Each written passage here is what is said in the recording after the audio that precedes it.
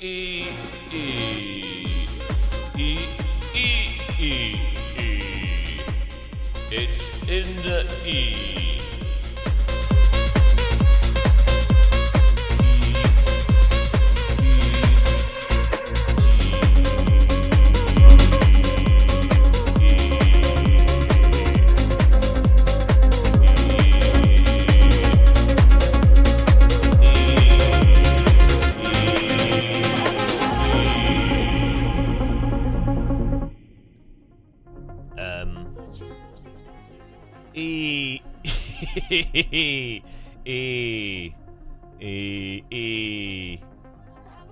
I don't know when the DLC actually drops.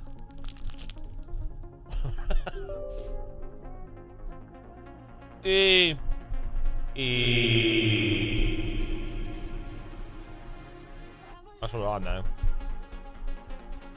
How's it going, Jesus?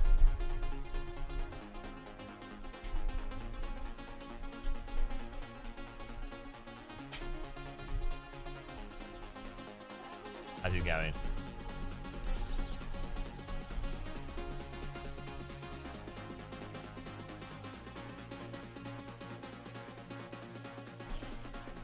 Oh, OBS isn't working. Oh, OBS is back. Disconnect is back. How's it going? Freaky Leak.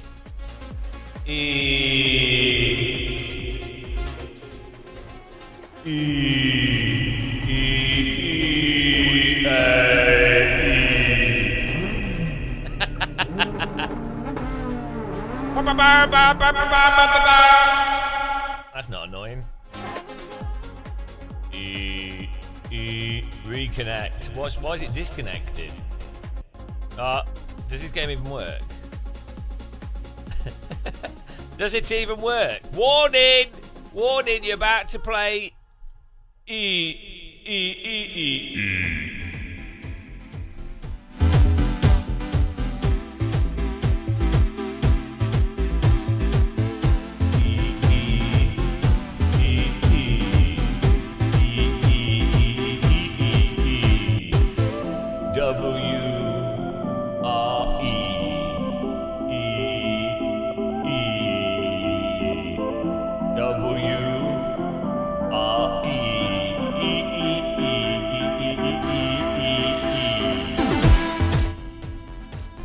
This is gonna be the whole stream.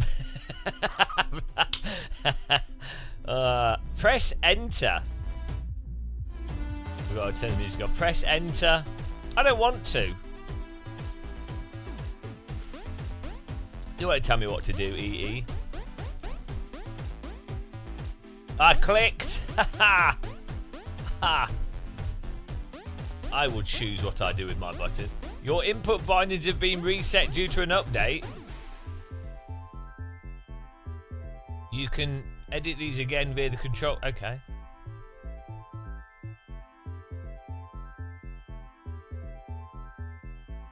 Rally, is this today? Rally Pass is season 6 is being extended.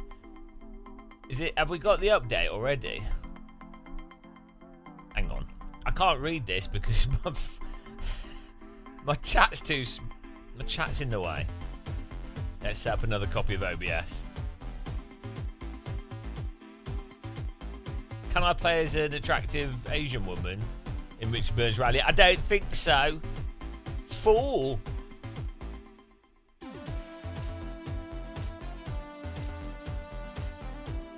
What's going on here? Come on. OBS. There we go. Right. Pro scene selection. Screen. Profile. Settings. Output. Recording. Video. What resolution shall I record in? 2560 by 1440, I think. 2560 by 1440. Why doesn't that work? OBS. OBS, you stupid. Stupid OBS. 2, 5. No.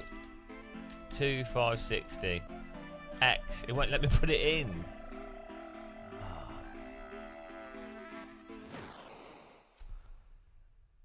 I'm gonna have to. Can I copy and paste? Let's see.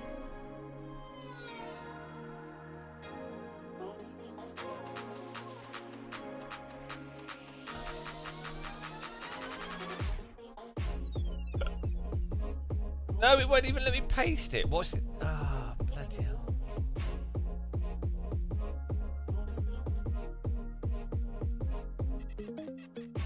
Oh, here we go.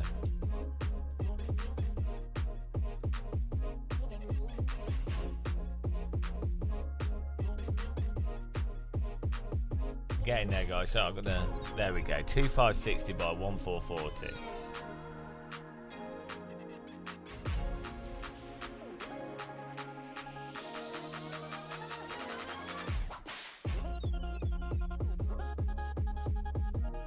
There we go. Transform. Fit to screen. Right, now I can actually see stuff. Hello, guys. Hello, Villa Fellow. Hello, everyone that's joined us. Cheers. Good morning, good afternoon, good day, good tomorrow, good yesterday, depending on where you are. So, this says, Gamer Muscle, you are forbidden from playing this game because you're too miserable. Well, that's not very fair.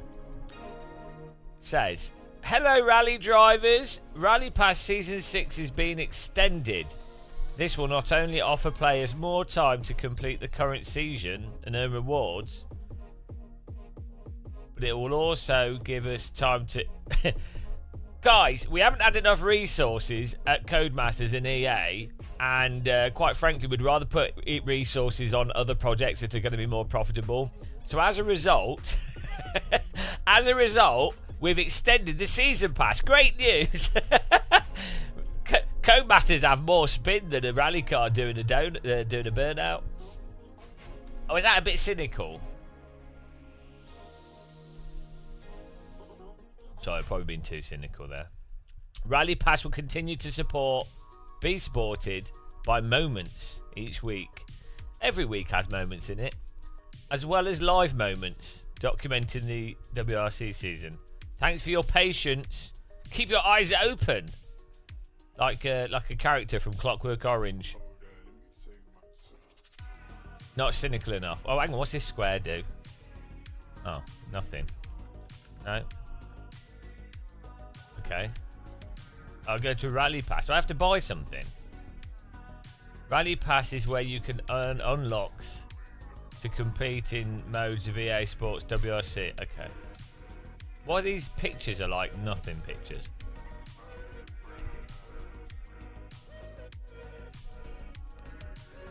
I'll have to try that. I've not played RBR for ages, and I really do like it. I have some problems with motion sickness with rally games there, so... What's all this? Equinox decal. Season ends in 5 hours. Okay. Look, what is all this? Oh, it's unlocked. Okay, fair enough. You have to buy these as well. Hang on. Do you buy a rally pass and then you unlock stupid shit that should have just been in the game? Is that how that works? Or is rally pass free? I hate modern games. I hate what games have become. Have you seen the new Counter-Strike? The new Counter-Strike update.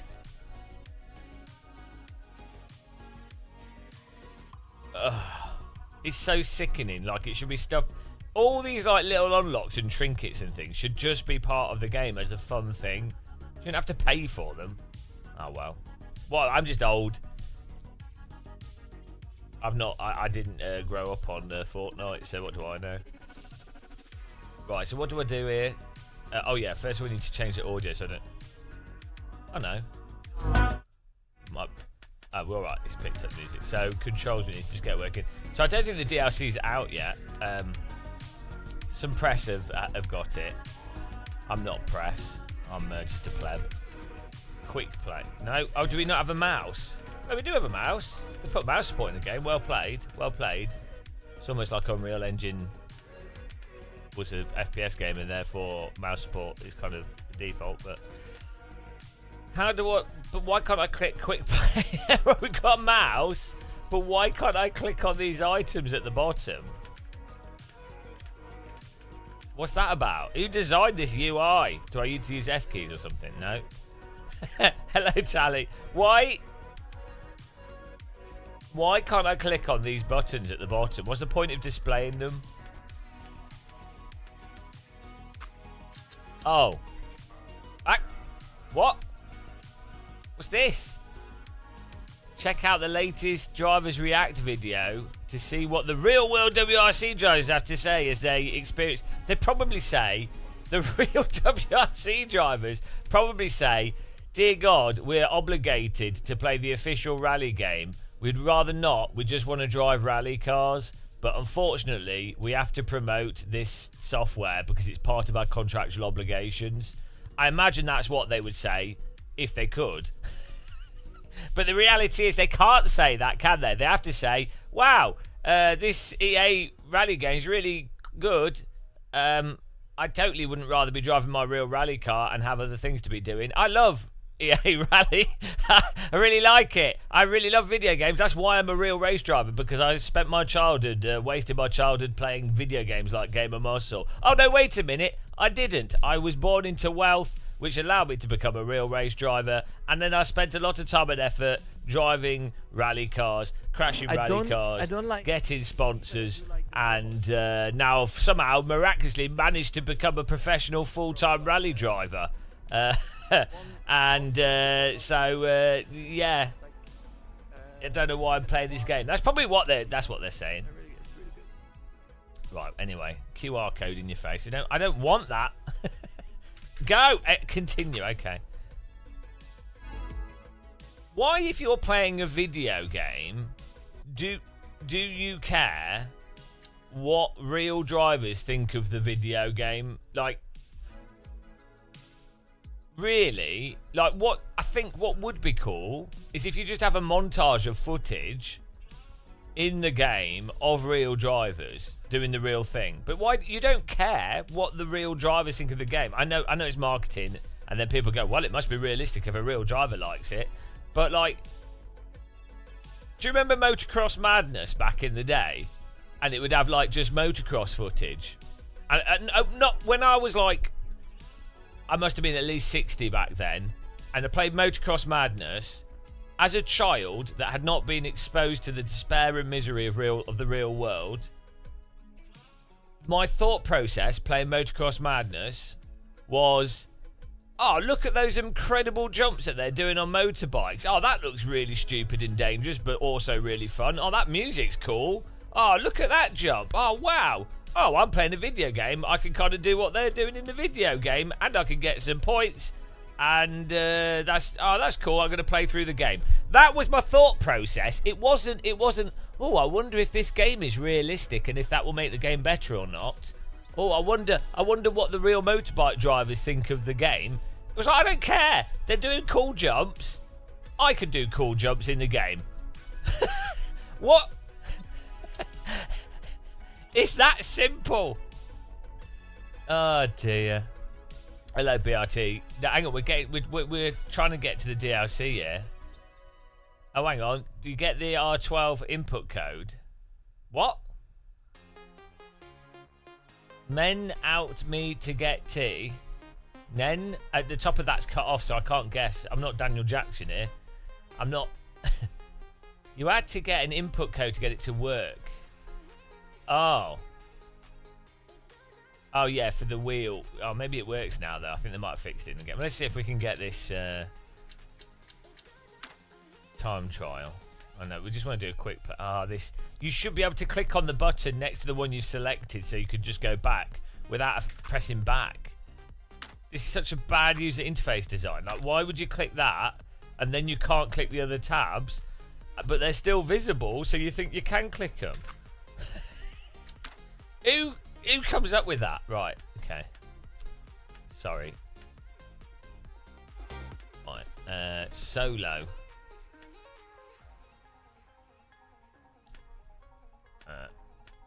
Yeah, we're just going to do this. We're going to do a quick generate.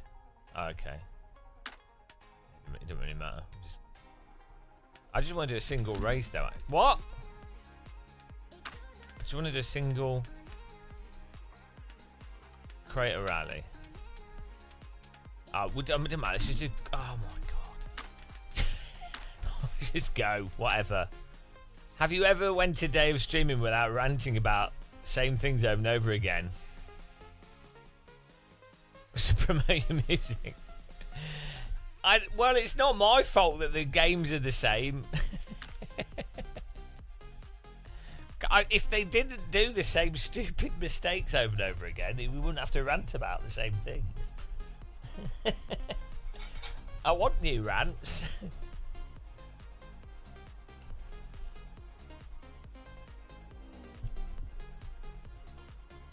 Hello, Mr. Rambler.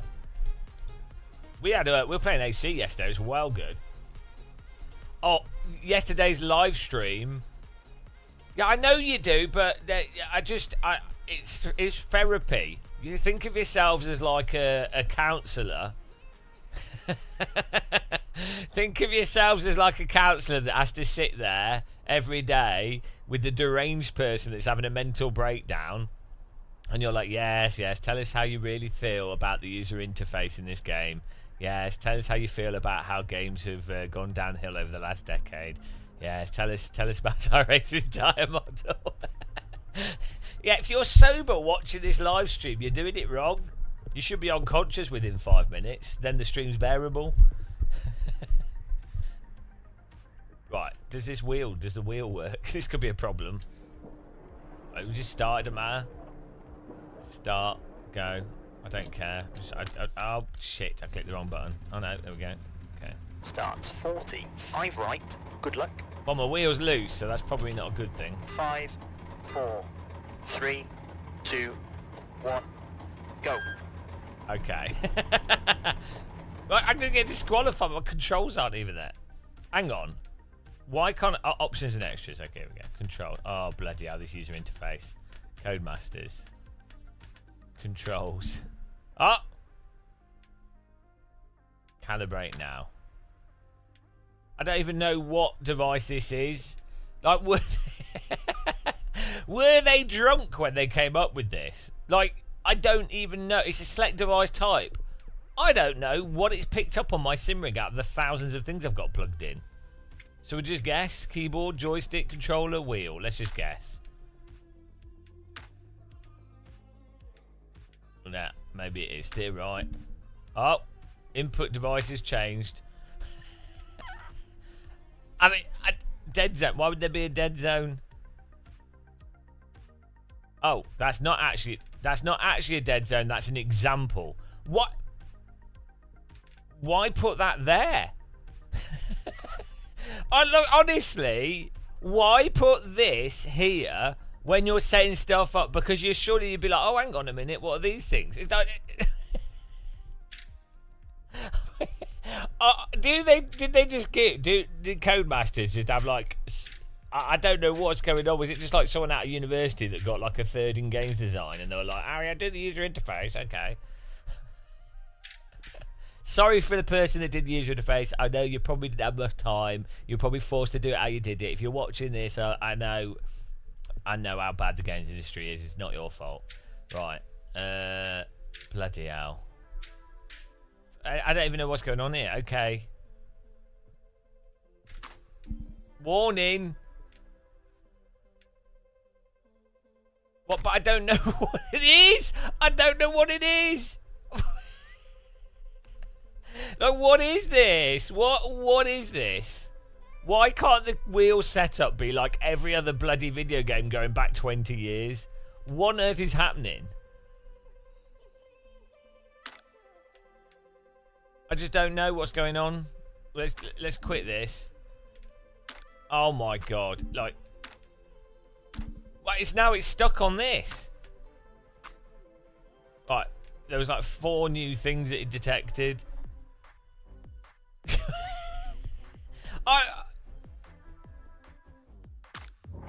Yeah, well, I didn't know my controls weren't calibrated. How do I quit?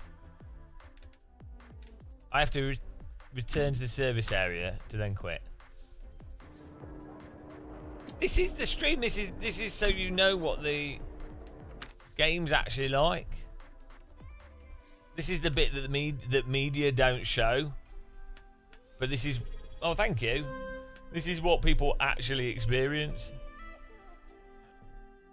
Right, so... The thing is, they'll have obviously set this up for consoles, fundamentally. And then PCs, they'll be like, well, yeah, people might have different equipment, so...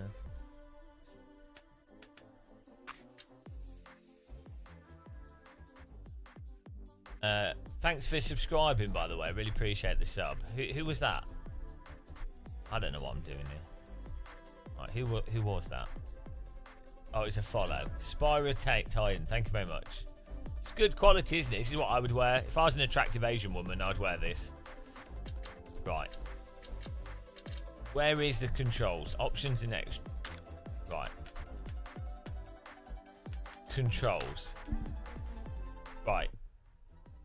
I need to start recording this because it's absurd. Right, so basically my wheel and pedals from the last time I loaded this game up don't work at the moment for whatever reason. So now when I go to controls, this just keeps coming up. So if I click calibrate later, okay, and then this will come up. So I want to calibrate my wheel and pedals because they don't work at the moment. So I'm like, I'll go to the control screen, but then this comes up.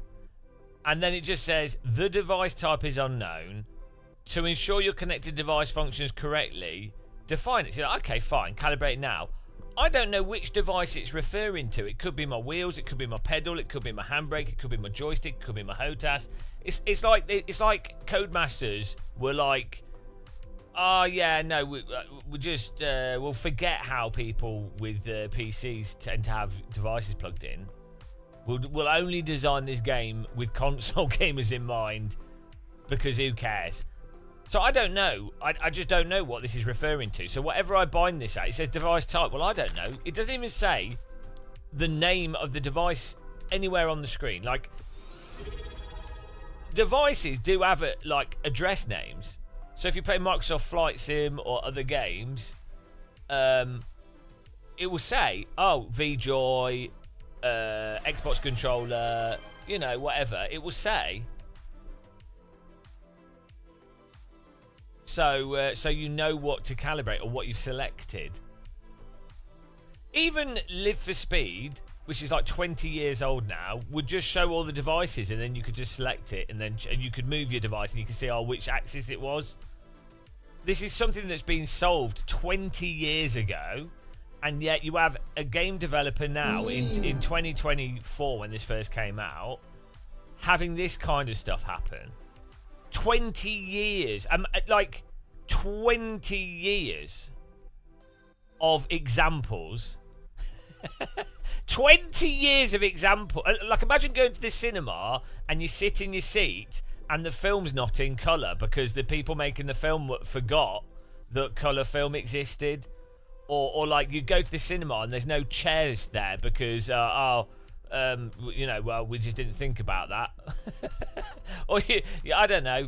Do you know what I mean? Yeah, we're just using stereo in this film. We're just using stereo because we realise most people are watching films on home cinema, so no point supporting the surround sound speakers in the cinema. So we've just done it in stereo, and it's not very well mixed either. You'd be like, what is going on? 20 years we've had basic wheel binding options. Yeah, they literally they don't care about the PC stuff. It's this sort of stuff. When I see this with games by companies like EA, what it signals to me is like, right, guys, we got a license. It's not that profitable. We got another license that's more profitable. We really don't care about the PC sales. We know some people buy on PC, don't really care. We've got obligations to make sure it works on the consoles. The consoles will be the most sales. There'll be more kids on consoles. They're more likely to buy all the stupid season pass crap because they will find the trinkets exciting because it's like collecting football cards. So we'll exploit the inability of children to have critical thinking faculties to profiteer off them, and we'll neglect the actual quality of the game. There will be staff at Codemasters that want to make good stuff and know what's right or wrong, but the priorities will be, right, just, you know, do whatever it is to get it good on console and it'll kind of work on PC. That's my guess. We're going to get this work. This is like a puzzle game, though. This is like a puzzle game. This is like Riven.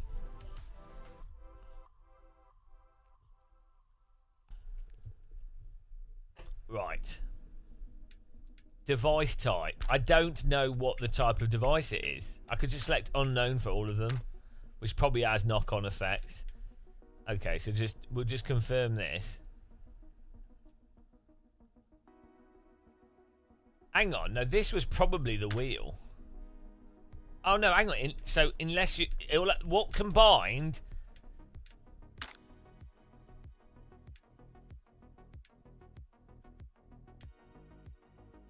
You can only bind it if it's the actual device, but you don't know which one it is. So it's not my joystick. Maybe it's my H pattern.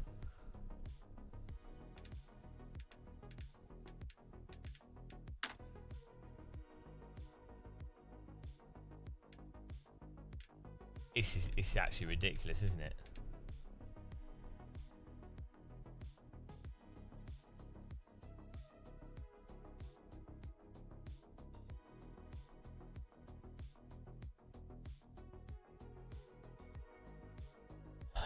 Oh, here we go. Let's see if...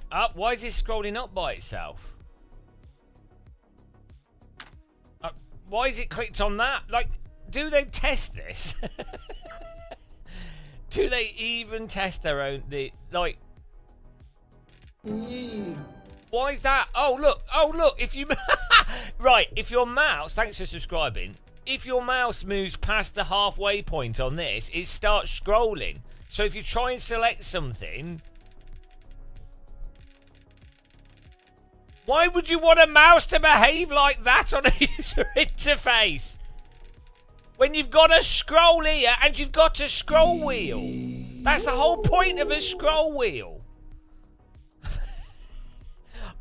It's like one of those examples of how you do of annoying user interfaces where, you know, like those joke ones where you have to type in an exact number but you have to keep guessing the date forwards and backwards or by like 10 decimal places or something, or you have to balance something to type the number in. Hello 50 old man, hello guys. I mean, Jesus Christ, like, just, it's actually mental. It's actually insane user interface design.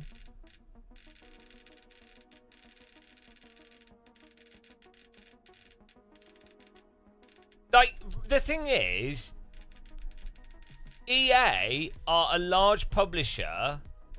They should have some self-respect where they should go, shit, that's really embarrassing.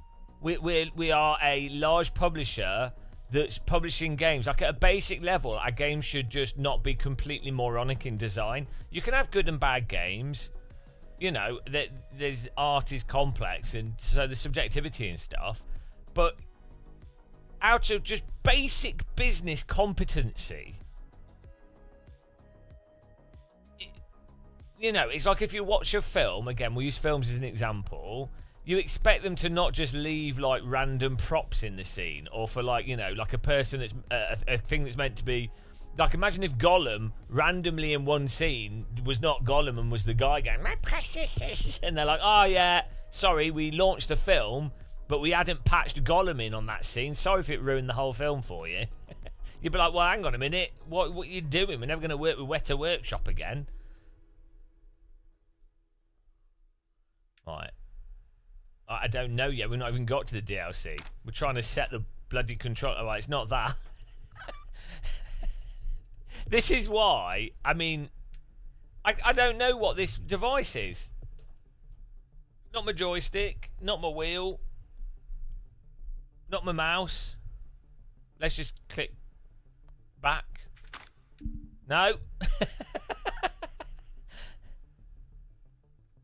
Oh, this is hard to watch. Click on the controls, just select calibrate later, and it will list all the devices. Okay. Well, that why pick it up there then? Why have that previous thing then? Hang on. Don't you try and blame me for this. Why would that, what you've just said there, why would that be the like obvious process? Like, why have all those messages pop up at random? And your comment, by saying, oh, this is hard to watch, it's like you're going, oh, well, you know, well, he's an idiot. It's like, well, do you not think that a lot of people that would load up the game would have the exact same thing happen? Keep in mind, I actually did a degree in games design. It was a shit degree, Mickey Mouse degree. Keep in mind, I've worked as an IT technician.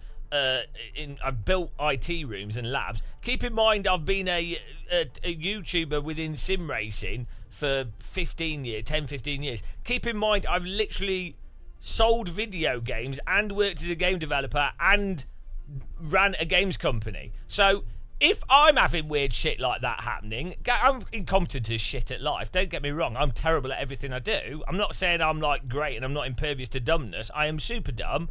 But if someone with my experience, even though I'm a moron, is struggling, guarantee you people that are not experienced with anything would be like, well, what on earth? And at minimum, it's annoying. Right, here we go. Jesus Christ. Right, so that's apparently set up. Oh!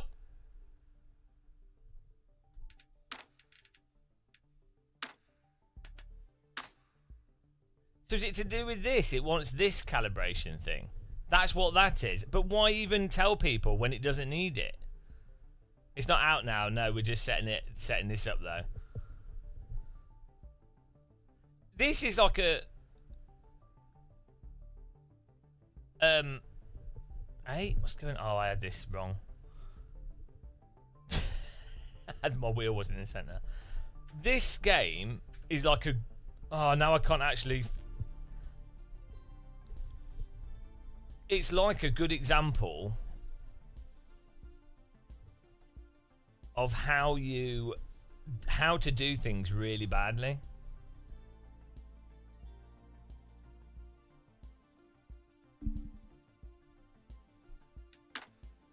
Right, let's just make sure this is all correct. Oh yeah, there we go, that's fine.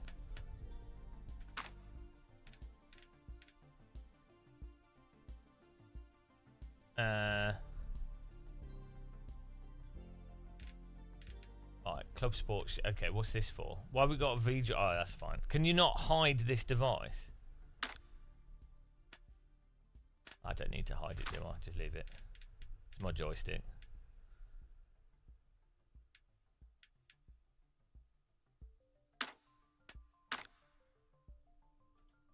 Hang on. I mean, oh, Jesus Christ. Right, okay. I mean, at least they do have this. It's like they've half got it. It's like they've kind of got it right somewhere, but then the whole flow and presentation of it is insane.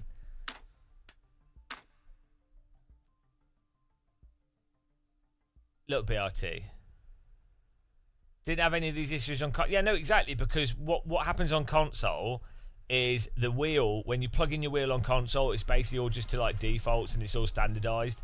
So the game just goes, oh, well, they probably actually do the settings weird and wrong anyway, but they will be like, oh, you've got an Xbox wheel, compatible wheel. The default will be like 900 degrees, probably isn't. It's probably like 360 or something. It'll set the default. The wheel will be default. The studio can test it, and it's all default stuff. Fine. But the problem is, that's fine. That's great. That's a good thing with consoles. You know, they design it around the gamepad. Great. That's the nice thing with consoles from a development perspective. It's consistent hardware. That's great. It's fantastic. However, if you do decide to sell a game on PC, you then need to make sure you actually support it properly. Like, you know, it's not.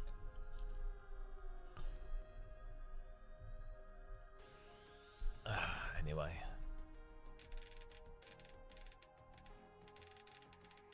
What is going this? I mean, this like mouse behavior is absolutely bonkers. Yeah, 550s. You know why the 550 thing? There was like an original force feedback wheel that had that rotation. It became like a default. Thank you. Oh, hang on. The subscribers aren't coming up on my screen. Well, the alert things is, but the... Thank you very much. Bloody hell. Thanks to everyone that's subscribed. Bloody hell. See, here's me. I can't even do my own user interface, so who am I to talk? I mean, my live streams are shit, so... But I mean, I'm perfectly open for people to tell me that. So I could be critical about EA, but I expect people to be critical about me. By all means, there we go. Euclid, BRT, Geodeath, thank you very much. Yeah, my content's shit, so but that's fine. You can say that. I think that's fair. So I guess it isn't hypocritical. Right. What?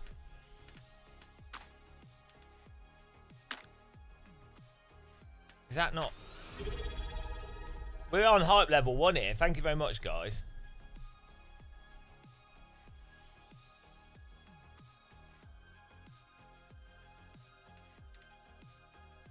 Oh my goodness. What?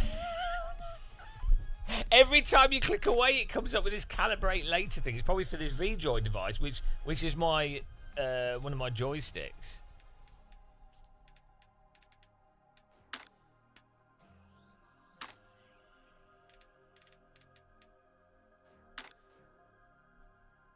Oh, the brake's not working. No. Right, hang on.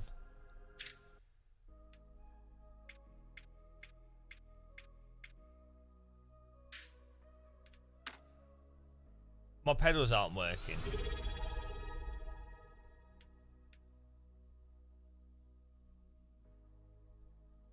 Oh, thank you, Euclid. What? I can't even get my equipment to bind.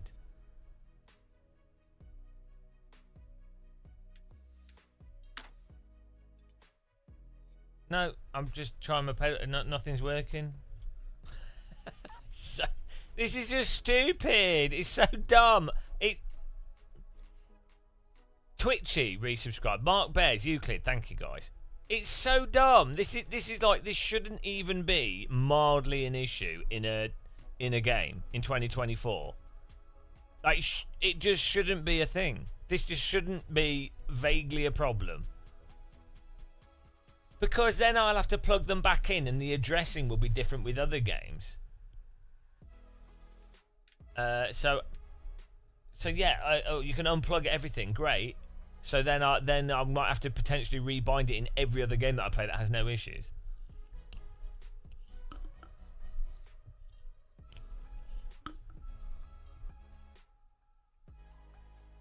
I'm in the wrong device. Well, which device am I in? Right. Helsingveld Pedals Ultimate. Edit device. Accelerate. Oh, there we go. I was in the wrong device. You were right. Wow. Shame on me. But still, how did I accidentally click the wrong device without realising? How do I not have that problem in any other game, you know? Come on. Look. I'm fully prepared to admit that I'm an idiot. I am severely dyslexic. I am a moron with a lot of stuff. I'm completely aware of that. However, that gives me the unique ability to... I'm also very aware that I'm a moron. So, no, there's no dead zone there. Oh, no, hang on a minute. You have to... Where's the dead zone setting?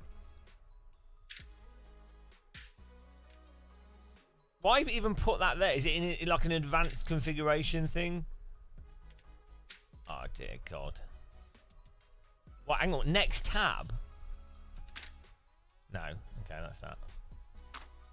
Did that actually save it? Yeah, okay.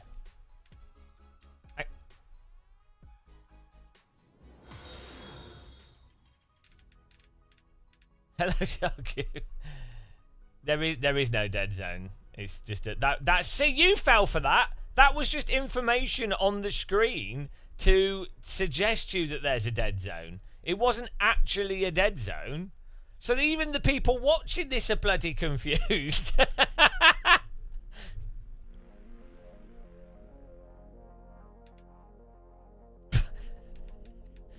It's honestly, Oh no, I need to find my USB dongle for my handbrake. Keep forgetting about this. I mean, this is fun. This is fun. How right? Obviously, reviewers and stuff and media, they can't just say what this stuff.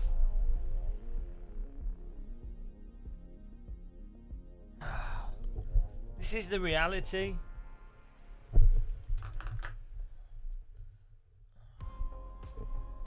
It kind of undermines the excitement of playing a rally game a bit, doesn't it? Oh. Oh no, awesome. I think we might actually have our handbrake plugged in.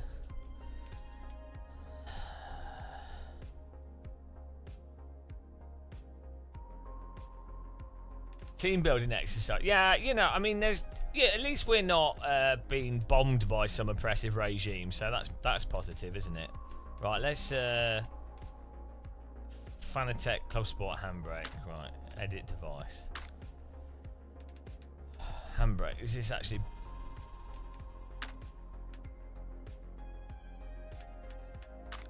Oh dear. I know. Hang on, you have to click that option to do it. What is my handbrake even actually in there? No. Why is this not working? Oh, it's not plugged in. Or is it plugged in? No, it's not plugged in. That's a me problem, that. Where is the actual plug? Oh.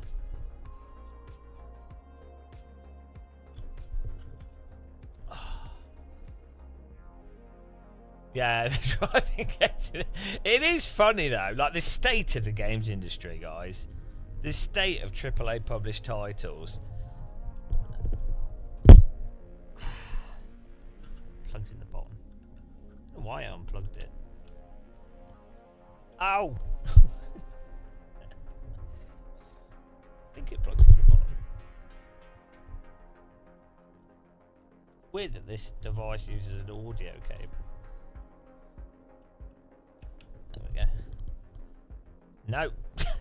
That was too much to ask for.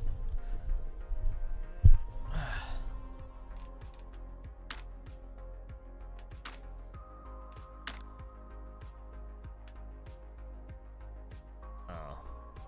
Why is this not working?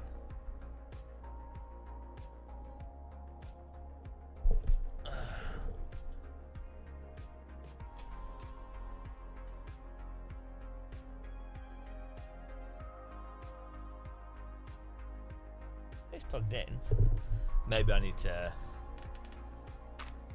Maybe we need to bind it in. I might need to check the Fanatec software for that. Well, we got clutch, we got brake, we got steering. Oh yeah, we could unbind it and try it again. Yeah, good idea.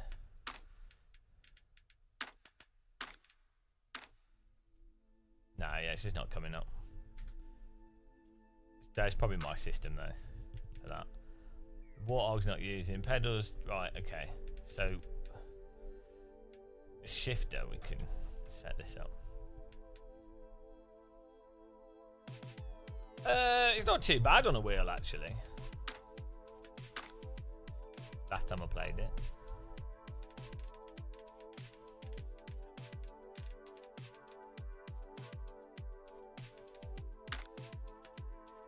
Oh no, my Fanatec stuff's not working at all for some reason.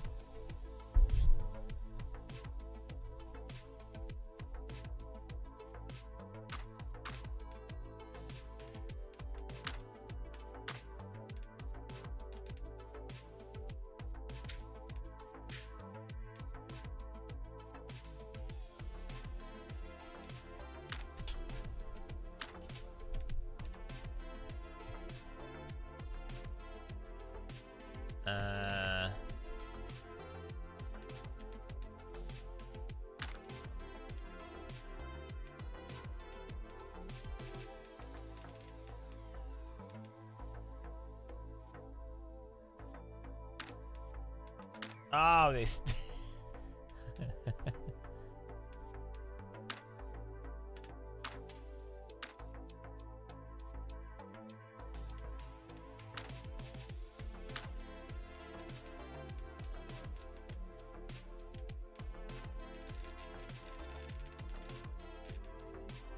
I need a handbrake on here. There's a button. Use this.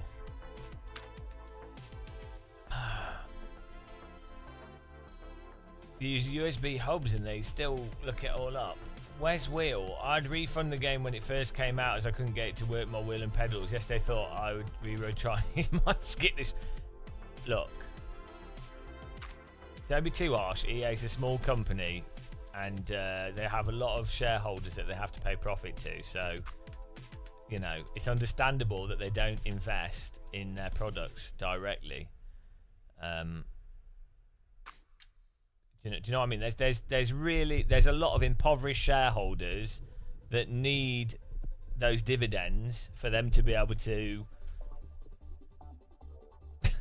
live their lives. You know, yachts aren't gonna fuel themselves, so yeah, you might be like, why does the game not have the basic stuff in it that one extra programmer could probably do?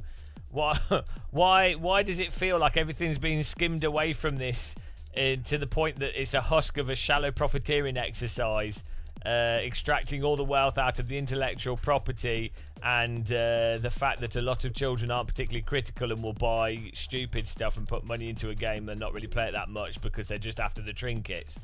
You know, a cynical person might view things like that, but you know, at the end of the day, people need to make money. So, what's more important? A fantastic, fulfilling, joyful gaming experience for, you know, at a good price, or someone being able to do some GT3 racing themselves at the expense of the majority of society? Really? I think we all know the answer to that. Right, let's see if we can actually get this working.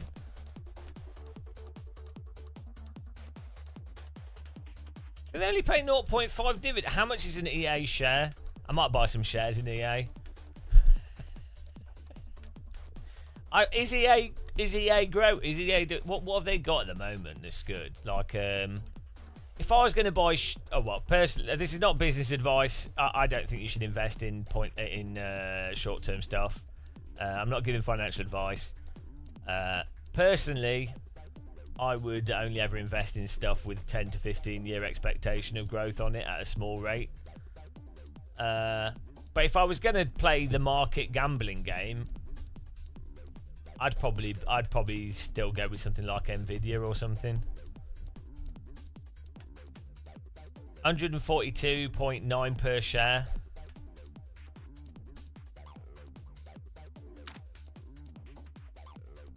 Are they growing? It may go up as well as down. When does the DLC come out? This evening, I think. It's supposed to be today. The thing is, again, to be clear though, there will be people that work on this that are doing really hard work. So the thing is to know, like, the blame lies squarely with the people that control the money and the resources for these type of things.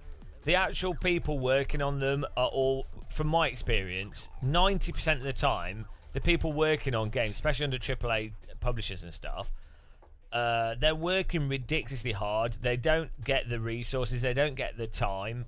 So my whinging is not aimed at anybody that's probably actually worked on this, because I understand that, and you guys watching need to understand the reality is the people actually doing the work in games companies are normally working really hard. They're normally overworked. They're normally not paid as much as they should be paid. So just to be clear there, because I don't want anybody that's actually, you know, the people that actually are trying to do their best and are getting screwed over, I'm not piling on them, because I'm on their side. As I say, having unfortunately been worked in the games industry briefly, I know how bad it can be. Yeah, exactly. It's not enough time, but the reason there's not enough time is due to mismanagement. But then management will go, well, you know, we only expect to make this amount of money from sales, and we need to make as much money from the sales as possible.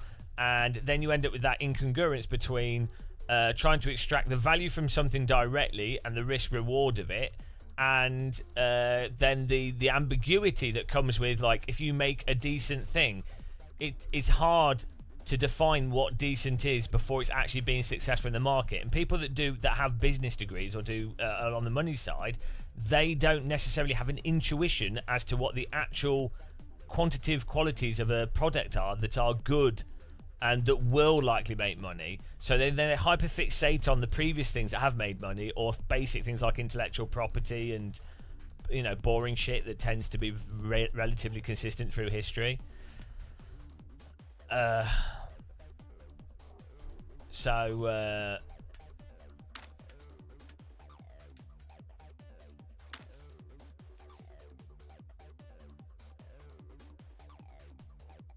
What is going on? I just want to see if this works. Well, Sobo's sort of a different situation. Like the guys I've talked to at Sobo were like, I think they run that company pretty well. And I don't know. I've not got the impression that they're a bad company. The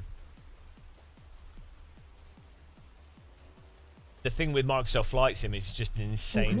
It's just an insanely complicated product. Like it's so ridiculously big, and all the different systems and everything. Like it's just that Microsoft Flight Sim is an insane product.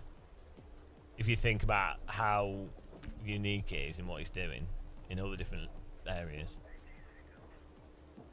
We're just trying this out, so. If this works.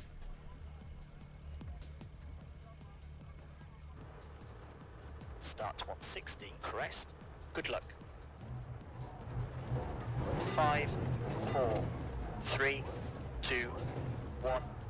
Go 160. Yeah, we've got no force feedback. Caution, crest. I knew it couldn't be that easy. Why do I not have any force feedback? Why is it called vibration?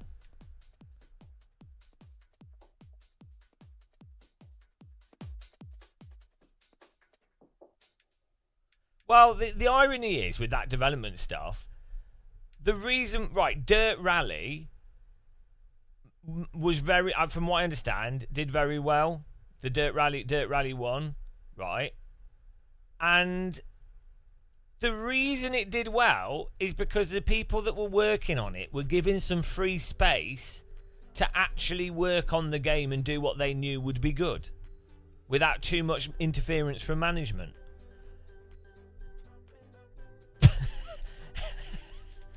Restart the wheel?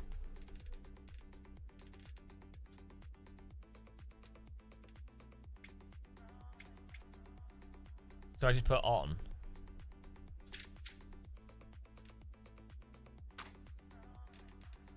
Why has it got 2 question marks? Why would it have 2 question marks here?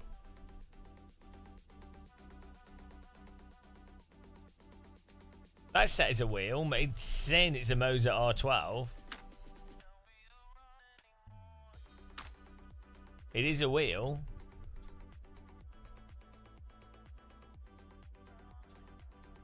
We did calibrate it as well. Am I sure? Am I sure? I don't know what to believe anymore. I'm being gaslit by my...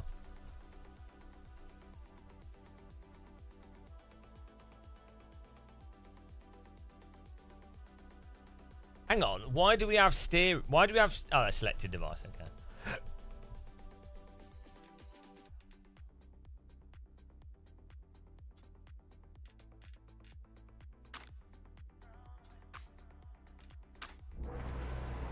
No, there's no force feedback at all. Square right. 140.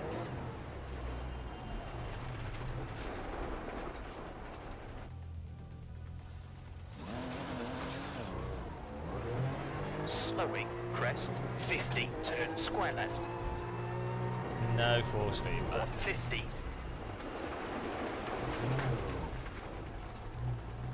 Does this game not have a lock to horizon setting? Crest 1. Like a camera smoothing setting?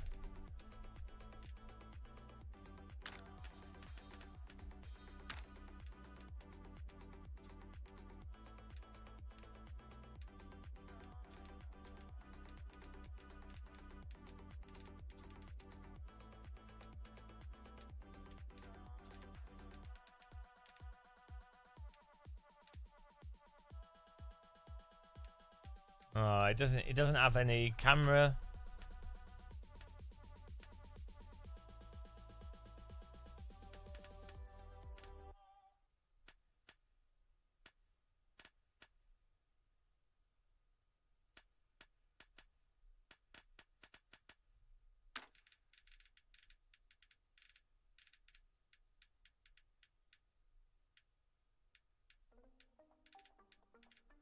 Pretty sure they added that to the previous Dirt Rally games.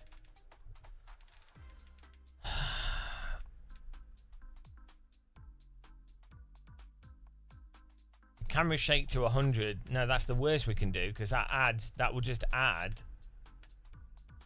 That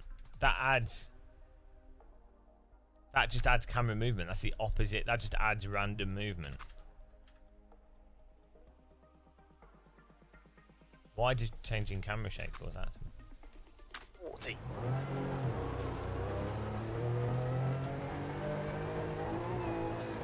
Caution, slowing, 6 left of a jump, to 5 right, 100. Turn, square right short. This is just added some random vibration to the camera. 90.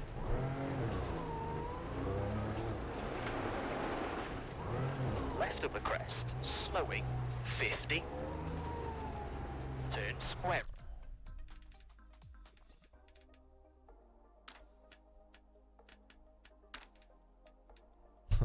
It's just added random stuff to it.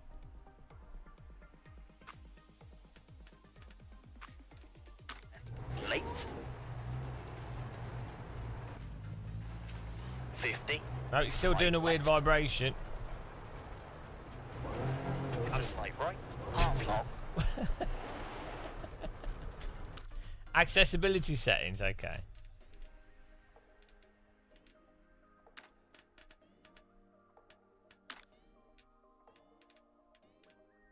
No. You're just saying random stuff. Oh, it's great that they've supported colour blindness, but not basic motion sickness settings. I wonder what affects more people.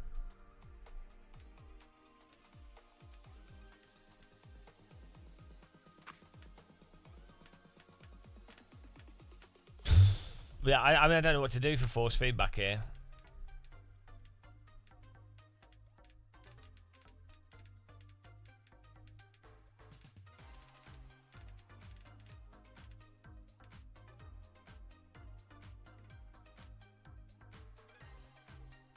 It probably doesn't have proper triple screen support because it's using Unreal Engine, and Unreal Engine is notoriously difficult to do triple screen support with.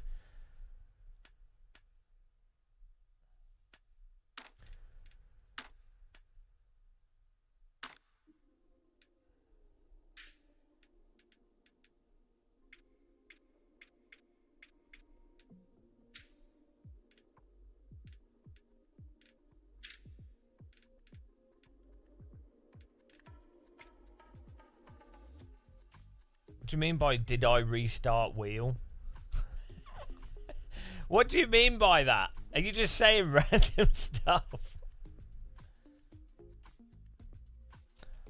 You don't need to restart a wheel. Like, I mean, outside of restarting the game, I mean, you could turn the wheel on and off, but why would like the wheel's on? Why? I mean, we could try restarting it, but unless you know that that's the solution, why would you even suggest it? I mean, let's turn the wheel on and off. I've never had to do this with a sim before, but why not? Oh, maybe it forces it to remap it or something.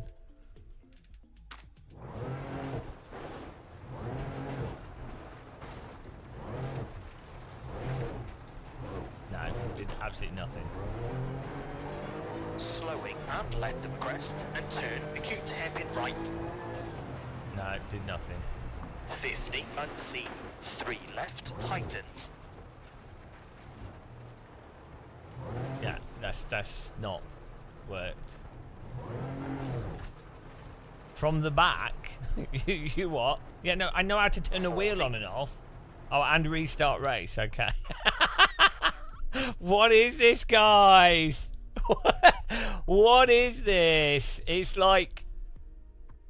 Honestly, stuff like this is sorted 20 years ago. Like, Toka Race Driver 2 had... Hang on, when did that come out? Right.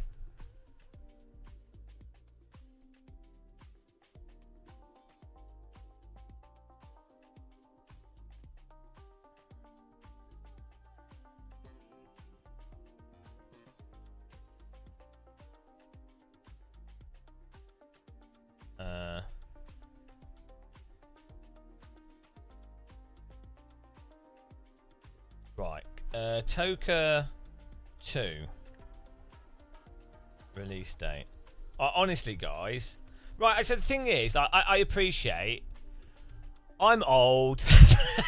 I'm old, and obviously you can't expect things to always get better. And you know, things are different. There's some things improve in some ways, and some things get worse. And you know, it's not connected. You don't see linear progression. You don't see linear progression in advancements with stuff, and sometimes one thing advances massively and something else just stays the same or whatever. Right.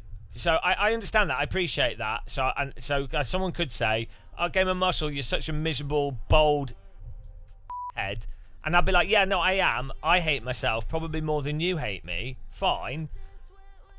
However, I cannot think of an artistic medium or commercial medium that has... Toka Race Driver, Toka 2 came out in 1998, which is what, like 300 years ago? How long ago was 1998? That's when you know you're really old, because you can no longer remember how... You can't... I mean, I can't do math, that didn't help. How long ago was 1998 in years? Why does this not work? How long ago was 1998 in years? Okay, 9,413 days ago. Thank you, Google. That was what I wanted. 9,413 days ago, Codemasters had Toka 2, which had force feedback support with the Sidewinder wheel in the game, and it just worked. It just worked. 26 years. 26 years! 26 years ago! 26 years! 26 years! 26 years ago! 26 years! That mouse support that worked! It just worked. It had like your name on the tag of the car as well, with the windows and car damage, and it just worked. It just worked. You loaded it up and it just worked on shoddy PC hardware. Graphics cards hadn't even been invented properly. Graphics cards. But the Voodoo 2 came out in like 90... I mean, the Voodoo 1 then, the Voodoo 2 came out in like 96 or something. We'd only just had the first graphics cards invented.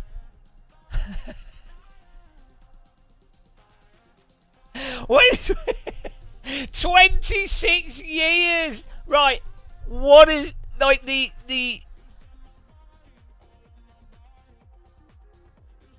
EA, you're losing money, surely. They must see that. They must, I mean, maybe they're not. Maybe they are making money. Like, at the end of the day, like, lots of stuff makes money that's complete shit. It's just how the world is. But, like, they must be like, the EA must be like, oh, hang on. If we made...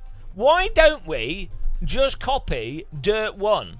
Why do we not just absolutely 100% copy Dirt 1 and just add more content to it, and every 3 months have a new stage? That's all everybody wanted. Why? You...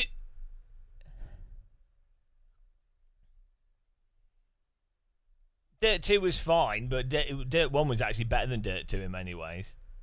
Dirt 2 had worse force feedback than Dirt 1. But I mean, anyway.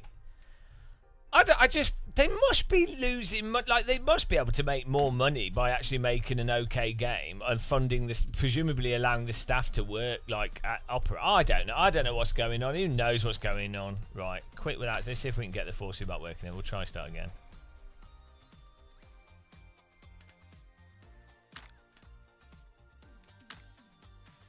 Can try restarting the game as well if it doesn't work. Yeah, Wreckfest is fine, isn't it? I just don't know what's going on. I don't like ACC, but I do like the Normalist. So that is amazing. So it's probably one of the. Again, not to knock. I don't want to knock.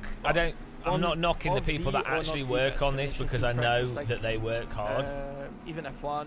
It's never really. Don't blame the actual developers of it. It's the overall financial management and overall overarching project management and resource management of studios that causes this type of stuff. I keep saying that because I think a lot of people forget. They're like, oh, the developers of Battlefield. It's like, no, the actual people doing the work are working bloody hard. They are working really hard. They are given a poisoned chalice. Start slight left. Ah, no, we still don't. Good luck. We still don't have. 5, 4, 3, 2, 1. Go slight left. 150. Slowing.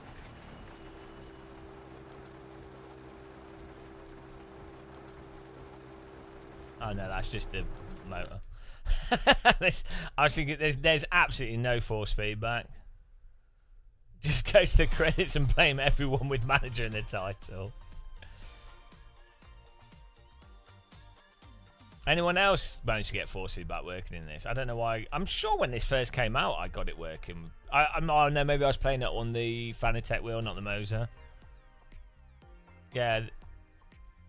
Is there... Maybe it's the Moser. Maybe they don't have... Maybe there's a file to edit, because that's what you had to do with the OSW, with the old Dirt Rally games.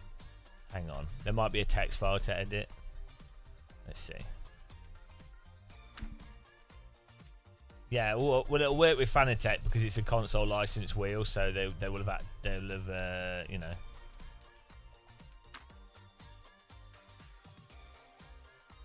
Hang on, just turn the bass off and back on. What, when you're in the game? Let's reload the game up. How? That's really weird.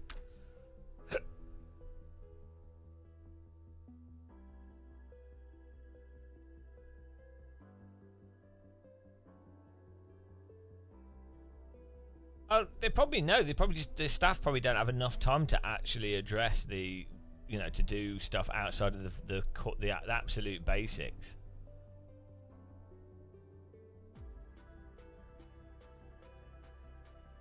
Yeah, never listen to chat when it comes to technical stuff. Alright, we already tried restarting the wheel though.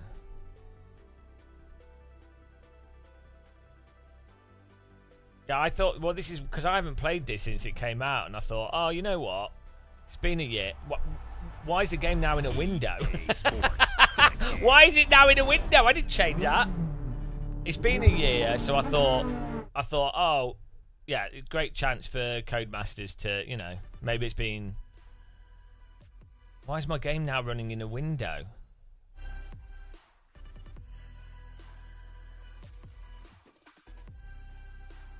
Oh, now it's full screen. Okay.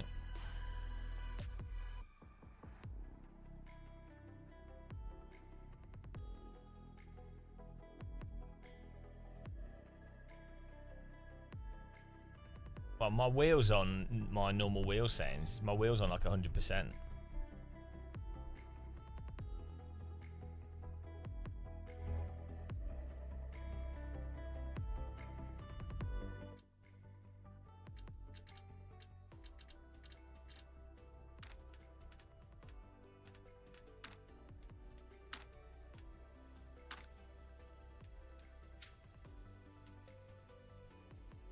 It's all on.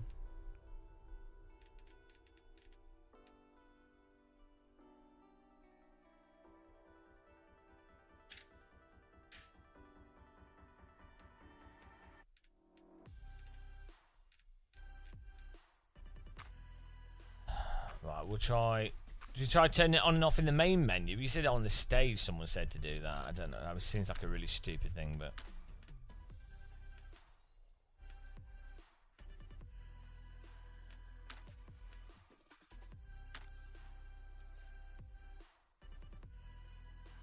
If you change things and you have no force feedback, I exit the game, restart to bring it back. Or we've just restarted the game, so.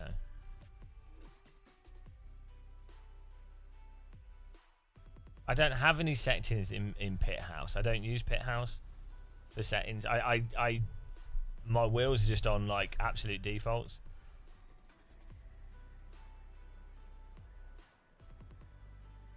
Right. What? Why is the car flying in the air? What's going on with this game? It's been out for a year. How do you have... It's going faster, guys.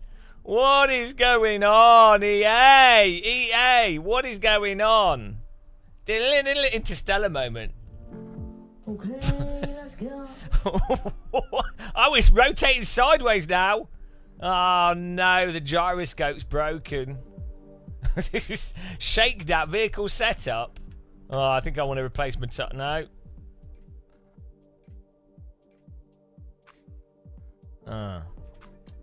Yeah, well. The underbody texture looks nice. Well, this is going to start. Warning, you've not participated. Well, we are. I think you'll find we are shaking down pretty well here. Bloody hell, the rotational velocity is increasing. Yeah. This game's been out for a year. How does something like this happen?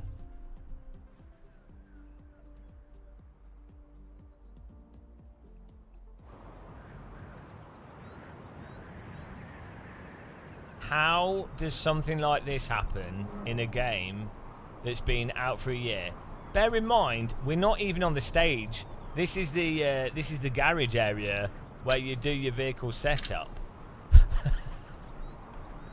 So, yeah, we've got full colour blindness mode in this game, but for those of you that suffer from motion sickness and maybe some of you that have epilepsy, we've put this feature in the game.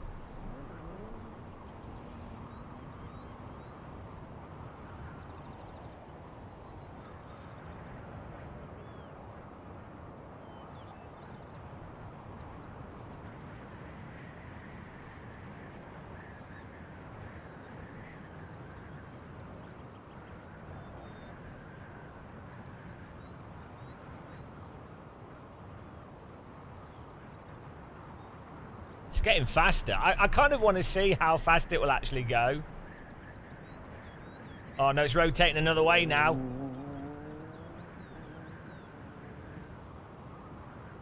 This whole stream.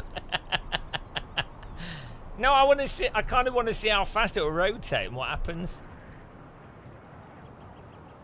This is what happens if you drop a rally car out of the International Space Station. Right, we will start because I'm actually getting motion sick. Oh, it's all fine. Car's fine, don't worry about it. Mint condition.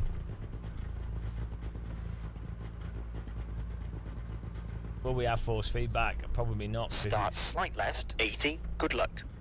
Flat spin. Care. 5, 4, Out 3, of aircraft. 2, 1. Go. No. Someone said turn the force feedback on and off. Again, we'll try that again. Input device is being changed. Okay.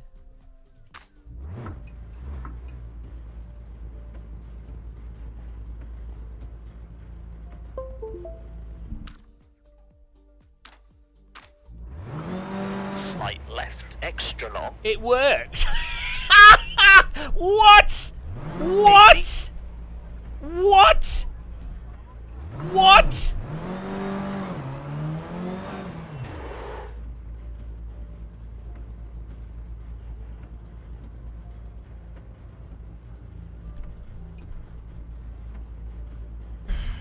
Well, turn the wheel on and off whilst on the stage, but then don't click continue until click continue, then go back, then turn it on again.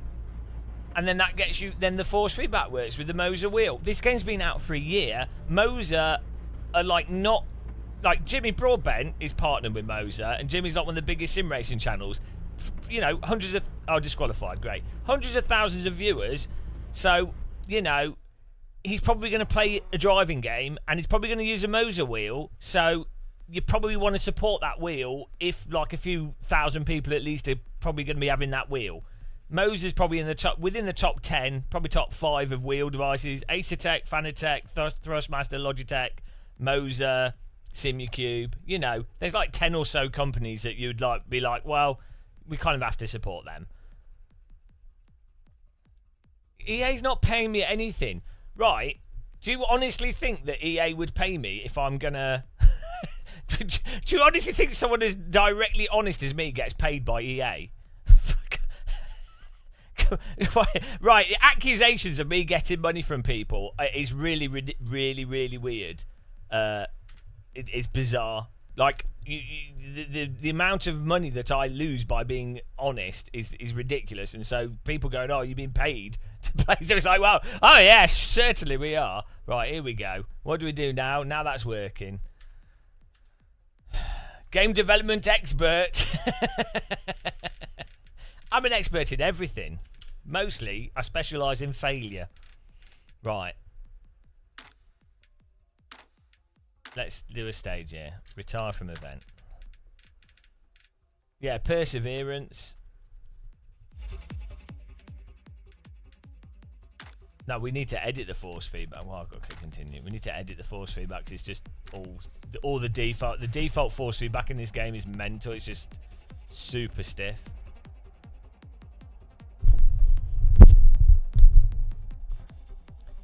Do EA pay you in tea bags?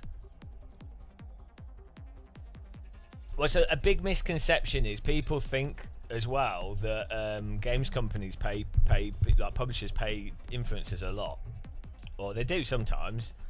The misconception is that basically influencers will generally want to be overly positive and lie by omission, because you're going to get invited to more events, you're going to be more liked, you'll get more money, you'll do more cool stuff. So they don't even need to pay people. The bias is positivity. A lot of people don't realise that. And that's how it works in marketing.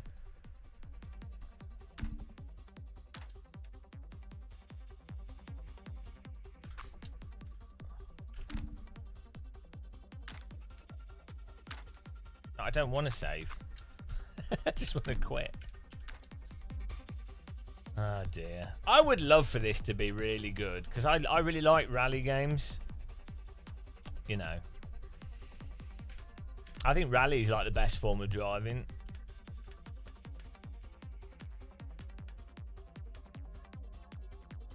I was hoping that after a year this would be a lot more polished than it is. We still got the DLC to come out.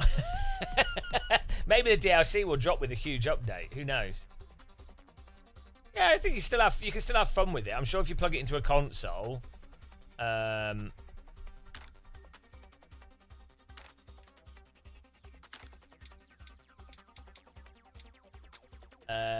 want like a Subaru Impreza or something. It's a good sort of benchmark for handling.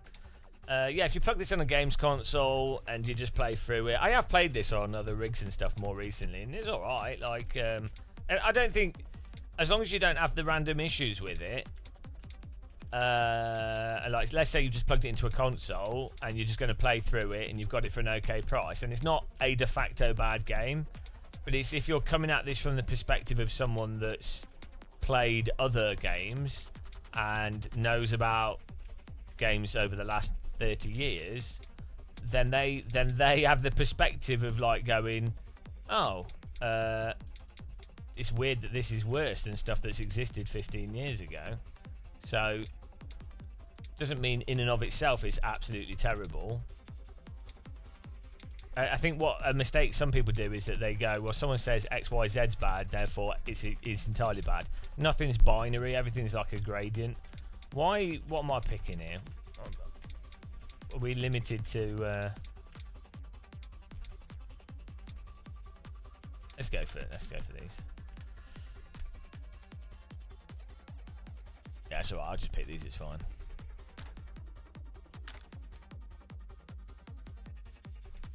What? Did that not? Oh, there we go.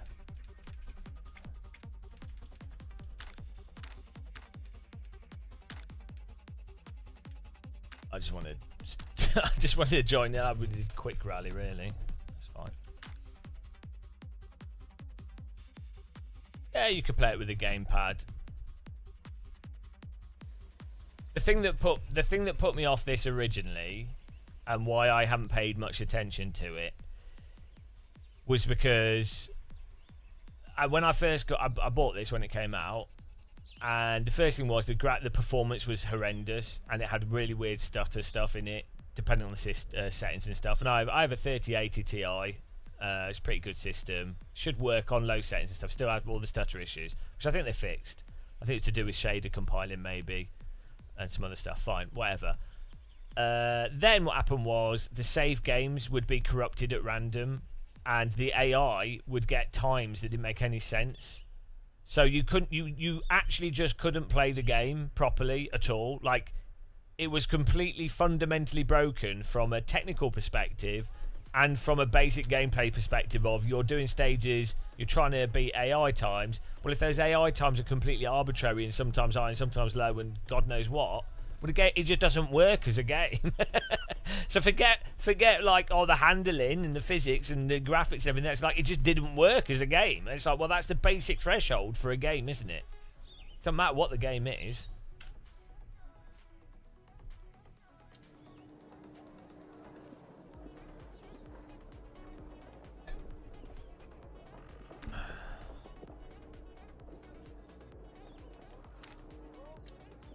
I'll do the shakedown thing. We got force feedback. Start slight left, 200. Good luck.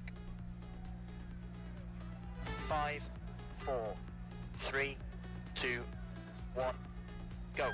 Slight left, 200.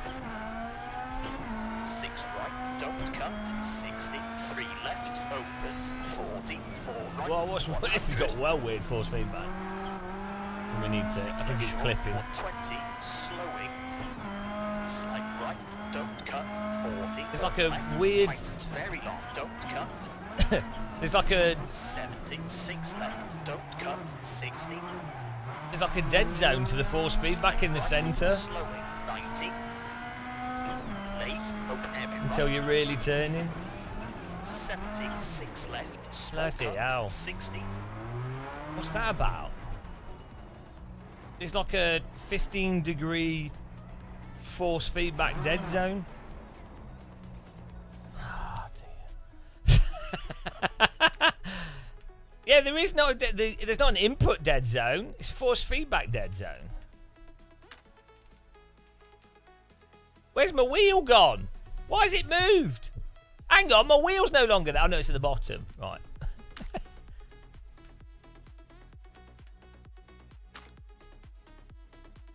No, there's no dead zone there. It's in the force feedback. Oh dear, wheel. What do these mean? What do these mean? Okay, soft lock, collision effect. Which collision effects? Okay, just if you hit a wall or something, fine. Engine, we don't need any of that. Tyre slip. What part of tyre slip? Is it like a vibration? Or does it mean the like actual load changes of the tyre? Because it could mean either. Suspension. Which part of the suspension? Feedback and vibration from the suspension. What component of the suspension? Doesn't mean anything. That's not telling anyone anything. Tyre friction. Tyre slip is tyre friction. Like, the whole way a tyre works is when you have a certain amount of grip, there's always some slip, otherwise it can't move. And then the friction denotes how much slip it has under what forces.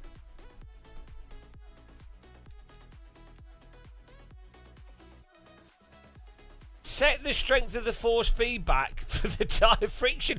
But I don't know what the friction effects are. Wheel friction. Is this damping? Why not just call it wheel damper? Damper. Like every other game. Why would you call that wheel friction? Why would you use words that are not used in anything?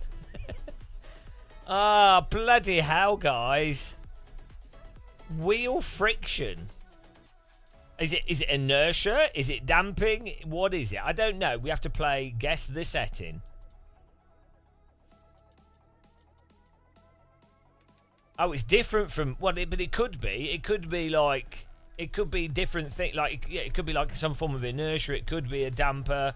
Depends how you do using the word damper to describe damping. This setting just changed. This is honestly like a missed puzzle. Self-aligning torque.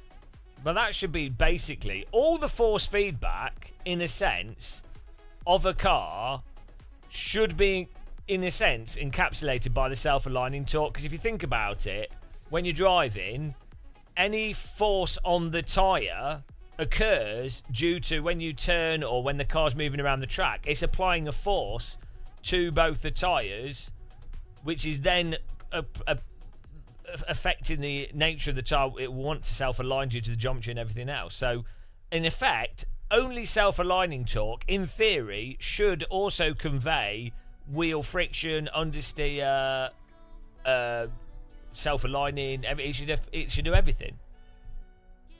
In a sense, but obviously, you know. So these are like not helpful descriptions at all for anybody.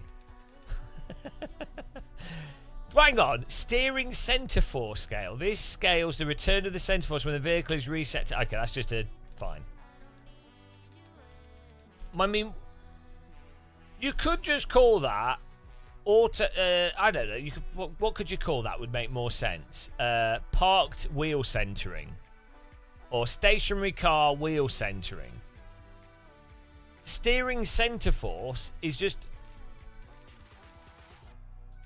Did they maybe make this game in like Chinese, translate it to Japanese, then translate it to Polish, then German, then back to Chinese, and then English, and we're like, that'll do, guys. Got it! We got it, guys. Everyone will understand this. Somehow, Codemasters or EA, these descriptions are worse than Assetto Corsa's car setup descriptions, which are... I mean, these, like, if you've never played the original Assetto Corsa, go through the menu and look at the descriptions for what each setting does, because they contradict each other. It's hilarious. Right, so basically, right, if you're new to a game, the process for force feedback when games have completely arbitrary namings, the best thing to do is you literally just turn everything off and you turn one thing on at a time and see what it does. And then you try different things together. That's basically the best option. I don't really want to do that right now though. Slight left, 50. Hang on, what's going on with this? It's got like an auto clutch on it. Finish. I'll restart this stage. Ow! I finished the stage. I didn't mean to do that. Exactly, Jason Murphy. You have to try every single permutation. Oh, I accidentally finished the stage. Why that stage was so short? Oh, it's because it was the shakedown. Right, do that again.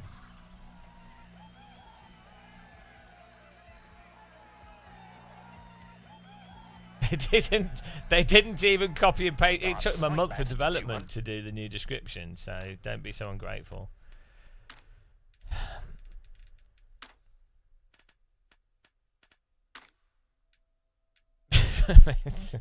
Right, let's just turn this down because I think it's just really high. I mean, maybe the game needs to be high and I need to turn my Moses settings down, but I tend to just keep my Moses settings the same and then change game settings. Tends to work quite well.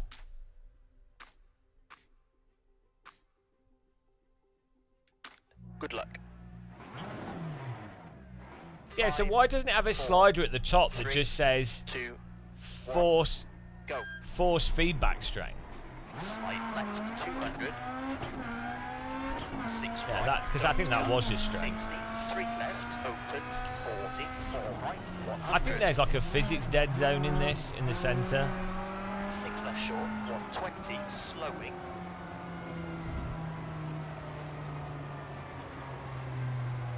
Slide right. Don't We cut, don't have a dead 40. zone in the steering. 1 left. Tightens very long. Don't cut. Hang on, do we have some kind of like non-linear? we did the wheel.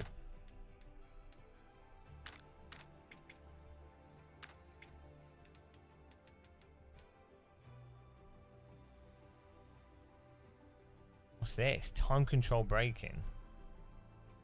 Oh. Right, that's all that. No other assists.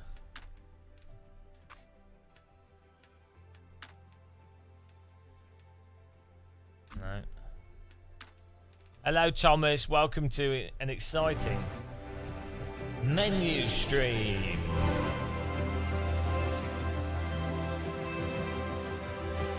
Welcome to the world of VAWRC.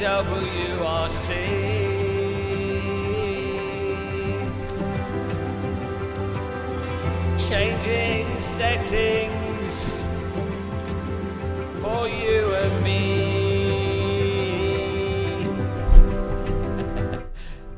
Steering linearities on 0. Is that linear? I imagine 0 is. Yeah, so I think there's just some weird central zone in the steering, or the force feedback has there's a dead zone in the force feedback at the centre, because I guess that maybe you have to start loading the tyres up before it actually beautiful. Yeah, it's actually the in-game music. Could you tell?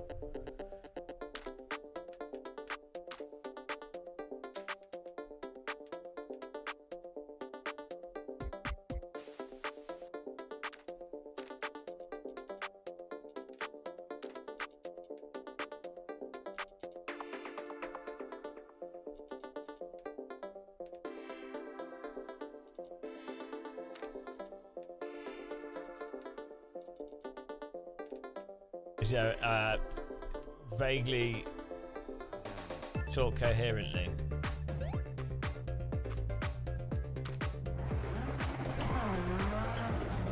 Yeah, there's like a huge area in this. It's doing input. It's not a dead zone.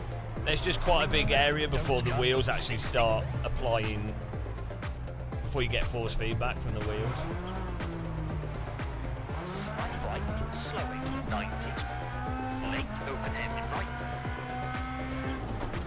76 left, small cut 60.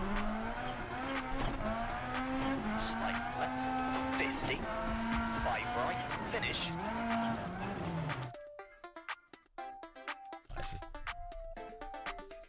You can change the steering rotation speed faster, and that'll make that dead zone smaller at the expense of it being non-linear. Yeah, it's recalibrate the wheel. It's just games that tend to. There's a multitude of reasons why that happens. Start slight left.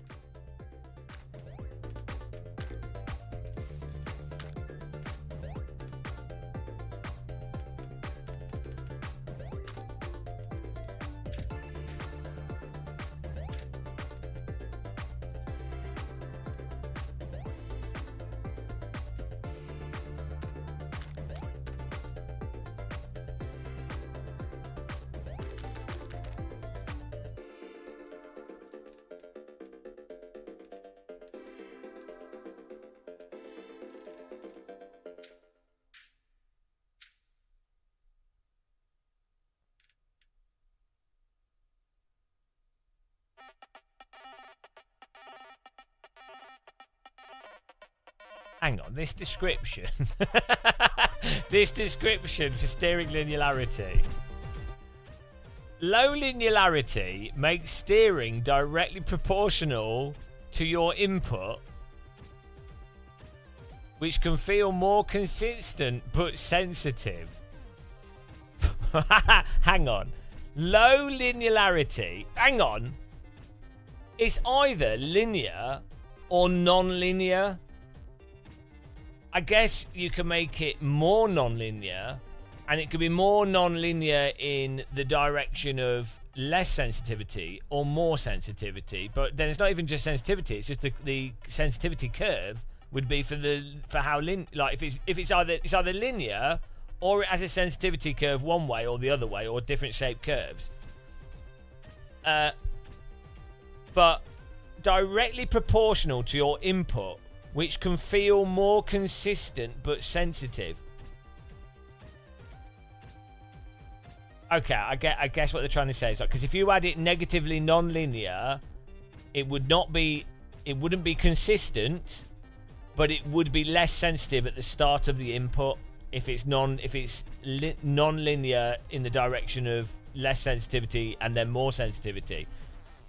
But it would be less sensitive or more sensitive at the start rather than the end. This description is possibly like one of the worst descriptions of like, they've got the ability to draw pictures, so if you're going to put the description there, why not have also, you don't need non-linear input with the steering wheel anyway. You can just reduce the sensitivity.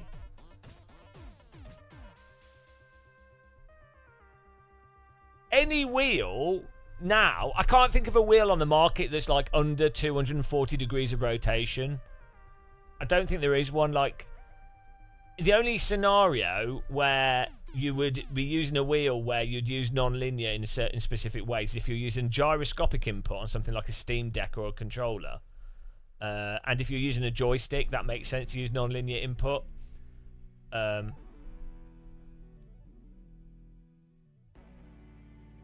That was the first start. High linearity?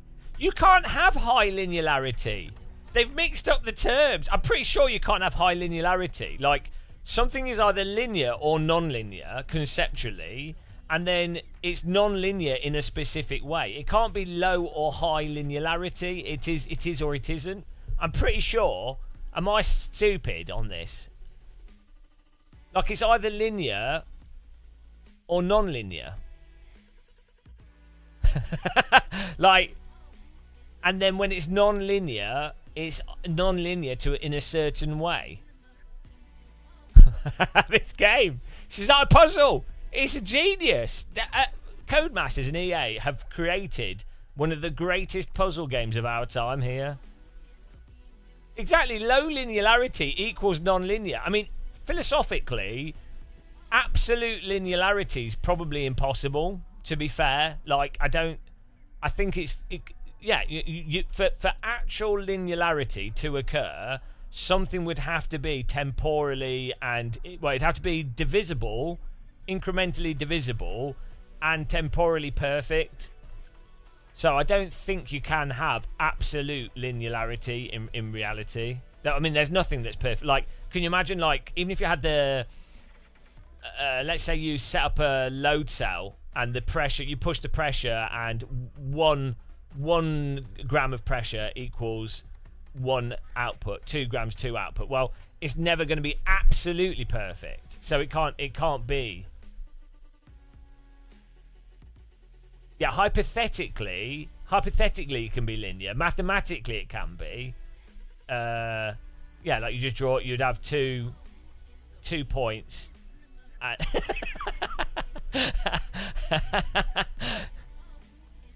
That's what it was, Westwheel, yeah. Hang on, we've not finished reading this.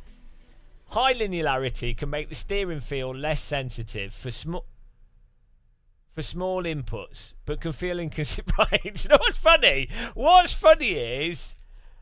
funny is this doesn't help you determine whether or not you should increase or decrease this. Like, It says negative or positive or positive. There's no. You don't know. From reading that, you can't know what you should do with this necessarily. Like you can't directly infer from these instructions where you should put this. Like, I would imagine this will be like less sensitive and then more sensitive, and this will be more sensitive and then less sensitive.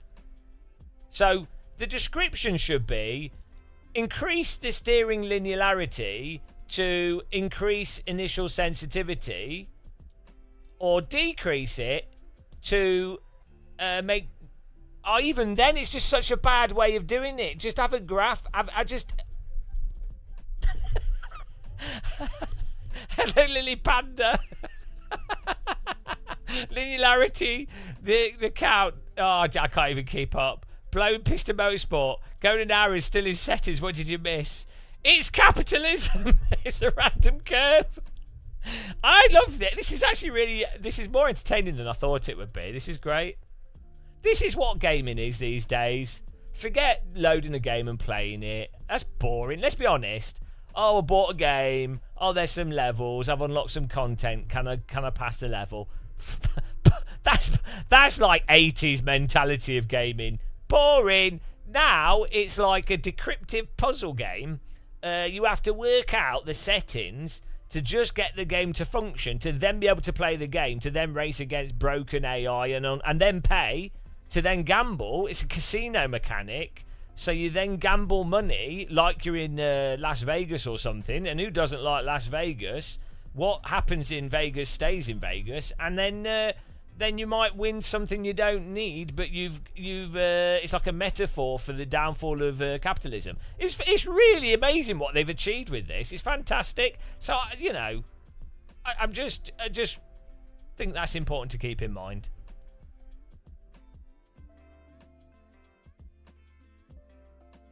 What does the new West? What does it look like? Lots of sliders. Look, Ben S, it should be a riddle.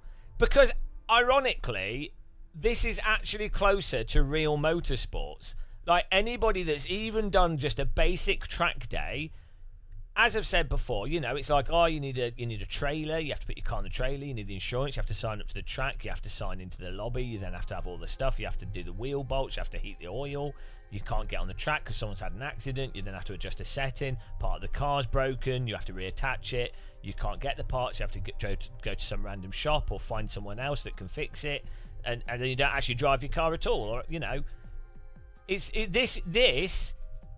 whole process, I'm not even joking, actually pissing around with settings is the most accurate part of real world and rally especially. Think how complicated the cars are. Well, the old cars would break down all the time because they were old, like they just tend to break down because they're complex back then and the stuff wasn't as well built. And modern cars have all this like ECU, battery crap, everything going on with them. Most of the time things are just going to be broken. So I to be fair, EA have absolutely captured the essence of motorsport with this, better, I would say, than pretty much any other sim developer on the market. No, Richard Burns Rally, you can load it up and play it straight away, and that's not very realistic. AC, you can load it up and play it straight away, and the cars feel nice and it runs well, and again, you're missing the point. You're absolutely missing the point. So credit to EA, good job. Top notch. Right, let's continue with this. Shall I make it non-linear? I know I'm gonna. Still don't know if it's been positive or negative. Yeah, AMS1's great. Jesus Christ. Right, okay. I'm gonna increase this. I could just increase my steering sensitivity, so you can make it non-linear in the game, but if the game thinks your wheel's 900 and then you change it outside of the game, that will have also made it non-linear. So you can choose. Or you could just have it still be linear, but more no, it would end up being non-linear. But we could just make the steering faster by binding... Oh, you can't adjust the degrees of rotation after you've set it. That's weird. You can recalibrate the wheel, but you can't manually adjust it after you've calibrated it. We don't trust you with that. You idiot players. You have to calibrate your wheel. You can't put it in yourself. Right, let's... The problem is if I make it non-linear, then it'll be annoying elsewhere. Soft lock option has to be locked. What? For you to then be able to calibrate it? Why? Wait and see!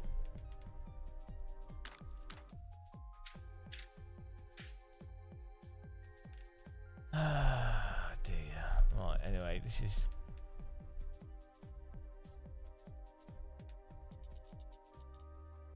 this is a game changer.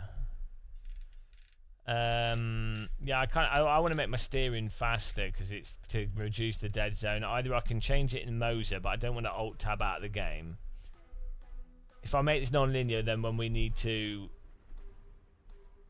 Oh, and the steering feel, the physics feel a bit weird in this anyway, so I don't think it'll make too much difference. Let's just try this. Let's put it on 5, see what happens. 200. Good luck. 5, 4, 3, 2, 1.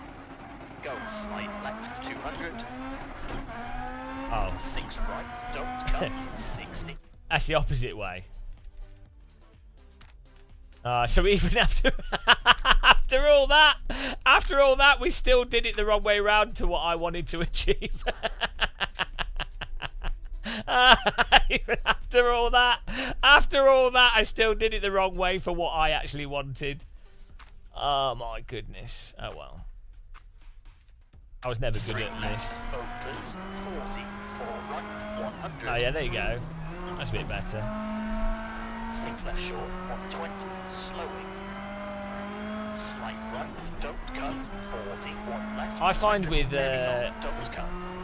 the less realistic Sims tend to sort of be with the the problem is the cat steer's weird now, but like Slight right, slowing. the less realistic Sims tend to be with the tyres when they're a bit more on the floaty side, or especially games that are designed to work on gamepad.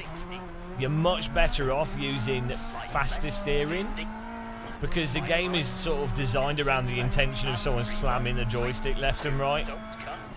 Often, not always, you know, but it's not out yet, I don't think. I was just getting everything set up. And slight right to slight left, brake 40. The Late, hairpin right. car really doesn't respond to brakes. Like, can you change brake bias on the fly in this?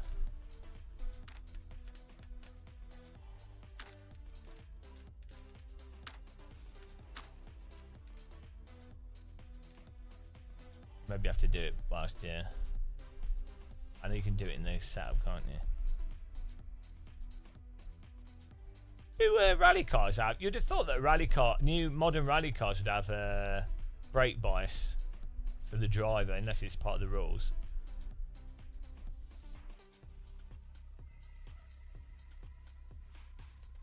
Yeah, the problem is, Ben, that's what I would do. However, you can't change the wheel rotation in the game. You have to use calibration, so you'd actually have to change the wheel rotation in the Moser Pit House software, but I don't want to alt tab. So for now we've just done that. Yeah, I think we need to go back to the service station to change brake bias, which is fine. I don't know if that's the case in reality though.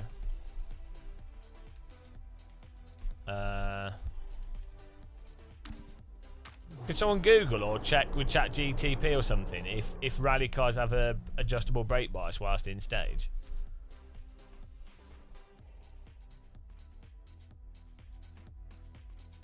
No, there's no. I don't have any dead zones in my stuff. It's force feedback. It's to do with the games.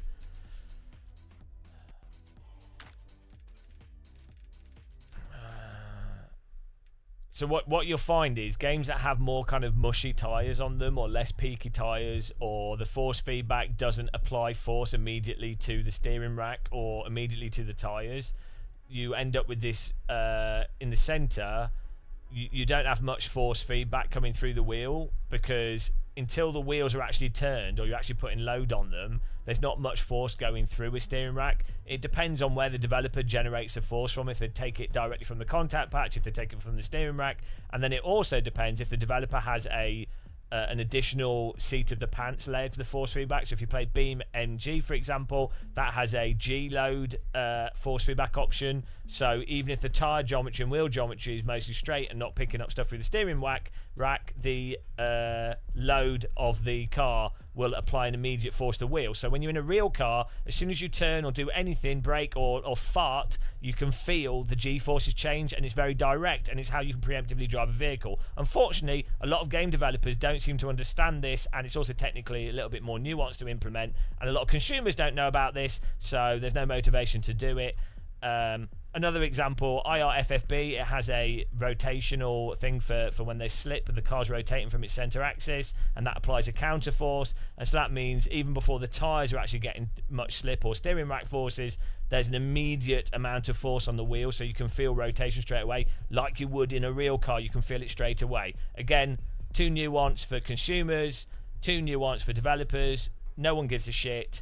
So basically, if you're someone that unfortunately knows too much about force feedback and also has sat in a real car and knows what it's like to feel it and also wants to drive by feel and not through rote memorization and visuals, unfortunately, you are shit out of luck. There you go. That's that lecture condensed into 1 minute. Oh, dear God. Right. What was I going to do? What were we doing? I've broke... Oh, we need to go back to thing. Change the brake bias. No, R-Factor 2 doesn't, old Grieg. R-Factor 2 is from the steering rack, and I think it does have some... What R-Factor 2 does is it's actually suspension compression, and the suspension compression forces are very aggressive through the steering wheel, and so that makes it feel like it's doing G-forces well. But it's basically just a suspension, and you'll find that once the suspension is compressed, you lose all dynamic range to force feedback. But R-Factor 2 has really controllable amounts of slip, so most of the slip that occurs with the tyre happens within that suspension compression that then makes it feel as if it's got good dynamics to the force feedback. It's actually shit. R-Factor 2 is a really good test for someone noticing the actual nuance to the actual slip of the tyre and driving from the force feedback of that. This is why LMU as well has terrible dynamic range for its force feedback. It's basically the same as R-Factor 2, but they improved the tyre model. It's a lot tighter. The cars are tighter and faster, so it's removed the detail. So, yeah, sorry. It's not the most... For most players, though, it will seem really good, and it is drivable. But basically, AMS1, Assetto Corsa, that's it. Actually, BeamNG has pretty good force feedback, but its tyre model's not very good, but the force feedback's actually pretty descriptive of what's going on with the tyres. Right. What's going on here? Oh, I just wanted to restart it. I'm pretty sure it is just a suspension. But also, with R-Factor 2, you have to apply loads of filter to get rid of the over-the-top flat spotting that comes through the wheel. And also, you have to apply a load of filter to get rid of that over-the-top graininess to it.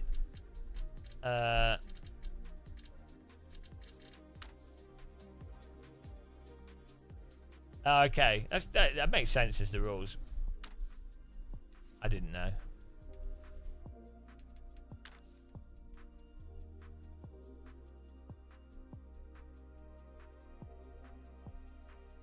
Yeah, that effect though of the suspend, like ACC does it as well.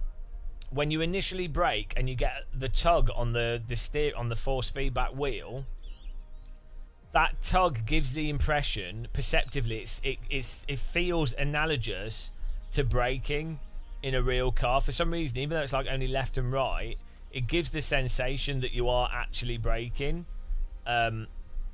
Unfortunately, it doesn't actually correspond to the tyre grip properly, but it does. It's surprising that alone works really well to give the sense that you are doing something on the brakes, and you know the car's loading up and you know actually loading into the braking.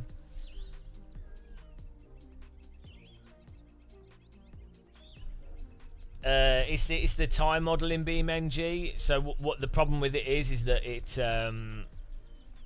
it's really it's all right under the limit, but once you get onto the limit in BeamNG, well, first of all, it's very wish-washy under the limit, and it's like really vague and sloppy, which is really great for the off-road driving. It's really good off-road actually, but on the tarmac, you'll notice that once you actually get onto the limit properly, the car's just like just turns into like a shopping trolley. It's like it doesn't have the correct amount of friction and poise to it. Like the car just wants to like like central wheel shopping trolleyness. Is really weird.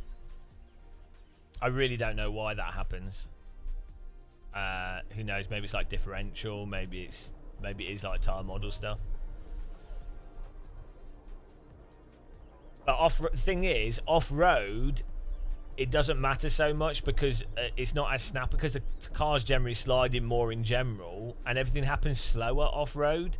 So in BeamNG, the off-road driving actually seems a lot more natural, especially with slower vehicles like trucks and stuff, and like the hill climb things, buggies and things are well good in BeamNG. Oh yeah, we need to change the vehicle setup, tuning, braking. There we go.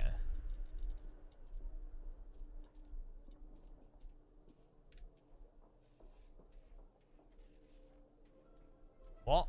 If AC feels like a hammerhead shark in the sea, ACC feels like a fish pulled out of water. You what? I don't even know what you mean.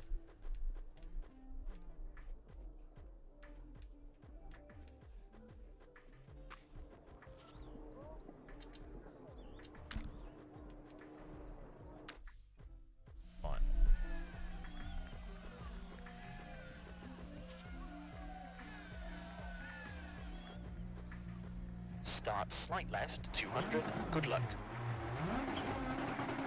5, 4, 3, 2, 1, go. Slight left, 200.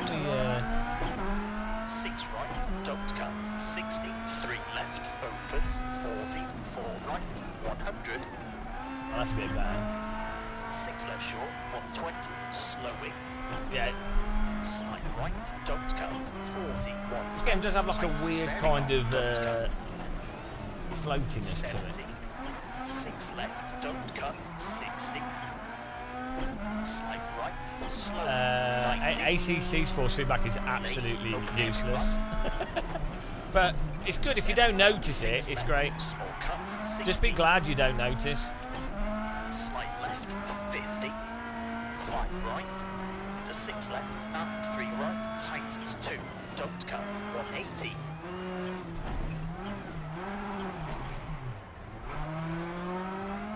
Late open hairpin left, tightens. And slide right. Ah, there's a wall. Brake, 40. Ah! That was weird. Low. Stalled it. Oh. Great clutch skills there.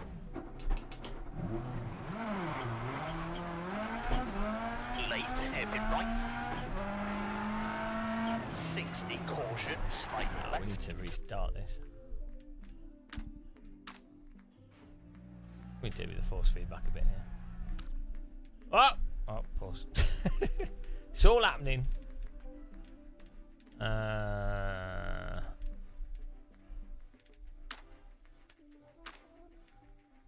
Is there no way of changing the we can do that when we leave the game. Let's do force feedback.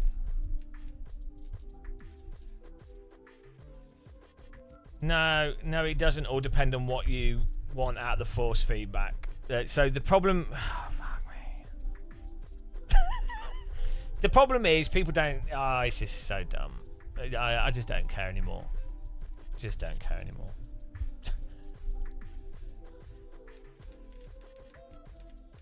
I just don't care. If you can't tell that ACC's force feedback is completely shit, I don't know what to say. It's not completely shit. Look, it's fine if you've not experienced or understand dynamic range to the force feedback at the limit.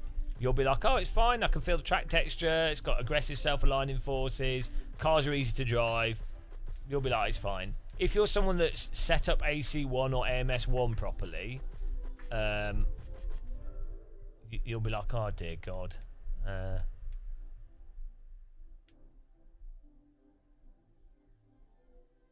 Turn this up a bit, see what happens.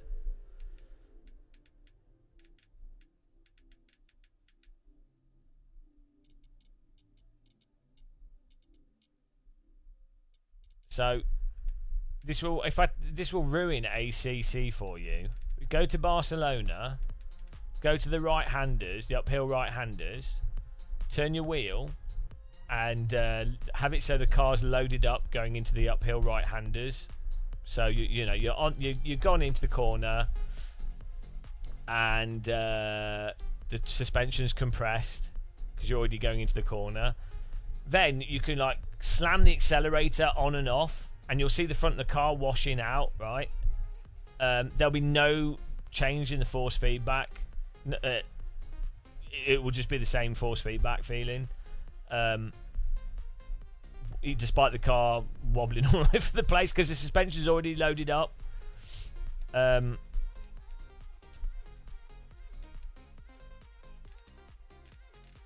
Also, the thing with ACC is it has a very peaky tyre model, and I think Unreal Engine really struggles with that. Well, you're allowed to enjoy whatever you want to enjoy. I can only tell you what it's missing.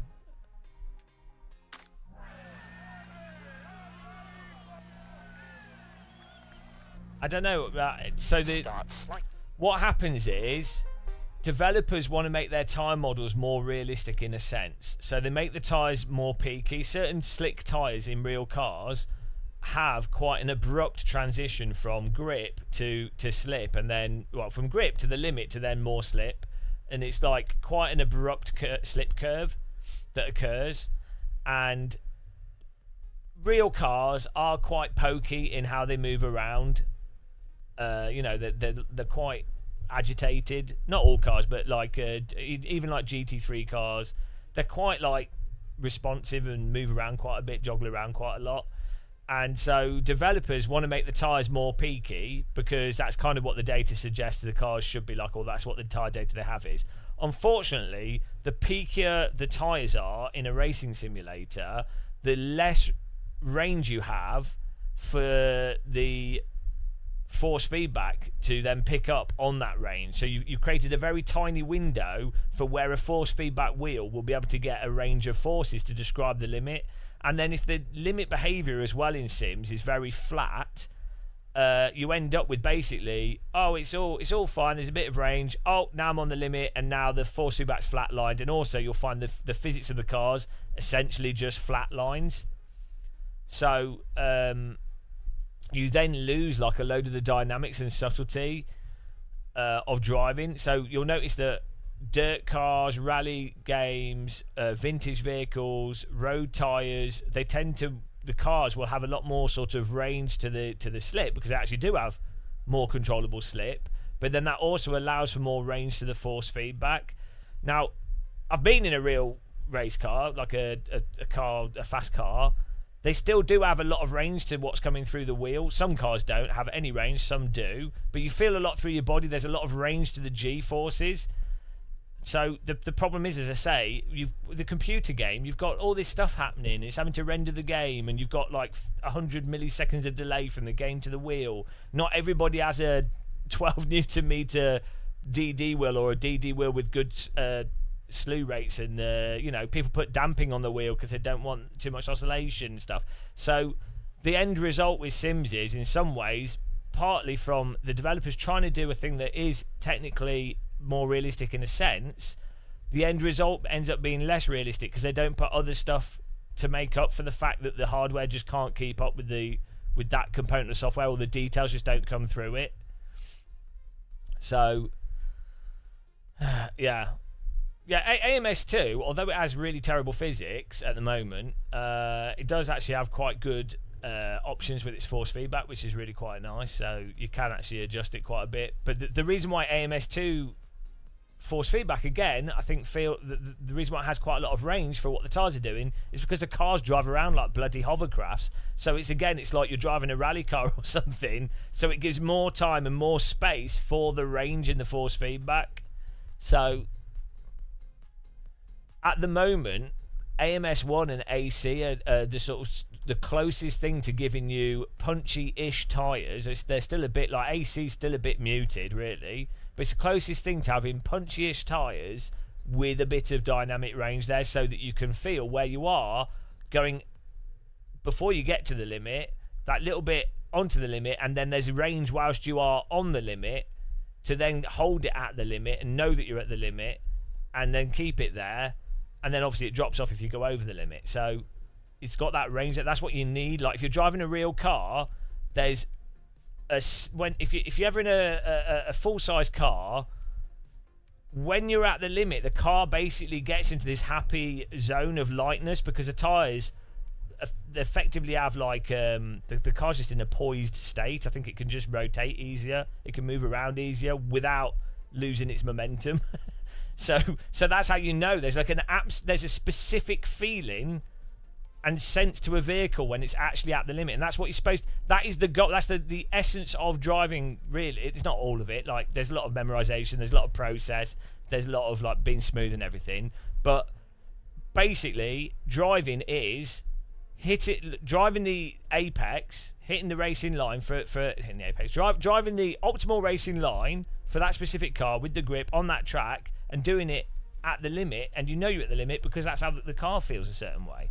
So if a sim doesn't offer some approximation of that through the force feedback, you're not really driving. You're doing like memorised bobsledding or Guitar Hero or something, which is fine. It's still better than a lot of games, but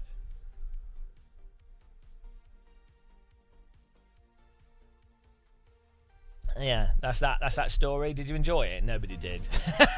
And nobody cared. There you go. Good story. Game of muscle. 5, 4, 3, 2, 1, go. Slight left, 200. 6 right, don't cut. 6, Really, 3 Skywell? left, opens, 40. That's a surprise. 100.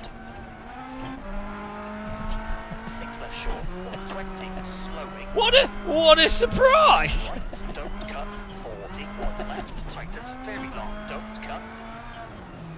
70, 6 left, don't cut, 60. Slight right, slowing, 90. Late, open hairpin right.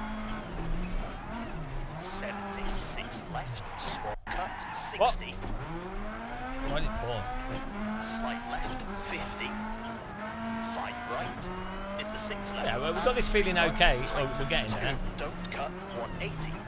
At least the game doesn't seem to be doing the random stutters that it used to do. Late, open hairpin left, tightens. And slight right, to slight left, brake, 40. Late, hairpin right. No, Kunos hate me. 60, Like, caution, slight left. To sudden, hairpin left. oh yeah. And slight right, 80. Whoa! Let's restart that. Let's go. Start slight left, 200. Good luck. 5, 4, Exactly, old Greek. 2, 1, go. Slight left, 200. 6 right, don't cut. 60, 3 left, opens. 40, 4 Hello, right, Nicky 100. Fist Sticks. How you doing? 6 left short, 120. Slow. We're doing all right. We're menu streaming Right, on the limit. Don't cut. 40, 1 left, tightens very long. Don't cut. 70. 6 left, don't cut, 60. Slight right, slowing, 90. Late, open hairpin right. 70, 6 left, small cut, 60.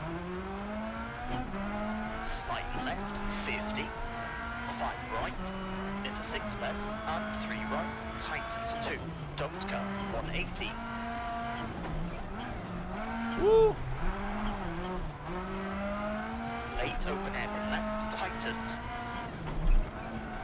And slight right to slight left, brake, 40. Late hairpin right. 60. Well, caution, it's slight Unreal 4 engine, left. so there's not really much they can do. And slight right. Ah, 80. well, I'm such a noob. I keep doing that. I need to concentrate on the call-outs. Can we change the call-out timing so it's more earlier? So the VR implementation is mostly down to a game running fast. They'll obviously we haven't got the DLC yet, but there's only so much you can optimize Unreal 4 engine with a sort of driving game. Like look at how ACC is. It's just the reality of it. So yeah, I mean also. So Unreal 4, well, the build of Unreal 4 that they're using this uses deferred rendering, so you have to use things like temporal AA rather than traditional MSAA, anti-aliasing, which will always look terrible in VR, and everything will always look a bit blurry, so then you have to run the game at high resolution, which then takes more performance. So you have to remember that this game is primarily designed for your sort of average console player to just jump in and play. Oh yeah, I was gonna look for the pacing out options. Where's the call out? Call type earliest.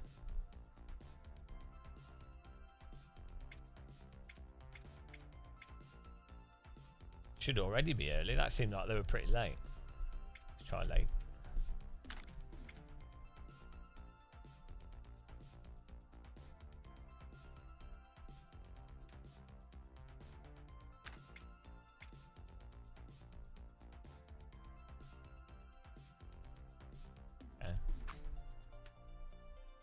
DLC's 2 new locations, I think, and some cars and some other stuff. Here we go. Start slight left, 200. Good luck. 5, 4, 3. Here we 2, go. 1. Go slight left, 200. 6 right, don't cut. 60. 3 left, opens. 40. 4 right, 100. 6 left short, 120. Slowing. Slight right, don't cut. 40. 1 left, tightens very long, don't cut. 70. Oh, that worked. Didn't quite go to plan. 6 left, don't cut. 60. Slight right, slowing 90. Late, open hairpin right. 70. 6 left, small cut. 60. Really need that. Really need to get my handbrake working. Slight left, 50. 5 right. Into 6 left and 3 right. Tightens 2, don't cut. 180.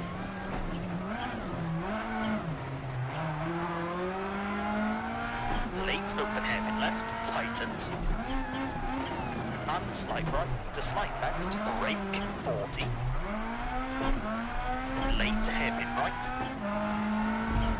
60, caution, slight left. I keep understeering.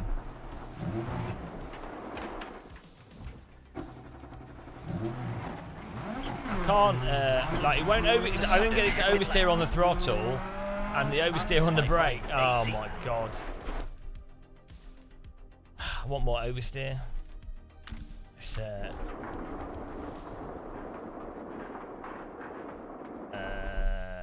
change the diff settings a bit. See if that helps.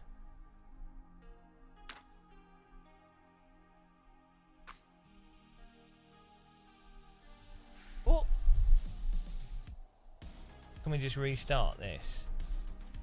No! Ah, this game's so convoluted in its user interface. Here we go. Continue, replay, results. What if I just want to restart?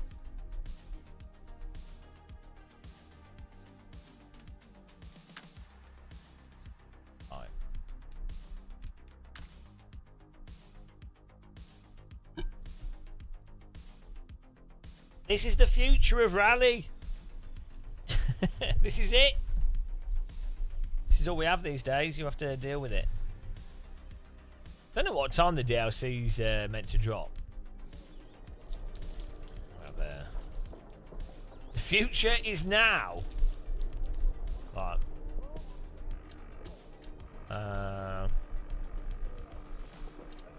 What are we doing? Vehicle setup. Did it save the previous settings? Let's see. No. Let's move that. And then we want.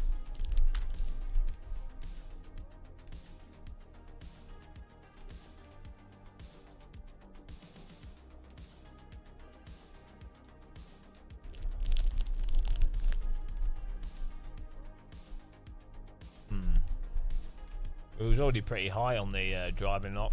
So the more lock the diff is on power, the more the back will step out on the throttle. The more open it is off the power, the more the back will step out off the throttle.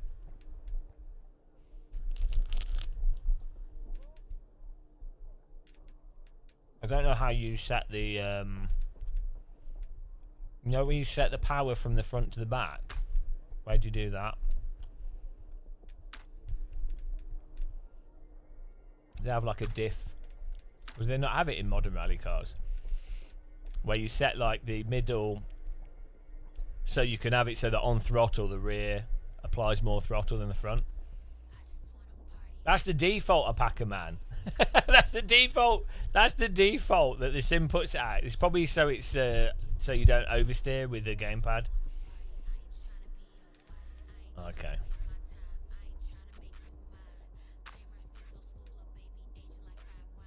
I think they used to though.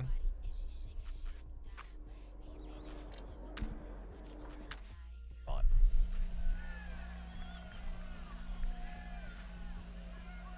I mean, if they fix the AI stuff, it's not getting like weirdo stutter things at the moment.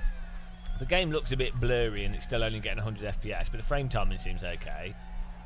If they fix the AI so it doesn't do weird shit and basically cheat or just break, then you can probably play through this and actually have a good time.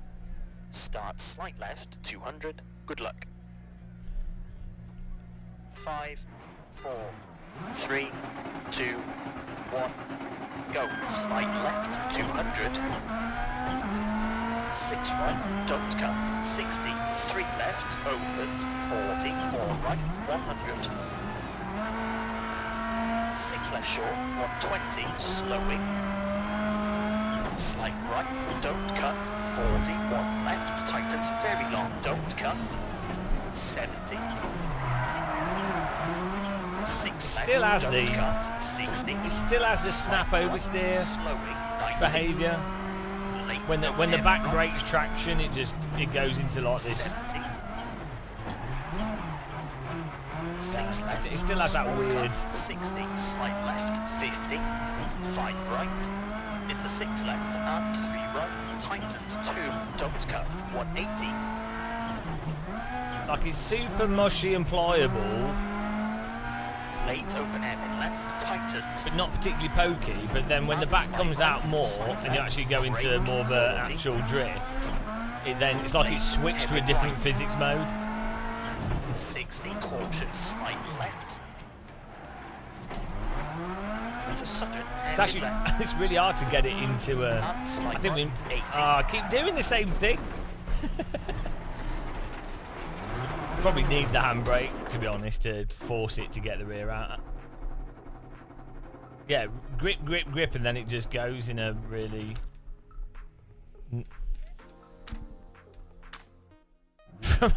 Yeah, maybe we need to try driving the older cars that are just generally more slippy. The thing is, modern rally cars are mental. Start Like slight left, 200. they Good are luck. crazy how they're super 5, mega grippy. 4, 3, 2. But then I think they're still a little bit Go progressive. slight left, You know. 200.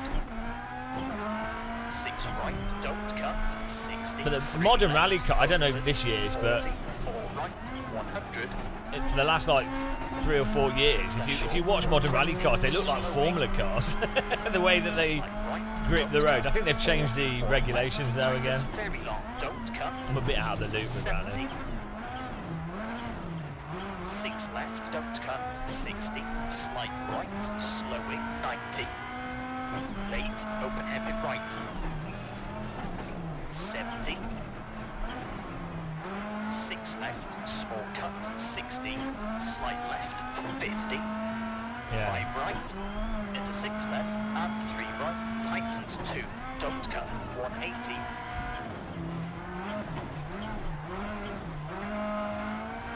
Late, open hairpin left, tightens. And slight right, to slight left, brake, 40. Late, hairpin right. 60, caution, slight left. Like the understeer is so like weird in this. When it goes into the understeer, or when the To sudden hairpin left, it's so random. and slight right, 80.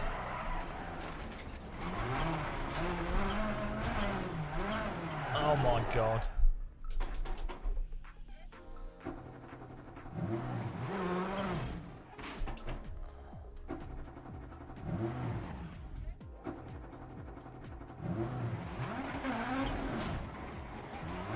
Slight left, slowing into 6 right, 40, late, 1 right, long, tightens. And a 1 left short, and slight right, 90. Why is it so weird? Late 4 left, 40, 3 right, keep in, 50. 6 right short, slowing, 70. Late, open hairpin left, tightens.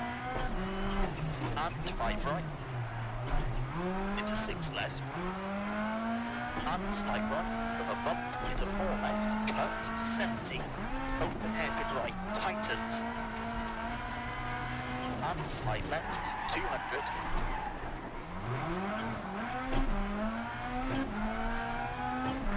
Slight right, 40. Late 3 left, 40.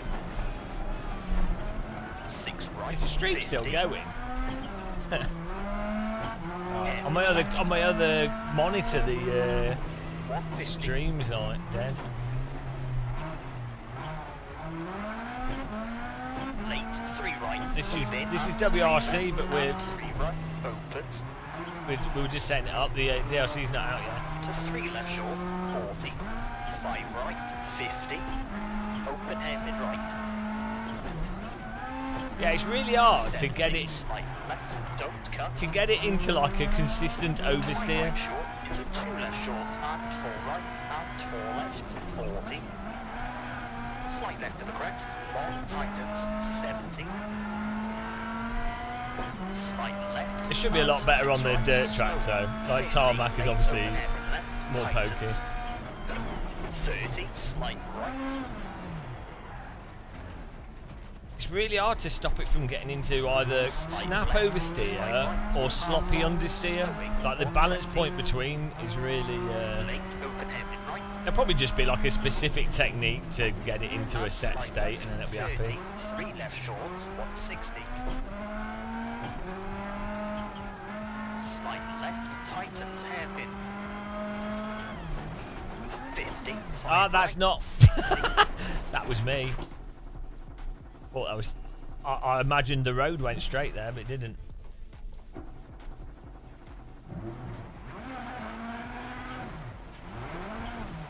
Nailed it. 4 right, 70. I think the sounds are all right in this. Slight right, 140. I'm just hoping I'm just trying to get this all set up now so that when the DLC drops, we can just actually And drive it. 5 left, 40.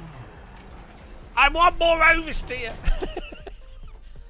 I can't drive this car. I need more oversteer, like on the throttle, on the brake. I need it to turn. Like, it's so sloppy. It's always you. 4 p.m. UTC. Oh, in 10 minutes. Perfect. Glad you paid attention. I couldn't find that information anywhere. Continue. Yeah, I mean, the thing is, I can see how if you pick this up on console, you kind of like rally stuff, you want the modern rally cars, it's got the modern tracks in it. I get it. I just think it's such a So this is the problem. Like, if you look at stuff from like a sim racer, right? You've got the old Git perspective of gaming, where you've played a lot of games. Like, and look at Alan Boston from Team BBV. It's hilarious. He's in the same state of mind as me. I can tell.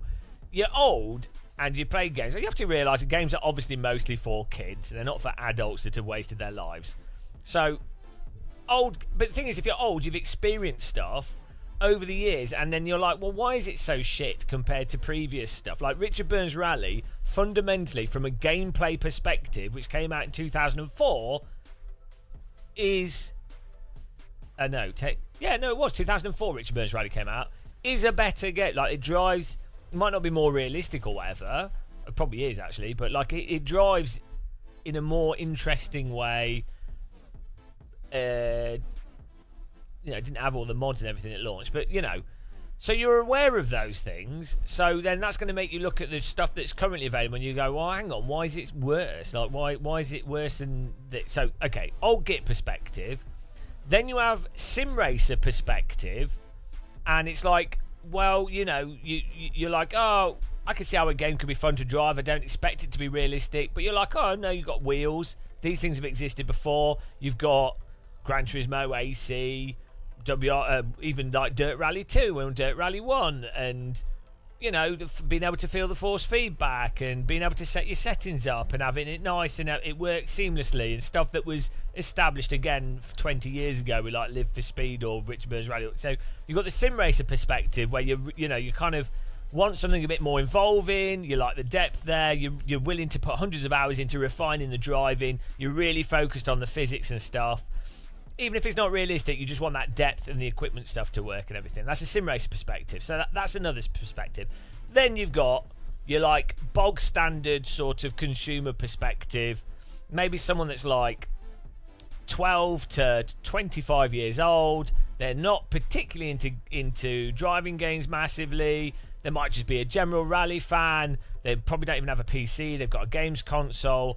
And, they maybe play mobile phone games as well, but they've got a games console. They've probably got a gamepad. They might have just bought a steering wheel. They're kind of like rally, and they buy this game, and it's like, oh, wow, look, there's the rally cars I've seen on TV. It's got rally stages. There's the AI. There's some stuff to do. And for those people, they are going to be probably pretty happy with it, especially on console. And so for those people, there's going to be a lot less. They're not that critical anyway, and you could go, well, £35 or whatever, they're having a good time. That's good enough, really, right? You could argue. So the problem is, it depends which. Not anymore, CKTL. It depends what perspective you come at it from, and when you're like going, oh, is it good or bad, and then what the expectations are.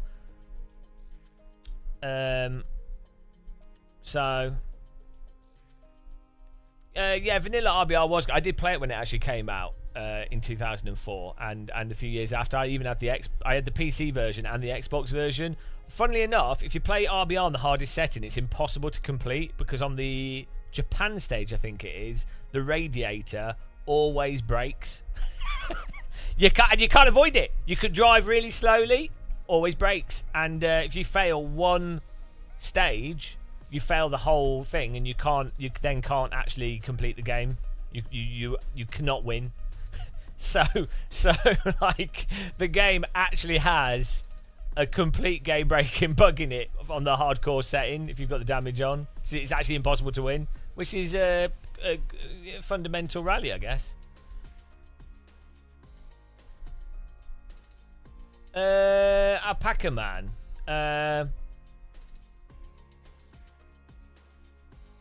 Well, no. So there's a lot of complexity to that. So there's a few mixed up things on that. So one, there's people mistakenly think that realistic physics would be harder to drive on a wheel, but especially on a joystick. Well, that's not actually true. That's a misconception. Like, you can have more realistic handling cars would actually be more forgiving than a lot of less realistic handling cars in many simulators. And then you can do gamepad implementation with a more realistic driving simulator that's way easier to drive, more intuitive, even accommodating people that don't understand braking, understeer, or anything. You can do that with a more realistic simulator. And the developers of the games don't generally design the underlying physics specifically for the ease of input. Like, it's not necessarily that simple. Sometimes they do, but a lot of the time it's they're trying to just do the best they can with the current underlying systems that the developer has been stuck with, or the established models, or whatever technology they had, and then they try and get it to work as well as possible with a wheel and gamepad, or and tweak it and stuff. But I mean, if you look at what happened with the F1 games, they actually tried to make it more realistically grippy in a sense, but the underlying physics engine of the F1 games isn't good enough to really support that without it then being able to be exploited by the esports players, who will then do like weird like rotational things and crazy abuse of the grip. But ironically, when F1 2024 came out, ironically, in some ways it was actually more realistic in that the cars were actually quite the grip would return quickly, and they're quite bitey unless you like really start trying to overdrive it. It actually in a sense is more realistic, but it depends how it's played, and they say the more complex limitations of the physics engine, so it just gets really complicated.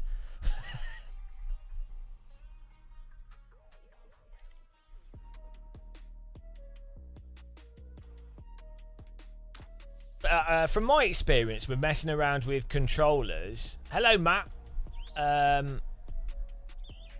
From my experience, basically, it's a case of just the game just needs a really good counter steer assist in it. So Automobilista 2 is a pretty good example of this, and Project Cars 2. If you make so the hardest thing to do with a joystick is to catch oversteer, and with a force feedback steering wheel and a real car steering wheel, it's not really it's something you just do automatically. It's not like a super refined developed skill. It's just something you do subconsciously, and a force feedback wheel mostly corrects most oversteer. So a game having an oversteer correction assist might seem like, oh, it's too much of an assist, but actually if you're playing with the gamepad, it's perfectly fine. And that way, you drive with the gamepad, you make the initial movement of the gamepad not too sensitive, so you can have really precise input. And then when you use the throttle or the brake to induce oversteer, you can then use the throttle and the brake to control the amount of slide. With the oversteer assist is actually basically counterbalancing your throttle input, which would then, that type of input method ultimately will allow you to get very similar, highly precise, really granular control with a driving simulator or racing game on a gamepad. No developer's really done that properly, but I've spent like 50 hours dicking around with the Steam controller trying every single permutation just to try these things out, and that's sort of my conclusion at the moment. Is the best result you could aim for is the game actually does a counter steer assist, and then you I don't want to say some stuff because there's some things that are potentially quite valuable that I might actually be able to do like business stuff with. But yeah, there's some other stuff as well that I'm really surprised no one's thought of. Oh, Greg, have any gamepad implementations? What's this? Positions? Oh, that's gone.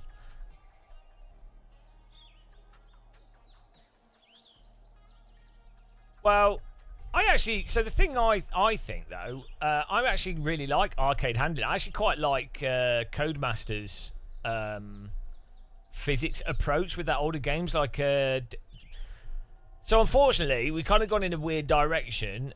Dirt Rally, Dirt 3. Was it Dirt 3? Dirt. What was the one with all the green text on the screen and stuff? And you had like Battersea Power Station, and there were like short stages and. Was that just Dirt? Maybe it's Dirt 3 or something. I don't know. But it was before Dirt Rally.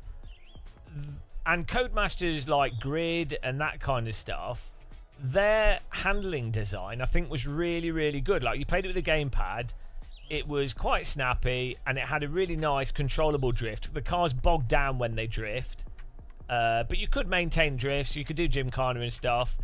It was fine. It wasn't necessarily realistic, but if you're talking about a game to be played with a gamepad, it was great. Really good. Really, really good. And I think, but the problem that's happened now is either driving games have gone in the super mushy, it's realistic because the cars are understeery and it's super mushy direction and the cars are boring to drive, or they've gone in the, we're doing a simulator, however, unfortunately, it's not very realistic, so you end up with the worst of everything.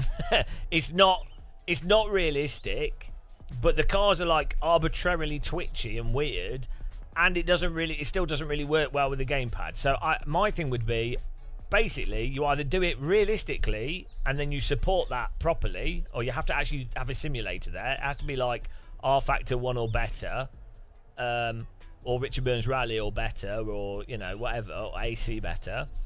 Or do it arcade. Like Forza with a gamepad is great. Forza 4, it's crap with a wheel, but well, it's okay with a wheel, but you know, those games are fantastic with a gamepad. Yeah, and the old Codemasters games are great with a gamepad. Well, I'd alienate the sim races. If you're not going to make an actual simulator, why bother? It's not, the sim market's not that big.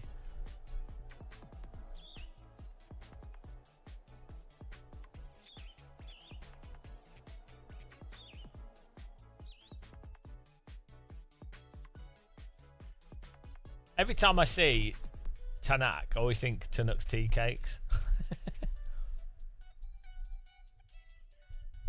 Yeah, you can change the input controls loads, and you can do lots of things. Yeah, Dirt Rally 2 still has that Codemasters underlying kind of trademark.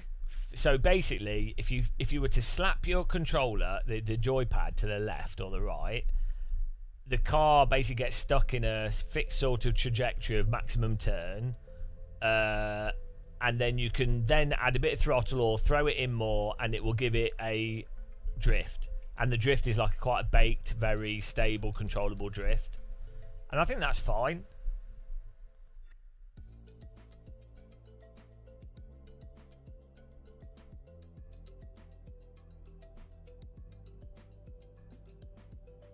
Oh, we need to go back to the menu here and actually, it's such a shame with like rally as well. Like I think with real rally as well, in terms of the TV coverage, I think the problem is that there's just no interest in it because the rights, you can't watch it. So when I was younger, these things would just be on TV. Yeah, I am going to Sim Racing Expo. You know, like Formula 1 was just on TV, Rally was just on TV, so people would just be exposed to it. Now you can't. It's not even just on YouTube or like just on TV. It's all behind paywall stuff. So there's no like average general cultural pushing of it. You have to like, so the things that are like World Cup, Olympics, and those types of sporting events, the TV companies have to pay a lot to license it for them to show it and stuff. But the thing is, they are just going to be on. They will be on the normal, like your national TV channels. They will be on the main things. They're not on the internet. Weirdly, they should be. That makes them a cultural thing, a cultural event. When you put stuff behind paywalls, I think it really does. It really segregates things away from the people that are not like massively into it, but potentially a wider audience.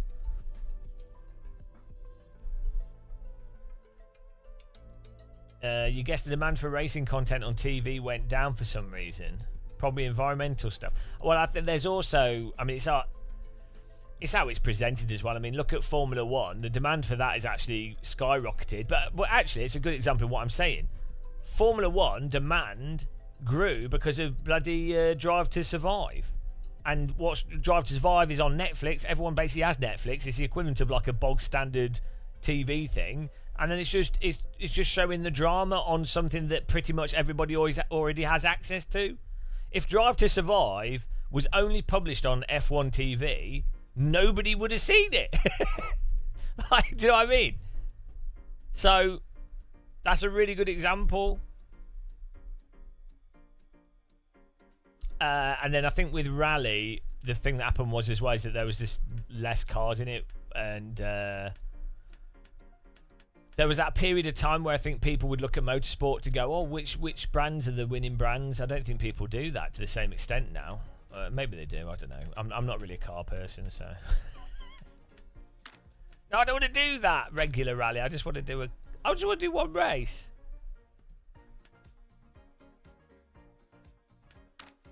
Hang on.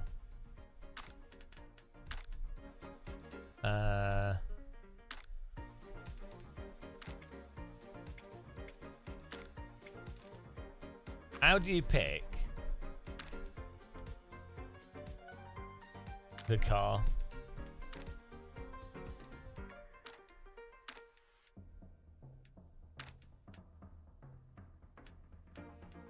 Where do I pick the car from?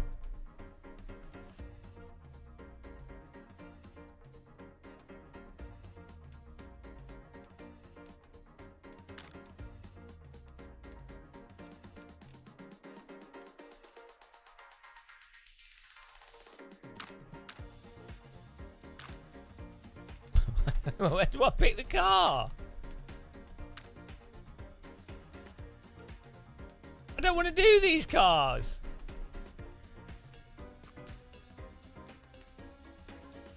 How do it?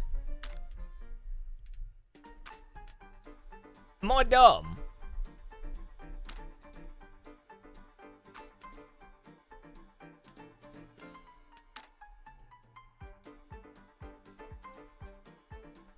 But oh, here we go. No, I had to make a new one.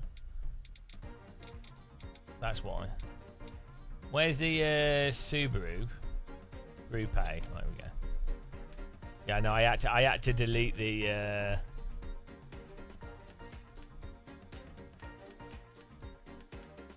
Right, this screen you would want the mouse to auto scroll when you went to the right edge, but it doesn't.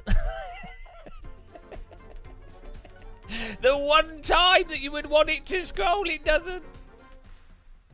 Oh dear.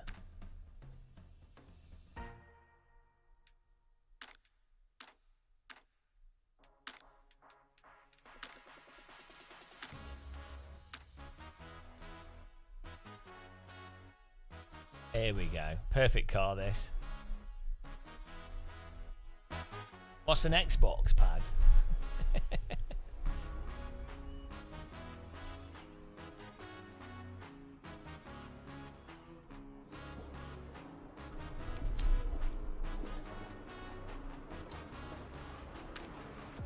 At least he's got a mouse. We shouldn't be too picky.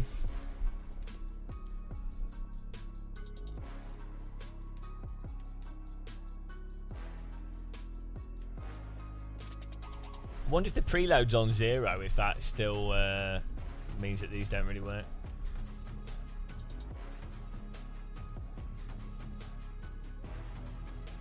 Here we go. Look, so this has a center differential. See, the older rally cars do have one. What does this mean? was this just how viscous it is? But then, oh, it's just going to automatically balance the load. 0.8 kgf.m. I don't know what that means. That'd be quite nice to know. So that's something with rally games.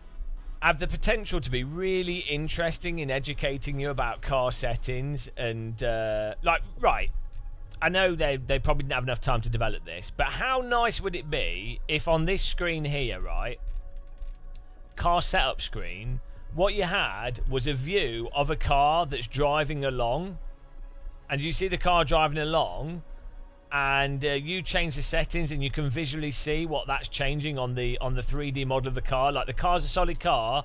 As you change the setting, the car goes into like a wireframe view and then highlights the bit of the car that you're changing, and then has some kind of graphic to let you see how that's changing it in some way, and like animation. That's a shitload of work for a developer to do, but that would be really sweet. That would look so cool. That's a lot of work to do. So it'd be game changing. No, so Old Greek, it's not to do with what's a good idea. The problem is no one has enough time to do anything that's fun.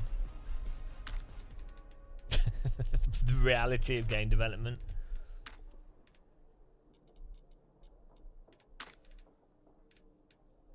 Right, let's try this out. We ain't shaking it down, we're going. No, if you work for any company, there's just no time. Now, even if you're doing indie, you then have to do super simplistic projects because it's just you don't have any budget, and you're, basically, you have to just be a programmer yourself and an artist yourself, and then your time, you're exchanging your first of all you have to be a genius, and then you're exchanging your time, which would normally cost. If you're a genius enough to make a realistic racing game, you're talking like 150k a year or something, even more. So that's what you're transferring the development costs onto your time. Ah, there's no like camera smoothing options in this.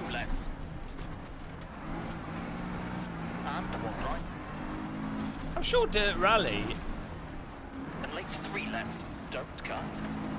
Smoothed out stuff. Right, 30. 4 left, half long. And 5 right. To slight left, slowing, 50. 1 right, tightens. Into 6 left, to slight right, into 6 left. Into 6 right, opens of a crest, 40. 5 left, tightens. Into 6 right of a crest, 60. 6 right. Into 6 left, and 4 left, 4 right short, into crest, into 6 left, into 5 right of a crest, 30, 3 left short, 30, short, 4 left, 4 right, and left of a crest. This handle's alright. Turn, hairpin right, 90, I need a handbrake. 4 right short, and 2 left, tightens, 30, 6 left, past junction, into right of a crest, into 2 right, 30, 3 right short, and slide right, into 3 left, tightens, and 1 right, keep in, 40. Yeah, I mean, this handle's quite nice. Slide right. It's a lot easier to do older rally cars, I think. And 3 left, opens, and tightens, and 6 left, half long tightens. Yeah, there's camera shake, but that's different to like lock to horizon.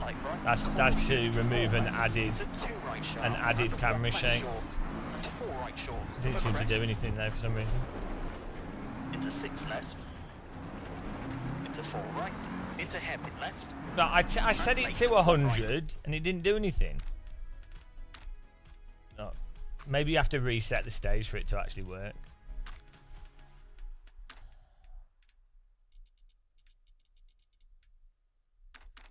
God.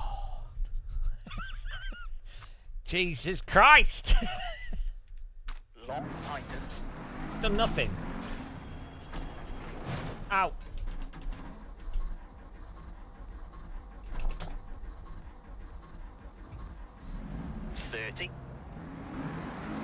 Caution, not left. done anything. I think you maybe have to restart the whole stage for it to start working. 3 left, keep right. Now this is the F1 game's. I don't know if you're having a separate conversation.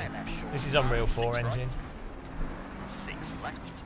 Yeah, I think this class of rally cars the best. I mean, obviously, come on, the Subaru Impreza is the best car ever made for rally. I mean, what's better than driving a car of someone that murdered someone else's child in a helicopter accident? Oh, sorry.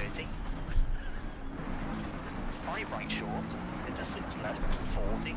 3 left, tightens, keep in, and 2 left, opens, and tightens. Jeez. With a crest, into sudden 1 right, and late hairpin right. No dark comedy here. Crest, tightens.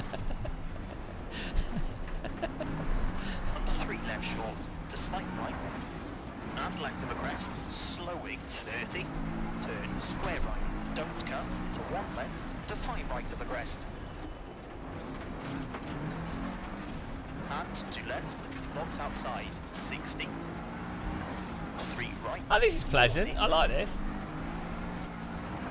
Oh, no, I like this. 2 right, tightens half long, into 6 left. Oh, it's Tightens grass 30. and a Subaru. And the car's drivable. Slight right, This is- 40. You know, the slidiness is 5 left, Nice. to 6 right, 60. very pleasant. Caution, 3 right, tightens into 2 left short, and 3 left of a crest. At junction, 60. It's a little bit floaty. Don't feel like the tyres are biting into the gravel too much, but Into slight right, slowing to 5 left short, 50, downhill, 3 right, tightens, into 3 left short, into 2 right, 30. Late, 1 left, long. it's responding to the brake nicely though. It's Right to the oversteer. crest. You just need And 6 oversteer. left, That's all it is. As soon as you've got oversteer, it's fun. 4 left short, What, 40, it's like late, this- hairpin right, This brain issue people have, 50, late 6 right, where they like go understeer. It's good, like because they're playing with gamepads and stuff. into crest, 40. Slowing, Yeah, but it's the case with all games, I think. tightens, All driving games, basically, you have to find that one thing that each driving game does okay. Because every physics engine will ultimately have accidentally will accidentally be in line with one type of car's handling. So, like iRacing, for example, the F4 cars, I'm not saying it's realistic, but generally speaking, for Formula Ford or the F4, you know, on flowing tracks, when you've got downforce, it's generally okay-ish. You know, it's okay-ish. BeamNG, the tarmac driving is really bad, but you do off-road in the trucks or hill climber stuff, and it's pretty good. I mean, it's a good game. Don't get me wrong. Like, I really like what they've done with BeamNG. 60, late, 1 left, opens up crest. 30, 5 right. And 3 Scandi left flickle, short, yeah, 6 just right. sliding around. It's just fun. Tightens 4, long, Drifting, like, why do 50, they think they've put drifting in Mario Kart? This is awesome. right, slowing 40. Left I'm of a stuck in crest, the 90s, late, guys. I'm tightens stuck in the 40, 90s. 3 right, Give me tightens back my childhood. into 2 I want my left, don't childhood cut, back. 2 right, half I don't want my childhood back. I want to be 30 in the 90s. into square left of a crest, 30, 5 left. I wouldn't be able to be a full-time YouTuber though, so it'd suck. I'd have to have been a DJ. Slight right. Maybe it would have been better though. Everyone would have been. 5 right, half long. Everyone would be high. So And 3 right sharp, 30. 1 left, tightens, into crest, 50. anybody in chat that was 30 in the 90s with like a normal income, can they confirm if it was better? Slowing, 5 right. Into hairpin left. Imagine being able to buy a house for less than £300,000 that wasn't a shithole. Late, hairpin right. Into slight right, half long. Imagine that. tightens. People in the 90s were able to buy properties in London for under £200,000. 5 right short, into 6 left, into 3 right short. Can you imagine? Slowing, 30, left of a crest. And the bonus is they're now millionaires. Late, 3 right, half long. Wow, what a hard time it was in the 90s. Oh, And they to worked left, so hard. into crest, 40. Oh no, I bought a house in London and now I'm a millionaire after doing nothing. Oh, Keep in. we're not making that. Oh, off-road. This is rally, guys. Half long, slowing. Into crest, sudden 1 left and 1 right, 30. Hairpin left, don't cut. Ugh. 60. This game definitely is really floaty though. Like, Into 3 left. don't even cut, this type of 70, Subaru, I think would still have like a... 50. It would slide, but I think it still bite into the dirt. It doesn't feel like it's biting into the dirt, if that makes sense. 50. Do you know what I mean? 5 Like left, it's 60. it's got a really kind of overly drawn out slide to this, Left of a small crest, 70. which is fine. Like it's nice to drive, And 5 left. but it doesn't have that like initial spring to hook it into. It's very sort of wish-washy. Like you watch onboards of 90s rally cars, the drivers are like nooking it in more because the tyres actually bite into the road quite a bit. Well, hang on. Oh, it's this. Fuck wizard.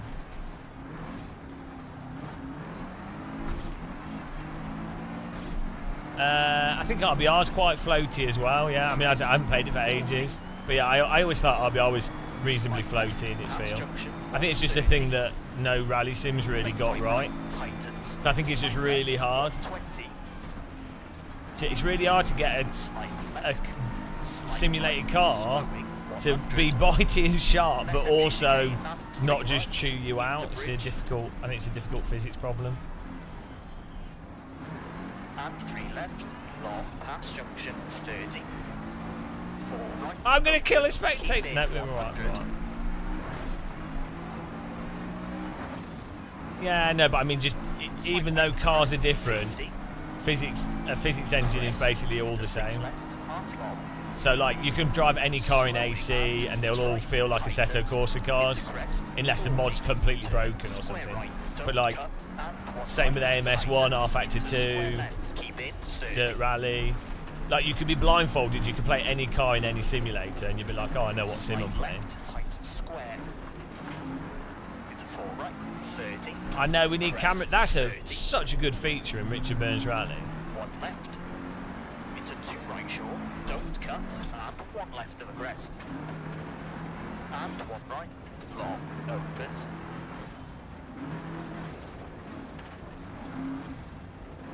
To slight left. Into 4 right. Temporal AA is terrible. Into 4 left short. To sudden 2 right. Don't cut. Oh, and 3 tree. left. Long. Opens. And tightens.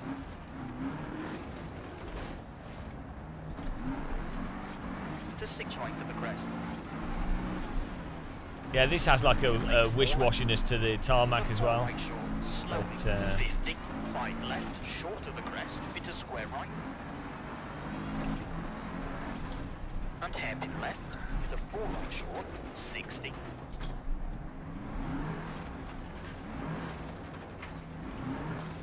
Right opens and tightens. We haven't played the update yet. It should be out in a minute. I need to restart my Steam. We were just setting the game up first, so we could see what the difference is. 2 left short. Wow. To 4 right opens. And the thing is, we haven't complained once in this live stream. Chat can confirm. Junction 60.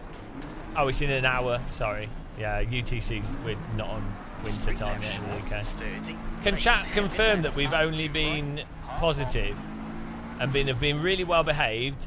I haven't complained about user interfaces once. 6 right, slowly and slight right. We To 1 left. we haven't. opens. I haven't 5 whinged right about short, anything. 30. I've been very positive. I've been a really good influencer. 3 right short. As 5 usual. left of the crest. Slowing. I and haven't slight put left. off any To publishers second from wanting to work with me. To slight left and crest. I haven't- To 2 right. Yeah, we've been very good. And hairpin Everyone left, can opens confirm and tightens. this has To been a slight perfect right, promotional live stream for everyone involved. 4 left short, caution, into 4 right, to 1 left, and 2 right, tightens. To 2 left sharp, to 4 right, half long, 40. 4 left short, slowing, and 4 right, sudden 1 left, 2 right short, 30, slight right. Into 3 left sharp, into 6 right, opens and tightens to slight left. Into sudden 1 right, long, opens and tightens to sudden hairpin left, don't cut. 80, slowing. Right of the crest. We've just been setting up. It's still got the really annoying user interface, but the driving's all right. The frame timing seems better. And 1 left, and 6 it's still, you know, it's still the Codemasters stuff. But the game's not doing weirdo stutters, which it used to do, so that's nice. I don't know. I'm not really reviewing it right now. We've been setting up and playing it. So I'll do a video. Jesus Christ, we're not even halfway through this track. They weren't joking when they said they'd have long stages. But doesn't this stage feel a bit vague and like meaningless? It just feels like corner after corner. It doesn't feel like a real location. Do you know what I mean? Like, contrast it with the original Dirt Rally. Every stage feels like a real road that's actually going somewhere. Same with like the WRC 9 and what have you. They feel like they're all meaningful places. This just feels like auto-generated trees with a random road going through it.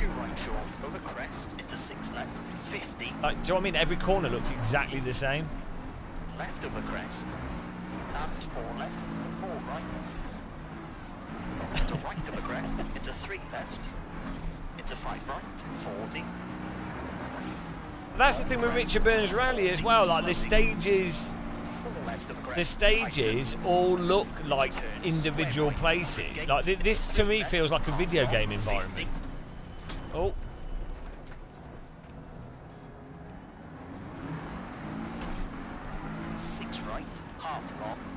Do you know what I mean? It's not just me. Like, do you know what I mean? It looks like a procedurally generated path through procedurally generated trees. The hills are nice though. 6 left of the crest. Into 4 right. Into 5 like this bit of track looks nice here. Into right of the crest. I do get it. Some parts of the real world do look a bit samey, but. Into 4 left. Into 2. No, I know. Look, old Grieg. I am someone that loves walking around rando paths and stuff like this in real life, so I'll have you know, I'm pretty much an expert on this. I love walking. Whenever I go to France or Spain or Germany or Italy or whatever, I would just walk. Like I just love walking around, especially small country roads like this. Tightens. And 6 left. Tightens. Into 6 right. So I'm pretty familiar with these types of roads. To 6 left short. Slowing 150. 3 left. This looks nothing like Birmingham. 3 right. This is Birmingham after they finally bulldozed it, and it was all for the good. We can all agree, I think everyone in chat can agree that Birmingham would be better if it was removed. I'm not saying to get rid of all the people. I mean, I know quite a few people that live in Birmingham that are alright. It's not the people, it's the place. It's just too much concrete. Why didn't Germany bomb it more in World War II, or did they? Is that why it's all concrete? Oh, they probably did, didn't they? Germany! Why did they build it back so badly? Germany built like the cities that were destroyed in World War II are really nice now. Why didn't it's like with the Great Fire of London, they just rebuilt London just as bad as it was beforehand. What is wrong with British people? 30, 3 right sharp. Into 6 left, long tightens. Honestly, Birmingham is so depressing. Same with Plymouth. Oh, Plymouth's weird. They're actually redoing the... Well, they're redoing the city centre in Plymouth. A bit at the moment. Plymouth's a well weird place. Plymouth feels like a dystopian science fiction film. It's a bit grotty. It's like that mixture of like Victorian beach holiday place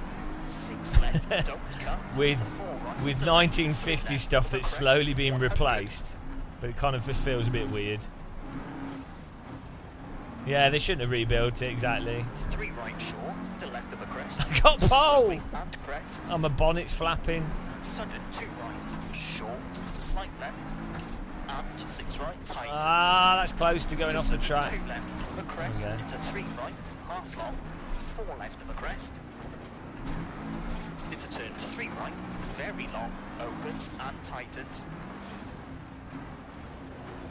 I mean, in fairness, you do need quite long rally stages to really Right, half long, tightens. test the precision of someone with a rally stage. You know, Tightens. it's a lot harder to absolutely memorise every single corner once you get to a certain length. 4 right, tightens. Of 3 stage. half long, tightens. Into 2 left, long. 40. Square right, half long, and 3 left, half long, tightens. Into 4 right. I mean, the into temporal. crest. I need to turn the. Second Is there one a? right. Oh, my brain's cooked. It's a temporal AA as well. What's gone on with games, guys? Right, chat. Temporal AA, shit or okay? Type it in chat. I don't know if it'll filter the word shit. Might do. Type in TAA, shit or okay. It's awful. It's the worst thing that happened to games. And then DLSS developers and like, or just in general. Again, I'm not blaming the people working on it. They don't have enough time, and they work very hard. But the people that manage the time go, oh, but it can hit 60 FPS. Just use DLAA. And it's like, it's the worst thing that's ever happened. Yeah, see, everyone agree. We're all. How old are you guys though? I think younger people don't notice. I think we're just miserable gits. Type in chat miserable git if you're a miserable git and you if you're too old. Everyone's too old here. We're all failing at life. Oh, it's okay. The planet's destroying itself anyway, so it doesn't matter. Yeah, look at all these miserable gits. 35 might as well be dead.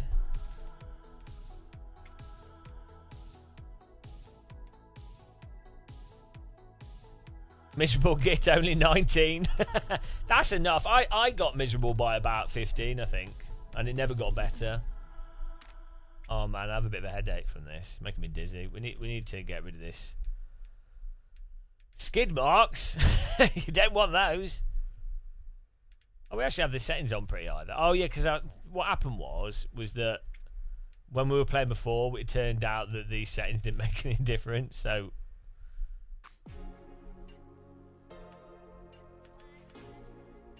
happy 30-year-old street waffle.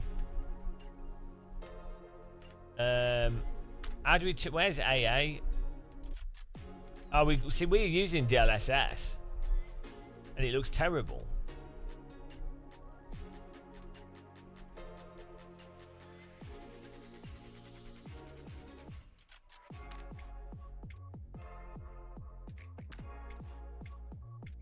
Alright, let's try that.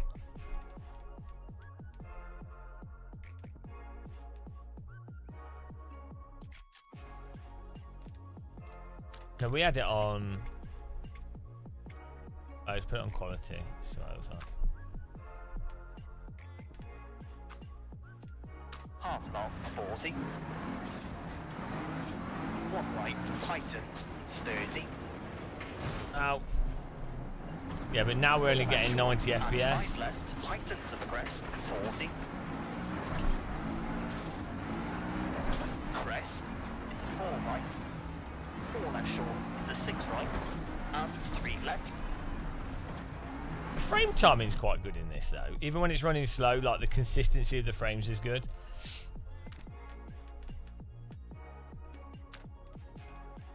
Wow.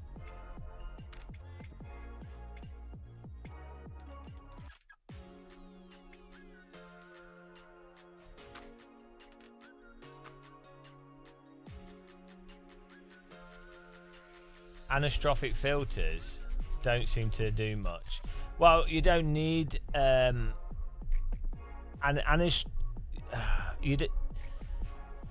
it's basically free to do anastrophic filtering. is more to do with like the texture clarity. I might be getting this wrong because I always get the words wrong, but basically in older games, as textures move into the distance, you end up with these like I can't even explain it. Basically, in the past though, you had to use anastrophic filtering to make sure the textures look sharp going into the distance, and so you didn't get like defined transition points between high quality and lower quality and stuff. But this is something like even a GeForce 4 can do like 16x. Do make any difference?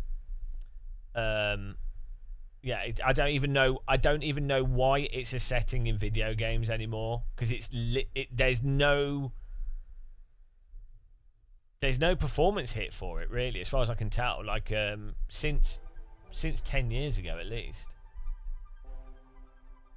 Yeah, you have to. If you look at if you want to understand how it's to do with like mip mapping and texture mapping and how those sort of things operate. If you need to like Google it and. Star Fox, don't worry. This whole stream hasn't been compliments. We've had. I'm just fair. Like I am just fair. Like when there's something positive, I say it, and when there's something not positive, I say it, and I'm just fair. The problem is the state of games. Thanks for subscribing, Gringo Recast. And yes, you know. Into 4 right. Into 2 left. Don't cut. Yeah, so the thing we had with this was, it doesn't matter what settings we change the graphics to, it always runs at the same frame rate.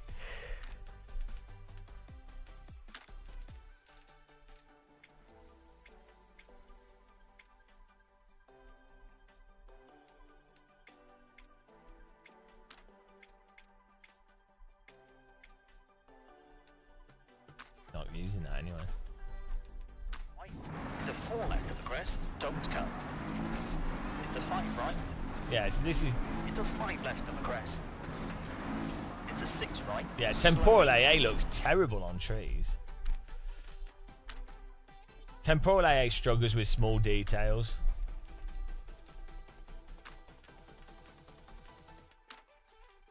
The best DLSS is definitely the best of the current. Oh, we could just put that on.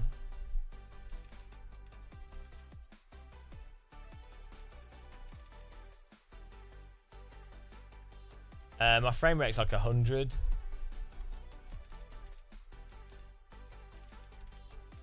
Yeah, there are some better temporal AA algorithms that aren't terrible. It depends what the type of game is as well.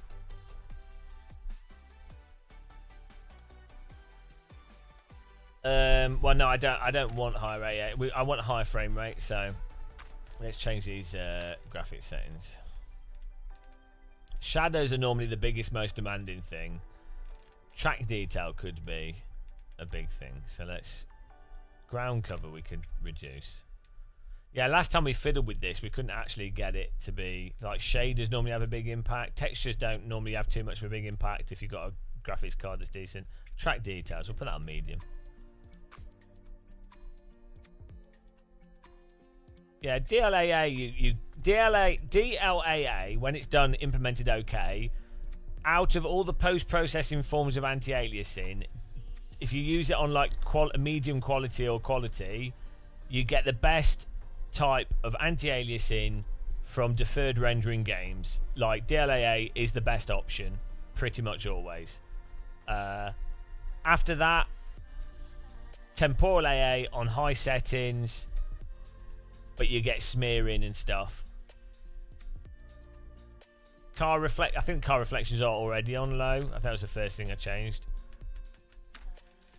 Or did I not? Yeah, they're already on ultra low. Because why do you need car reflections in a bloody rally game? And open hairpin left. Yeah, see, we can get like 108 FPS. Right short. that's what the frame rate maxes out at. Into 2 left short. Into 2 right. Into 3 left sharp. Yeah, the debris setting used to be a big one in the old Codemasters rally games. Into 6 right to the jump. 30. 5 left short. Into crest. into 3 right short, to 5 left, half long, and heavy right, don't cut. Into left of a crest, into slight right of a crest, half long.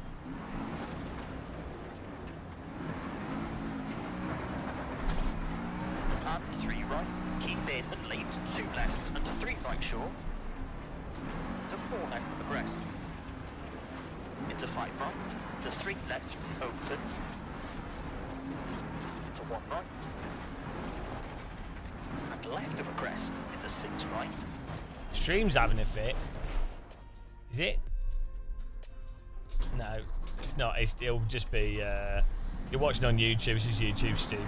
into 3 left of a We're not crest, dropping any half frames. long, 40, No, it's just that's your YouTube. late It's just to do heavy with right, YouTube. Titans, How it encodes rally and stuff. slight left, Titans open hairpin, Yeah, that's you. That's you, BRT, and your shit 5 right computer. short, Your absolute shit into 6 PC. left, long, to right of a crest, sudden slight left, into 3 right, to left of a crest, How many neon signs does Overtake have? keep in, into 4 left, I do like the guys at Overtake. They're really nice guys. Unless they're watching, they're idiots. I hate them all. 4 left, unseen, and 1 right, half long, and 2 left, don't cut, and 4 right, Titans, No, they're super cool. and 3 left, and slight right, opens of a crest, When I was at left of a jump, Gamescom, slowing, 50, 2 left, 30, 3 right Ah! short, Mikael from Overtake, like I was in. half long, into 3 I was right, staying in long, Dusseldorf for a bit Titans, longer than and Gamescom, and he's like, "Oh, we were just chatting." I was like, "Oh, you know, it'd be cool to see Burgout's castle because I modelled it in 3D years ago." square right, And he's like, "Oh, and 6 not left, far from here." Titans, 3 long, In the end, we didn't go to it because the roads were all messed up due to flooding. But we went to another castle. He just took us out to a castle and then took me around the Nordschleifer in his car. He didn't have to. He's just like, "Oh, I'm just hanging out. Really nice." He did make me climb up a bloody hillside to see the castle, though. So into early 6 right, Yeah. over crest, 100. Neat, 5 left of a crest, 30 left of a crest, slowing, 80. yeah, some of the flooding in Germany is mental. Like basically the flood had Half long, gone through like the train tunnel, completely wiped out a bridge, and the whole lower part of the village had just been completely like removed. Is mental. late, heavy left, It was groomed, 30. groomed by Mikael. Left, If you don't know Mikael, he does the Gran Turismo, the German commentary for Gran Turismo. into 6 right, I half 3D modelled a castle, yeah. It was part of a university project. long, late 4 left, through dip, caution, 6 left of a crest, sudden 3 right, into slight left of a crest, 60. 5 left short, through dip, 40, 6 left of a crest, long Titans. And 3 right, long 40. Slow. I like slight German castles are awesome in general. Like they're really like and 2 right. they're not like functional. Well, so Germany did have a load of like they had a whole period where there was loads of regions and stuff like medieval stuff and what have you. But then there's a load of like German castles. They're not really castles. They're like To the crest. do you know like Leeds Castle in the UK or like 10 left. I mean, you have castles in the UK that were medieval castles, and then they got converted into like fancy pants homes for like the super mega rich people.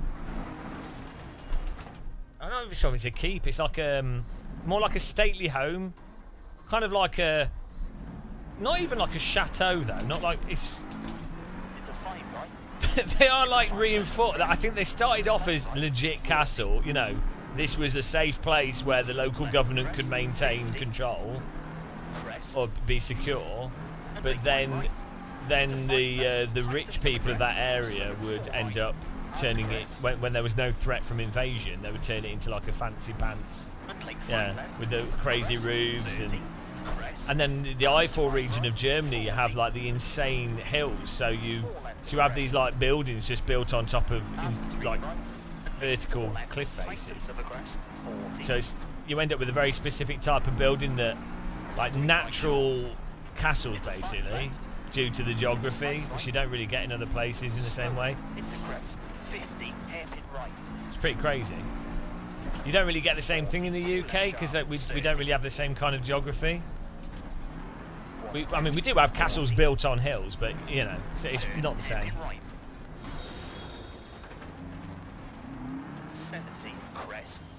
Thanks for subscribing or following or whatever you clicked. Appreciate it. Into sudden 5 right. Titans. The update's available in 20 minutes. 4 right. We're just setting things up here. And as chat can confirm, being entirely positive. 4 right short. Hey, look, it's good vibes here. We're having good vibes.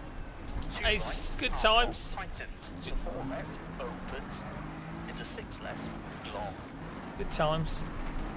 I've been having fun live streaming recently. Like yesterday was awesome as well, and the day before. We're playing AC. To 1 left, opens.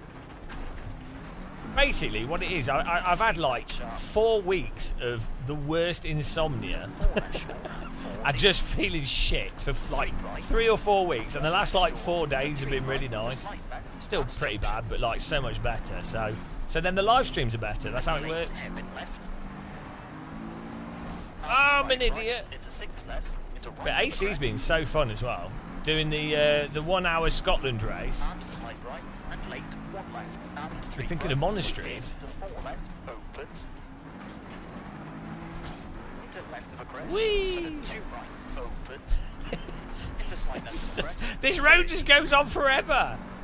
This is my driveway. Into 3 right, half I feel like I've driven down to 30. Portugal here. 3 left, opens up a crest. Into slight left, slowing. Why have we got 30, Christmas trees turn, everywhere? Square right, long. Opens. You're gonna go to. Hang on. You're gonna go round to John Armstrong's house and debone his dog. What does that mean? Into 2 left. Into 6 left, long, 40. John Armstrong. Have you seen the latest video with him? He's beefed up. 40. He's turning into the Incredible Hulk. 3 right, He's not gonna fit in a rally car. 30. Fair play to him though. 5 right, half long. That's good that he's been able to, like, the Codemasters partnership and stuff is hopefully allowing him to do rally 2 left driving. short, and 5 right, to 4 left short, 30. That's the one positive of video games. It allows a tiny selection of people to actually get to drive cars that maybe 6 might not long. have had the same ability for sponsorship and stuff. And left of a big crest, Copex! slight right, 50. This looks 6 nice. left, Ah, where am I 120. going? I'm ignoring my... Why is it Union Jacks everywhere? This isn't UK. Finish, and 6 left to stop. Okay. Oh, we have to stop. 9 minute 4.4. How long did that take? 25 minutes. Dirtschleife. Can I run into them? Oh no. Oh, we stalled.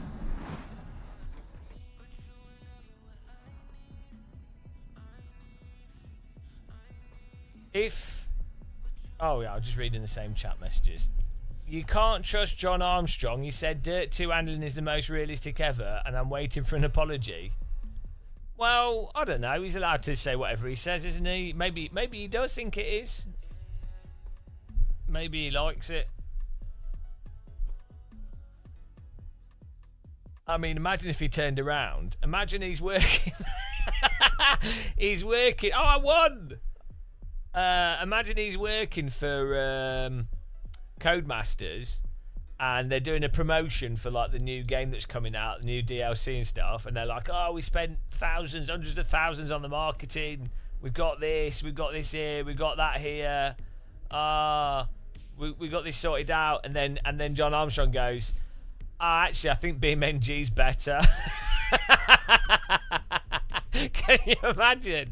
Be like, oh no, you're not meant to be honest. This is business. How dare you speak your mind?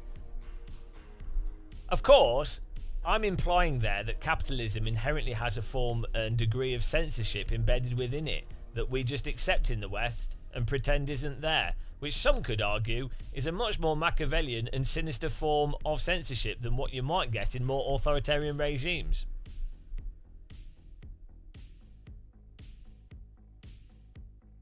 And on that bombshell, how long we got till the update? This live stream's an authoritarian regime.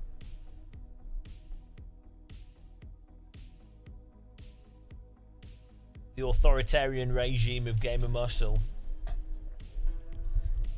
If I was going to run a dictatorship and an authoritarian regime, we would at least have really good food for everyone. You know. Dangerous politics. Yeah, we should start like a dictatorship. I mean, this really is. I'm just dictating. What food am I thinking? Like kebabs or something? Something good. Curry, kebab. Not British food. English food's terrible. Oh well, English breakfast. We could have that. That'll be there. Most English food is shit, I'll be honest. Not as bad as German food though. I'm sorry. German food isn't the best. Turkish, Indian, French food's pretentious. Forget French food. Turkish, Indian, like Arabian, Middle East, African food's really good. Like shakshuba, simple but really nice. Yeah, can't go wrong with like couscous and all that kind of stuff. Italian food's good, you know, like just fish, Croatian, Italian. Yeah. The camera in this game is not smooth. I'm not quite sure what to do for the graphics here. Seems like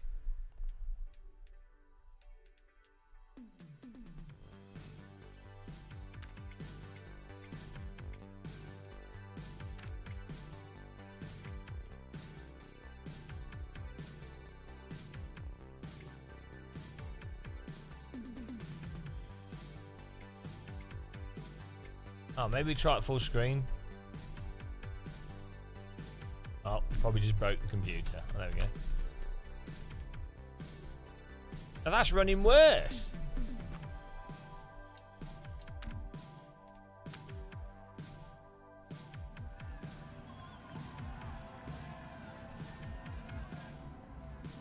Start 60, slight left. Good I luck. know. It's running a bit better. 5, 4, 3, 2. Would you like main menu frame rate?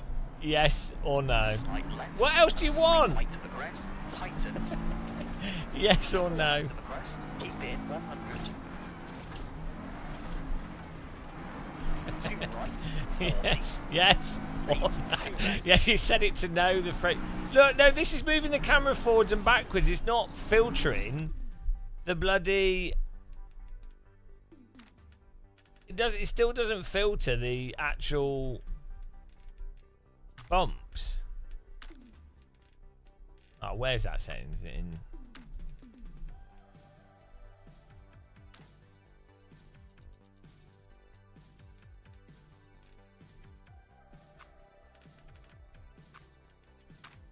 And 1 right. Oh no, it's still. Hang on. It's still doing the G-force movement for braking.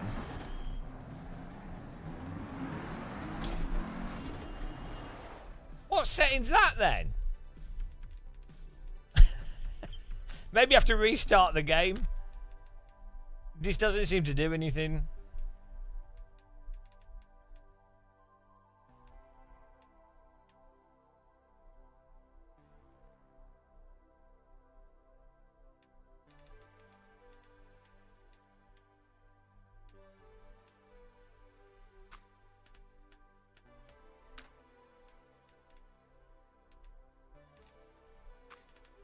Oh dear.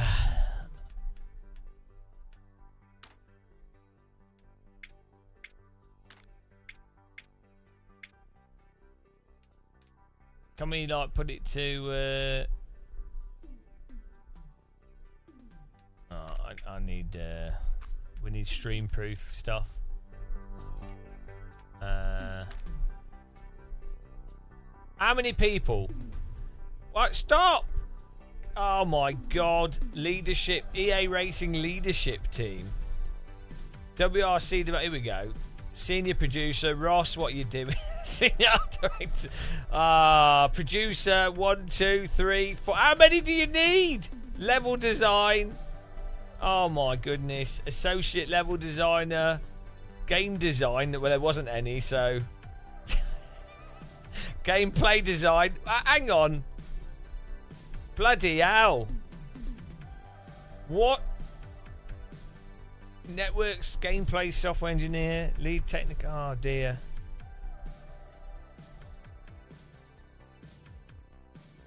Hang on, they call it QV instead of QC now. Oh, these are for all the Codemasters, isn't just this. Character art. Oh, there's only 3 character art. You need a character director. Fair enough. Experience design. These are the ones to bad experience design. The experience design. Well, whoever designed the experience of the user interface. Okay, right. Dear. Right, anyway, I need my camera filter. God.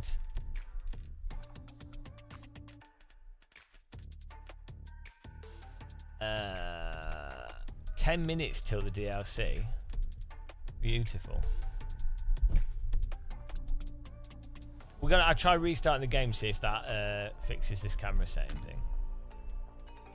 Yeah, well, I think they might be shuffled around. I imagine there's a lot of staff being shuffled from project to project with this game, or in Codemasters. I don't know. Who knows what's going on?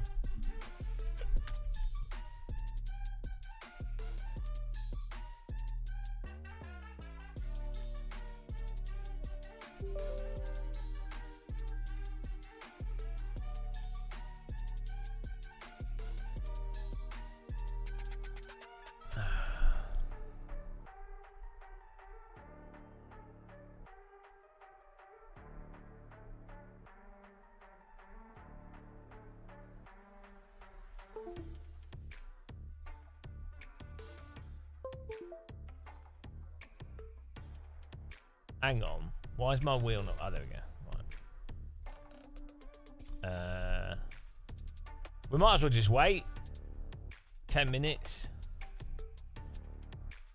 10 minutes to wait. I could put a pizza on in the time. Let's do it.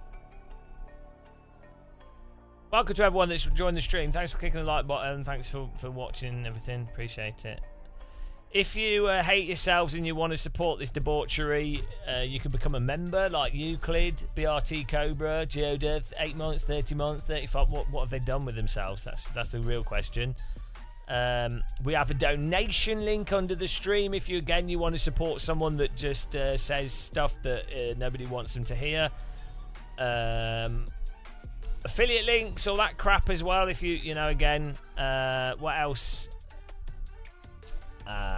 That's it really. Just watch, click the like button, subject yourselves to adverts, appreciate it, or just hang out. It's all good. I'd highly recommend watching other channels though that are better than mine. Matt Malone, Random Call Sign. Who else is there? There's a lot of them, guys. Who else is streaming this that's better? Right, let's see. Twitch. Are we the only person on Twitch playing this? Oh, Emil Bernstoff, he's really good. He is actually really good. Quirk's playing Satisfactory. Yeah, I recommend Emil Bernstoff. He's a good streamer. He's quite funny, nice and chill. No one else is playing WRC. Random Call Size just a sexy model. Overtake's playing WRC. Yeah, that's about it really. But we are getting ready for the release. I don't know if I have to buy it or if I bought the complete edition that has the DLC. Will it be worth buying? Your livelihood depends on it. The same old influencer messages, yeah. Like, subscribe, donate, hit the like button. What else can they say? Let's get some tea bags on the screen. I think we have had like 4 subs today, which is nice. Appreciate that. Where's my tea bags? Here we go. You ready? 1. Let's actually get this right. We've had 1, 2, 3, 4, 5 tea bags. Thank you very much, guys. 5 subs. That's hype level 2. How will we not? Yeah, well, let's have some rockets. Hype level 2. 5 subs. And the imminent release of some DLC. Bloody hell. That's hype level 2. Can you feel it? I can feel it in my pickles.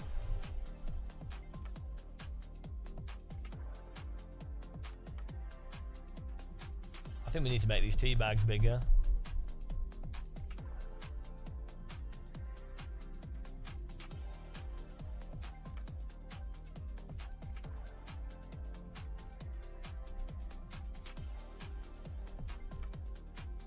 Beautiful. What a time to be alive. His integrity. My integrity's gone years ago. I lost all integrity. I'm like a space shuttle launch with a faulty O-ring. I'm like is that too soon? I'm like a Titanic piloted into an iceberg. I'm like a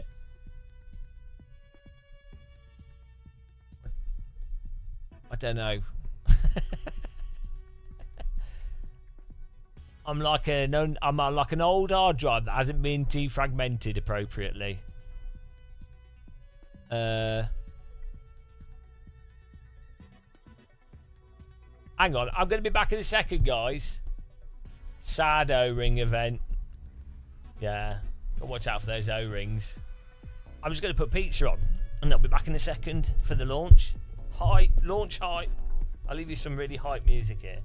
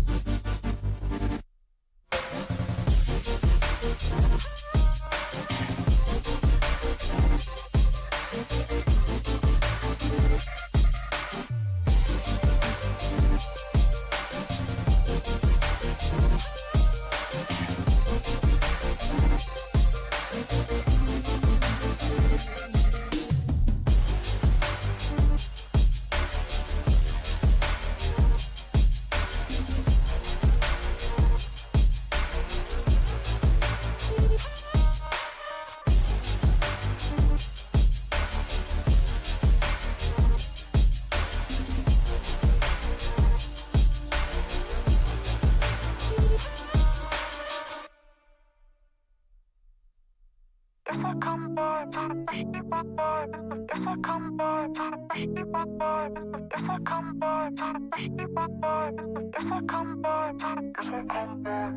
just wanna be the best that I am. Not calling anyone else. Not falling into a rain. Just like you think I would do. I just wanna spend some time with myself. I'm not texting anyone else. I'm not falling for someone else. Guess I'll come back. Guess I'll come back. Guess I'll come back. Guess I'll come back.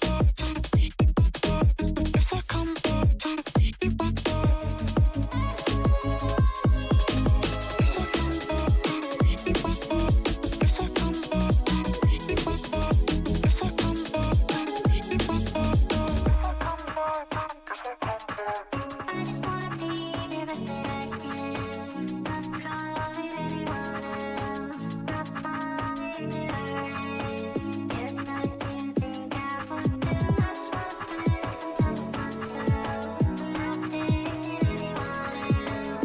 Not falling for someone else. Just like you think I could do. I don't wanna stay unless you're giving me some space.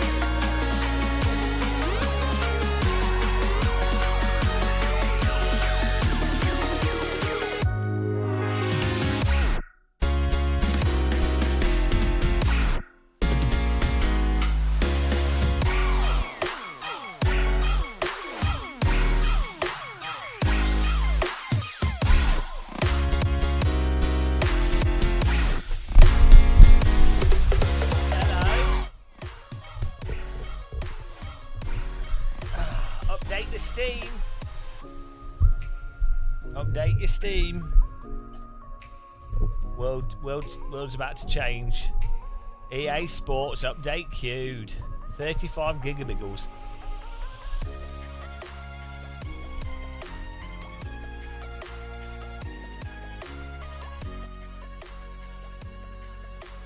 Downloading.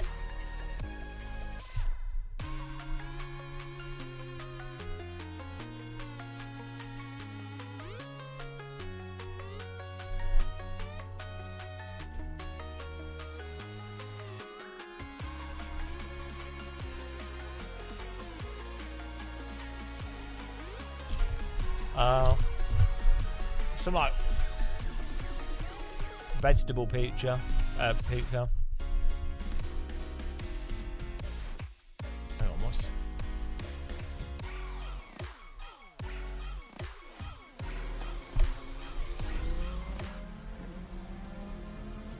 Oh.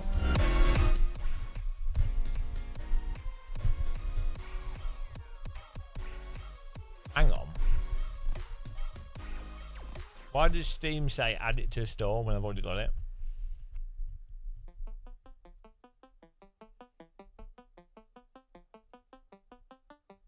Oh. How do you know if you have it? Is this expansion $24.99? That's the same price as the full bloody game. Right. Is it $24.99? I'm confused. Why are they calling it? How does this work?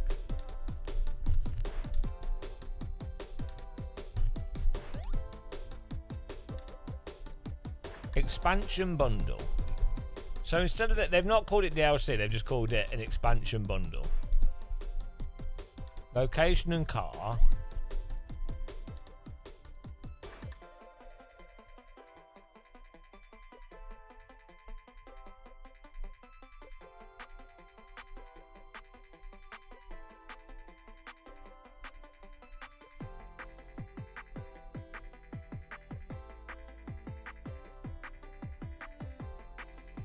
I'm really not quite sure how this operates.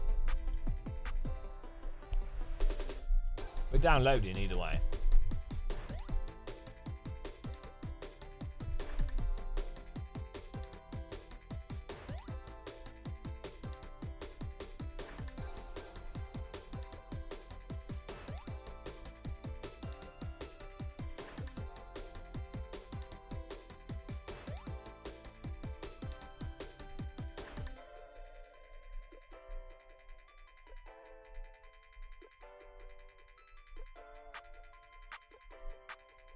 So basically,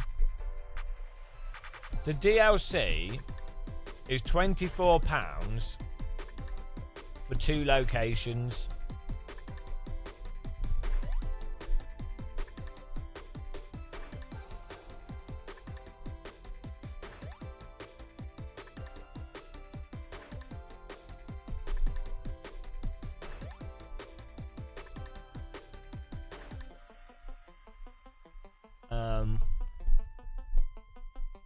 Is it only 2 locations, or will there be more later?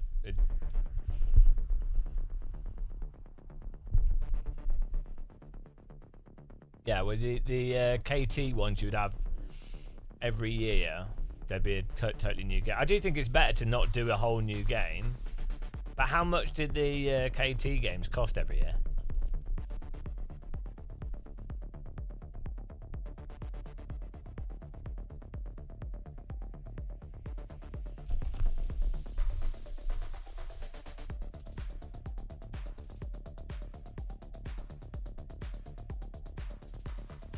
They would do quite big changes though, wouldn't they? Not necessarily for the better.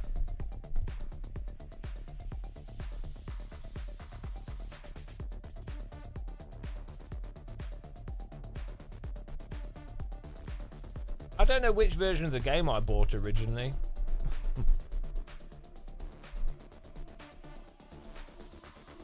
That's what's confusing.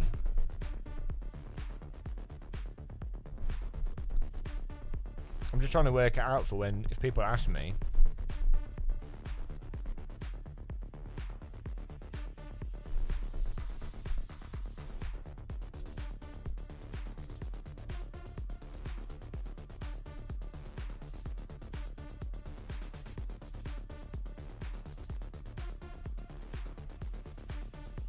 That's the thing with Steam. It is actually quite hard to know what exactly with a lot of games where there's so much random DLC. Oh, here we go. Season VIP. Right, manage my. So I've got DLCs here. No, I haven't. I'm so confused. EA Sports VRC WRC went German then. Season 1 VIP pass. What did I get in that? My 6 DLC. So what was in that DLC?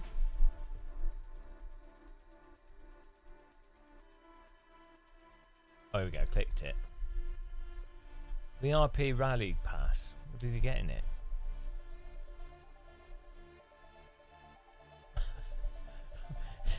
Oh, here we go. About this content. Oh, you get stupid shit. Helmet, cap, suits, gloves. Yeah, pointless crap. Absolutely pointless. Yeah. So that's what's confusing. They've tried to monetize pointless shit. So it's hard to know what the good stuff, what, you know. Oh, you're getting 4 stages total. Man, the way games are sold now is so terrible. Such a on purpose convoluted mess.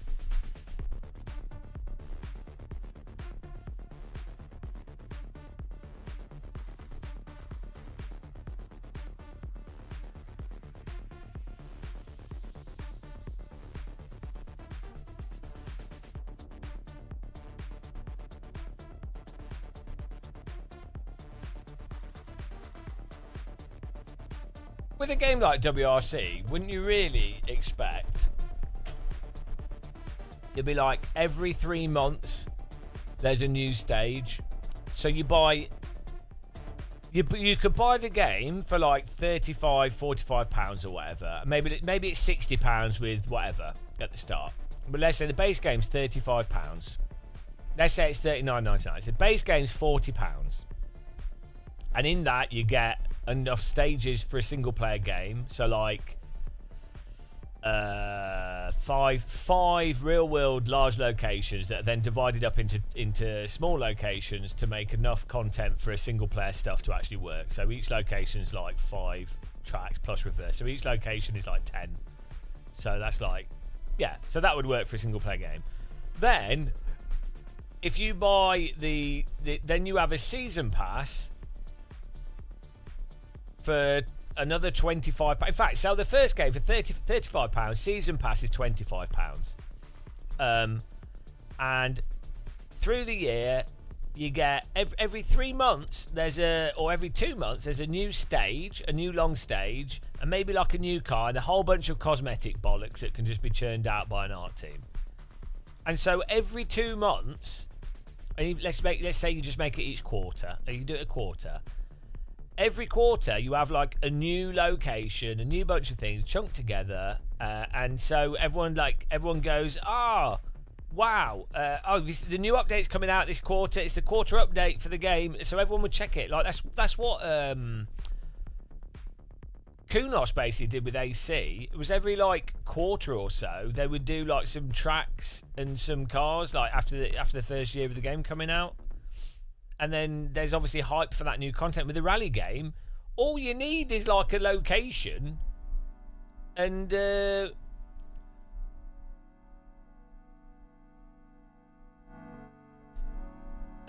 yeah. Also, I know they've got like licensed locations, so that'll be the priority. But why can't they do like you know the Dirtfish thing that was in Dirt 2? Why can't they have more like fun locations like that, like rally training centres that are added? Because presumably that's something that you could have separate artists do, and they just pad it out.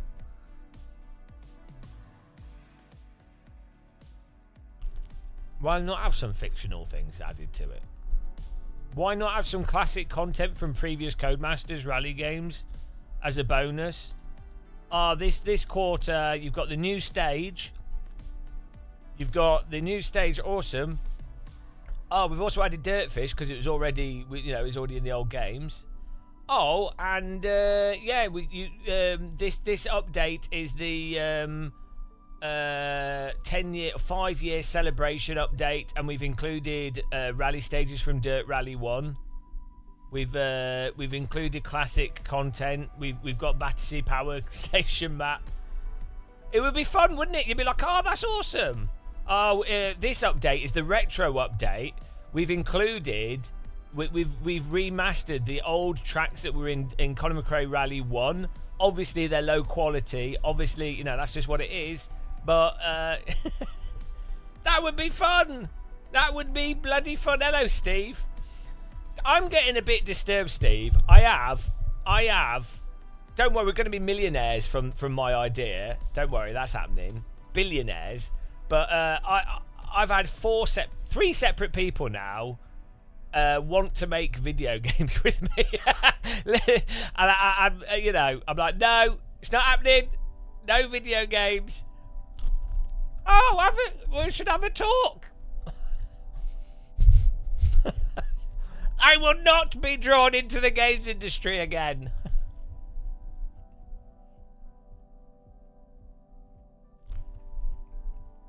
Right, we're giving EA some money because the shareholders need some dividends, so.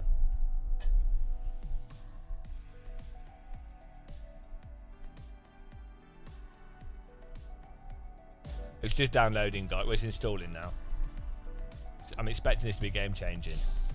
Cheers, everyone. Hope you're having a nice. What day is it today? Tuesday, I guess, because I heard the bin men at like 6 in the morning. Tuesday, correct. How do you know what day it is? Oh, bin man noise. Weekends, weekdays are all the same to me.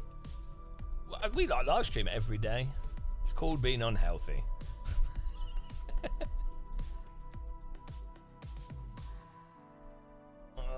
Basically, Old Greg, a live service game. Yeah, but I just think like a rally game is the most well-suited type of game to a live service format. Like, it seems to me the crux of a rally game is physics that are passable, force feedback, wheel support, like the basic technical engine stuff, which is, granted, that's hard to do, fine, but the basic handling, and then like a BeamNG type scenario. Once you've got like the basic physics there, Dirt Rally 1 was good enough. There's been games for years that are good enough for this. It doesn't have to be like the best thing ever. Richard Burns Rally, Dirt Rally 1, even like dirt driving in project cars and stuff is fantastic. It's fine. Once you got that, it's literally every 3 months deliver new stages. That is what, and that's the appeal. That's the whole point of rally. It's like, it seems like developers kind of don't understand the essence of what a rally game is, and the essence of it is drive a car off-road through interesting stages. Sure, licensed cars and real-world licensing is great. That is it. Actually, literally. Like, even with EA, with the WRC, obviously there'll be like benefits to the branding and the intellectual property and how that ties in, and the cars, but most people don't watch real rally, do they? Like, I wonder if the audience for a off-road game that just keeps having tracks that are fun added to it is actually bigger than the audience that comes from it's the real rally game.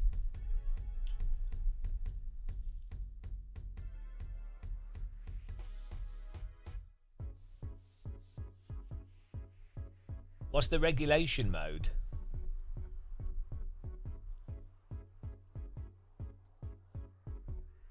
Hello, Dirge.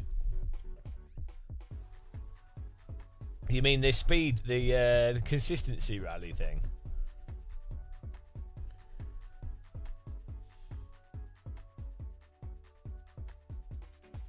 Like, look at Euro Truck Sim is such a good example. I think a large number of people playing that game don't really care about hyper-specific truck stuff. Like, oh, is it a Volvo? Is it a Scania? Is it a whatever? They're like, oh, I load the game up. There's a mission to do and an objective. Oh, I could drive to France. Oh, I've driven to France. Oh, I could drive to Spain. I've driven to Spain. I've got some credits. Now I can unlock something else to drive to another country. I don't think, I could be wrong, but I don't think the vast majority of people playing Euro Truck Sim are actually actual lorry fans. They like going from A to B. It's like with Flight Sim. I don't think the bulk of people that would end up playing Flight Sim are actual like, oh my god, it's the Boeing 747 Mark-24B with the half reclining seats and the system that was developed by Boeing in 1980 with this specification of thrust execution.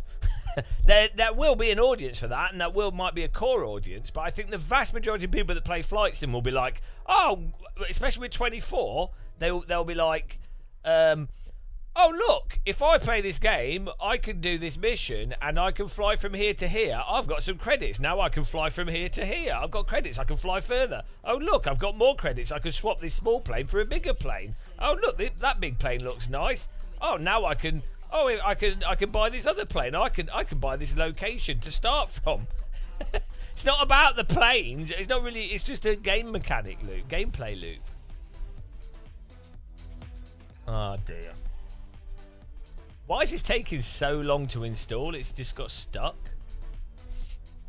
Oh no, the installer's EA'd.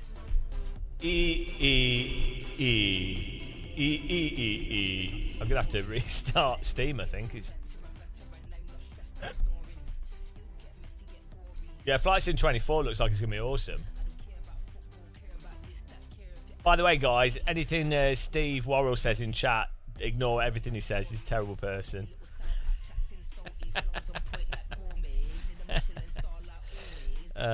It's time. It's that time of day where we harass Steve. Stopping download for. I'm restarting Steam because it's taking so long, but it won't let me. It still says it's installing. 6%. Resume down. What's going on here?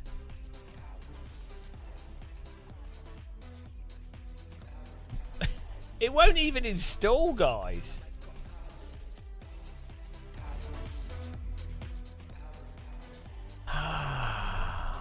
Where to buy on Steam? Where to buy what on Steam? This isn't working. Let's just try restarting Steam.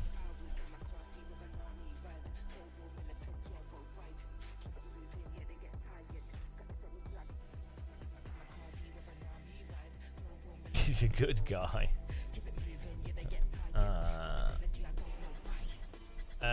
And I'm just restarting. It was on 6%.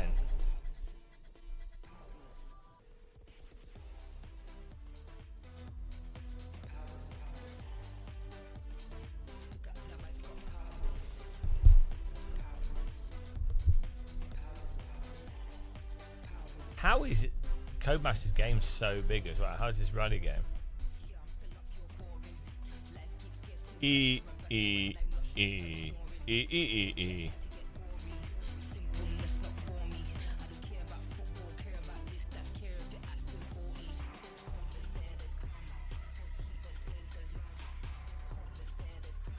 Star Citizen, yeah, it sounds like my kind of game. Ah, no, it's starting download again. What's going on? Why won't it install the game? It's got stuck. Oh no, updating. 58 of 100 gigabytes. Patching. Okay.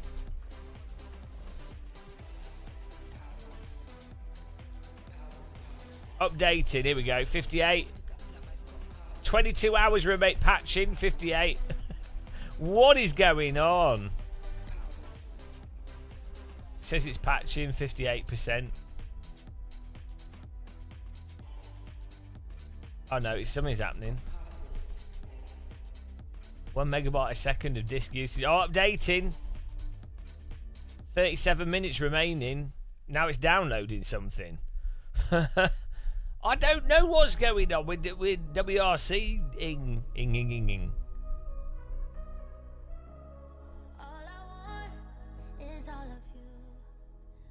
Ah, maybe they uploaded the wrong file. Yeah, it's just jumped from. Yeah, it just jumped. I'm gonna run out of space on this hard drive. Tricked.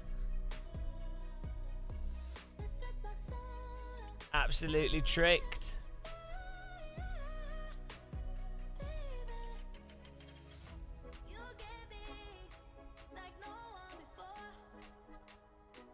Hang on. This is 53 of 80. 50. So it should still have space. Only 30 gig to go. Okay. Yeah, that's what just happened to me. I just restarted Steam because it got stuck.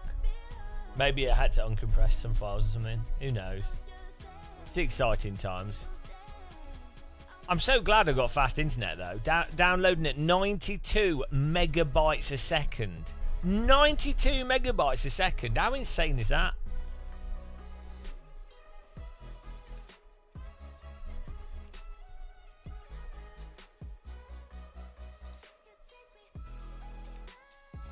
Nismo, you're just a sim racing snob.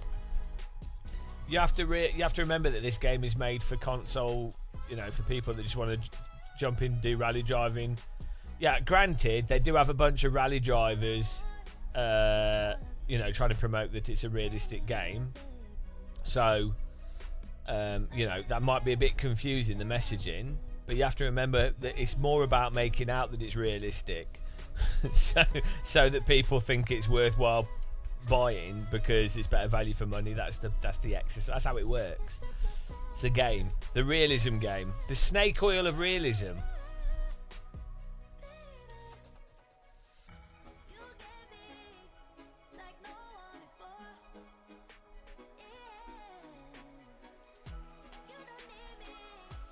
It only takes a few grand. You get more than that for saying it's realistic.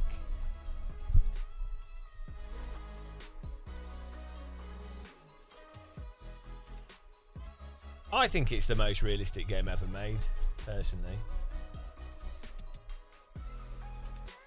Imagine changing enough floppy disks to keep up with 93 megabytes a second.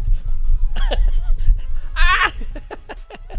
Imagine installing Microsoft Flight Sim 2020 using floppy disks. That game's like 300 gig.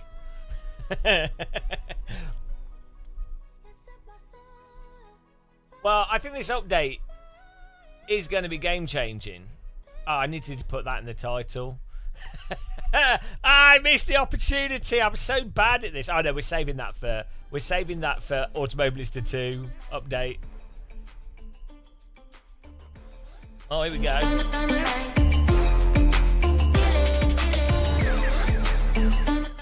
This is my type of music.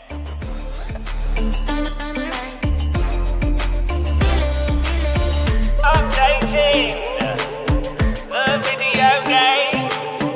EA Sports WRC. Is it still the same? Everybody waiting for the download. All the download. Mega download. 84.6 gigabytes.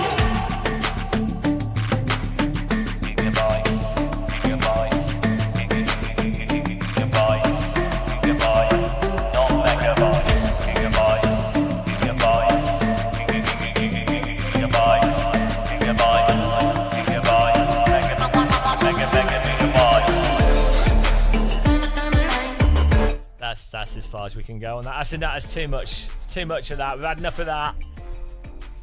Too much. It's the update song. The gigabytes. That's a new gigabytes, not megabytes. New rap.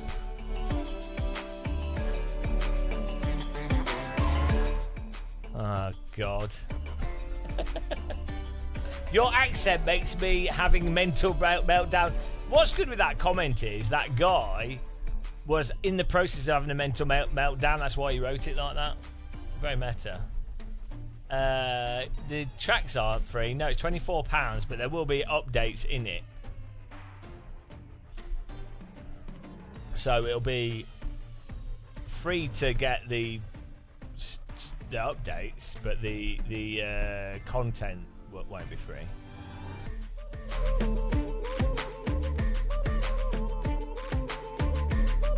What is this?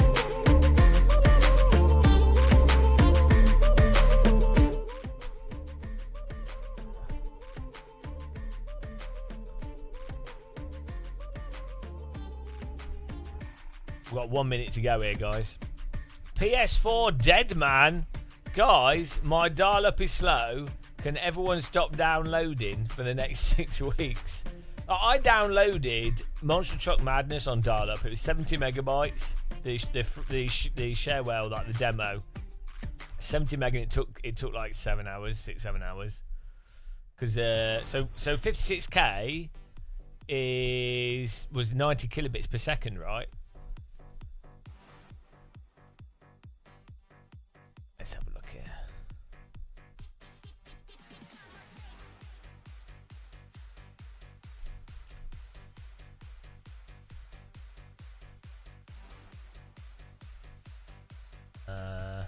How long?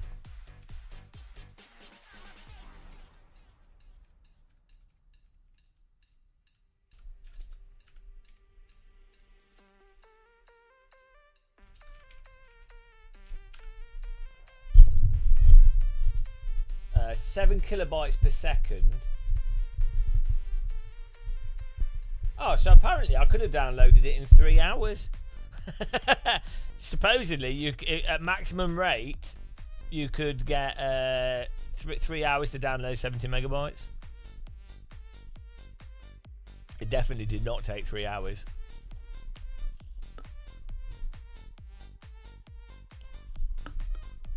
Hang on, yeah. Well, you've never lived. If that was your first internet, that's ADSL, right? 2 meg down, 1 up is DSL. Absolute filth. That's just you. Unless you've had to play Counter-Strike on 56k, you're really not you've just lived in the land of luxury. You've never been in the coal mines of poor internet. Oh, here we go. Update failed. Update failed. No! Oh, it's starting again. Starting download. Oh no, 10, 30, 71 gigabytes. Updating. Even the updating of this game is broken. I can give you a simulated version of dial-up for those of you that miss it.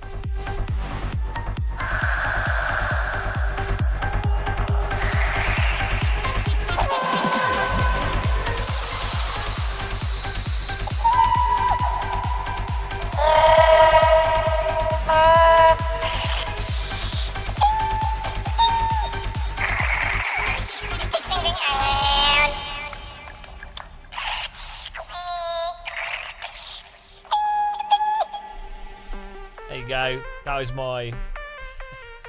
my attempt at dial-up. Should we listen to some dial-up?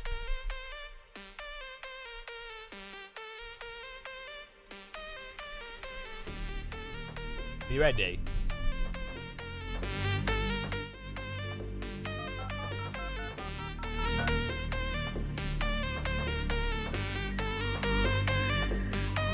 Ah, the nostalgia. Guys, just connected to the internet. Gonna click my email. Get on to might play some Counter-Strike. Nobody make any phone calls. I'm downloading WRC. Just connecting. Don't phone.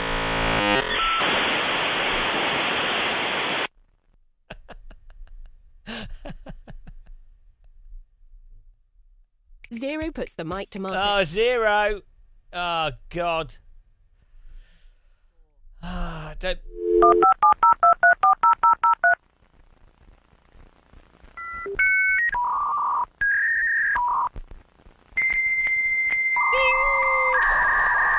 Oh,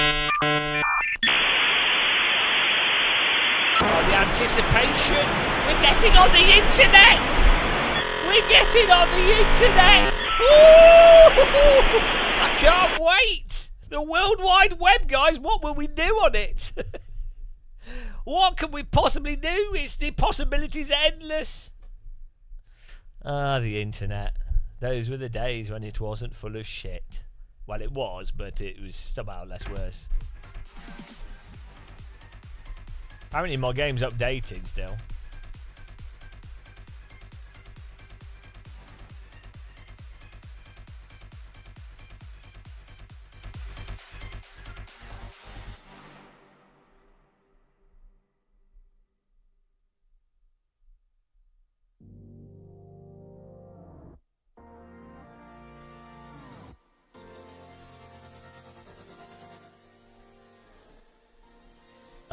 Yeah, that's why this update keeps failing. It's installing, it's got stuck again.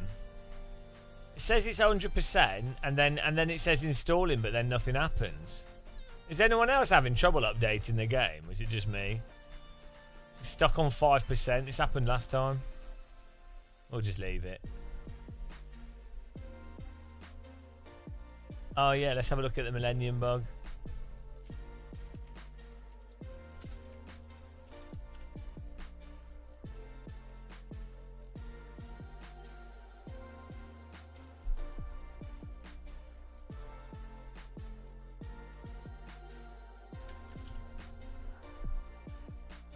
I can't find a good Millennium Bug news report.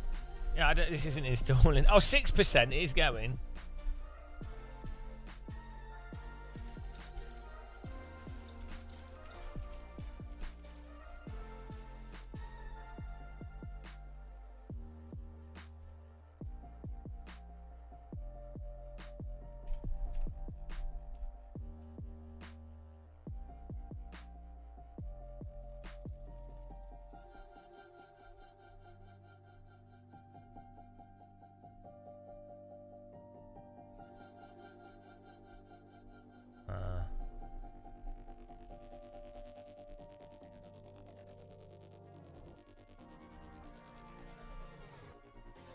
Yeah, I don't know what's going on.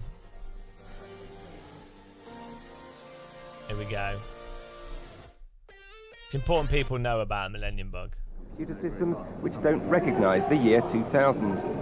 Our main cooking process is controlled by a very, very complex system.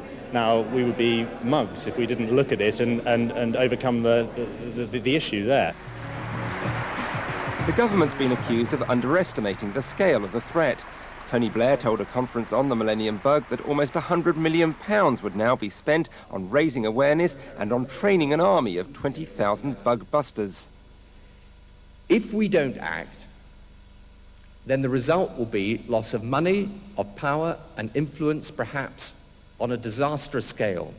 Not quite as disastrous as invading a country that you then pull out of after destroying it and murdering a lot of the civilians.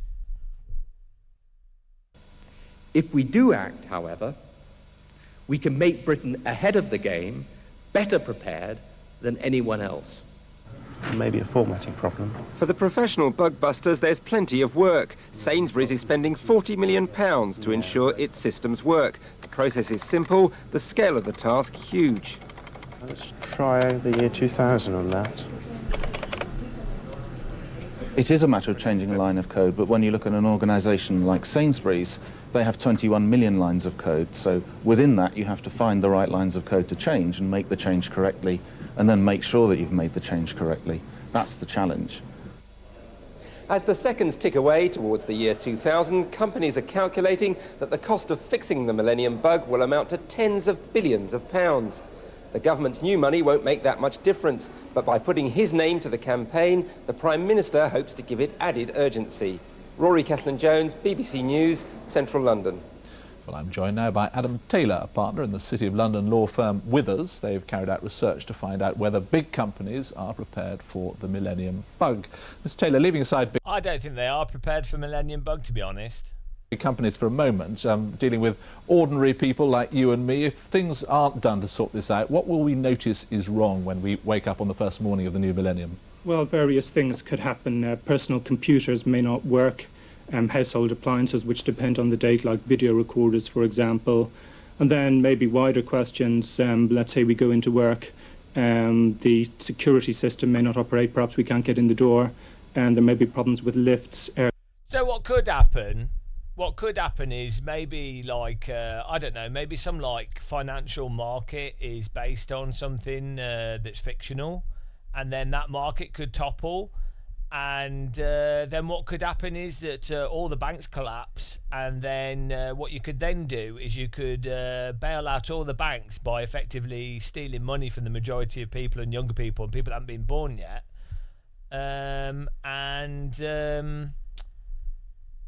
yeah, that'd be pretty bad, wouldn't it, if that happened? That'd be pretty terrible. Oh. what are we on? Air conditioners. There's been warnings that traffic lights... That would be a disaster, wouldn't it? The thing is, the genius is, if you steal wealth from people that aren't born yet and younger people, they don't know that they've had their wealth stolen off them. And they'll only start to realise when they can no longer buy properties or have a basic quality of life as they get older. And, yeah, at which point it'll be too late for them. They won't have any power, and they will just languish. At which point then the correction in the economy will actually occur and everything will collapse. Oh, dear. Oh, no. Oh, well. Doesn't matter. This is why games need to update faster. 30% is installed.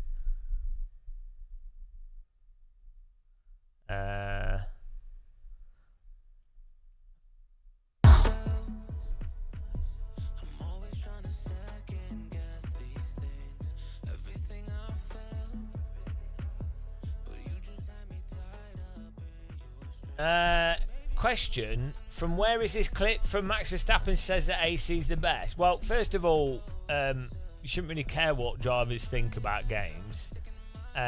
Secondly, it's just, I don't know. I don't no! like ACC, Go but away! I do like the He just normal keeps phoning us That up. is amazing.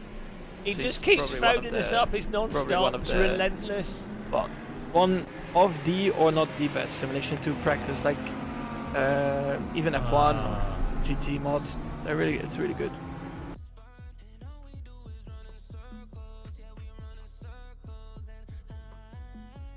There you go.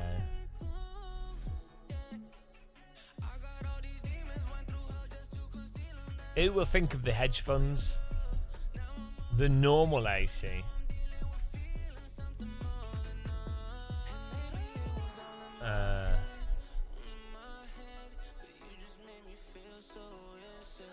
Why were you trying to find that at work? Oh, we're at 32%. Is anyone else having this take ages to install? Why is this taking so long to install? It's really weird.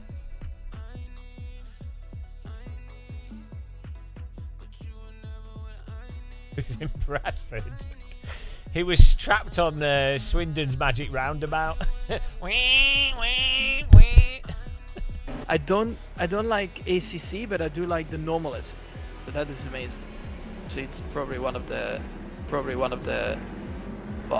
one of the or not the best simulation to practice, like even F1 or GT mods. It's really good. You had a discussion on Reddit with a guy saying that ACC is better than AC for racing. Well, I mean, it is in a sense, because it's more active on the LFM. If you want to drive GT3 cars, but AMS2 fans are the worst. No, well, I don't know. You have fan bases for all of them, so just. Yeah, I mean, at the end of the day, there's no point trying to convince people or like, they won't accept it anyway. Even if you like explained, like even if you were to lay things out as absolutely clearly as possible, and also get like free Formula 1 drivers, multiple whatever you did, there's nothing that you would convince someone with. Like either either someone is competent enough, has the equipment set up right, and can drive and stuff, and they'll notice pretty quickly, and they'll either be like, "Oh, I'm happy with it," or they're not happy with it, but they'll know, or they won't know, and there's nothing you could say that would convince them otherwise. So I just like wasting my time.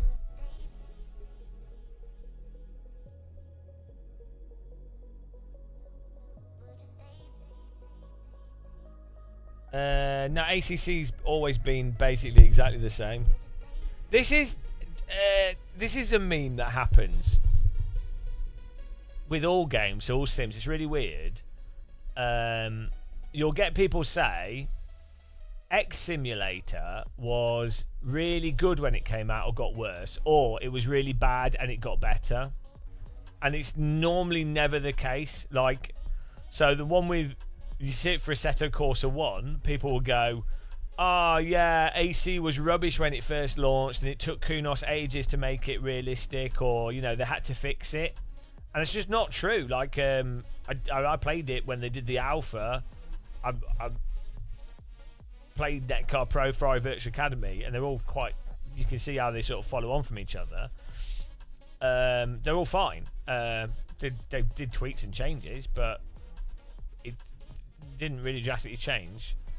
But you get these narratives that someone will say it, and then it kind of seems out, you know, it's an unquestionably kind of okay, and then it becomes like people then just repeat it.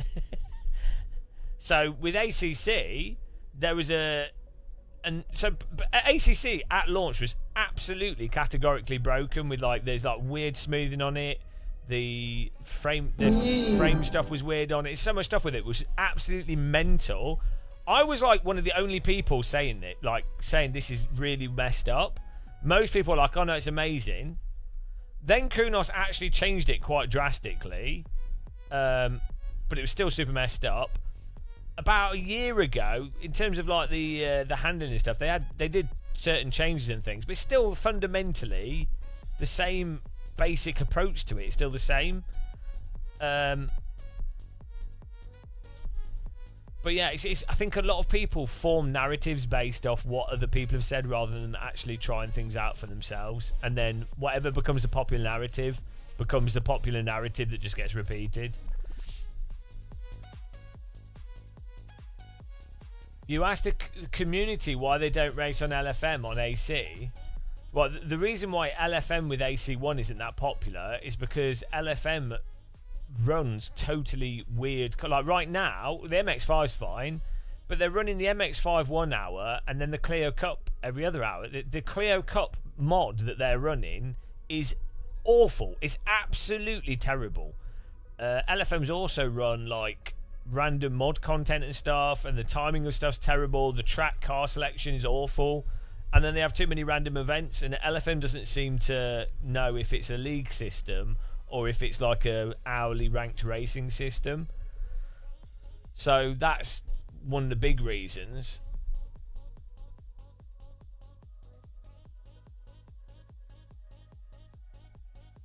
Jimmy, so ACC's always had like really lacking force feedback, but a lot of people got used to ACC and they think it's fine because they didn't know how they didn't know AC1 or AMS1. They'd like grown up, so it's been like 4 years now since ACC came out.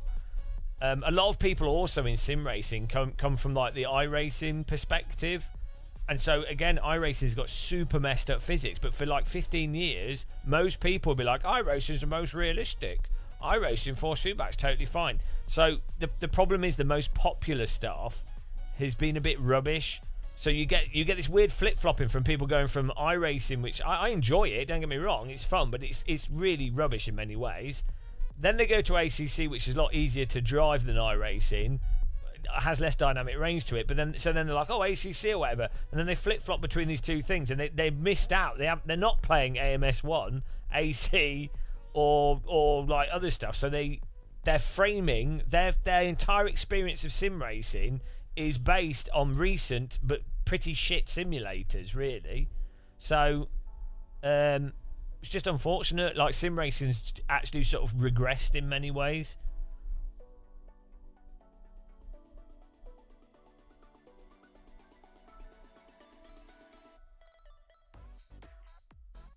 Well,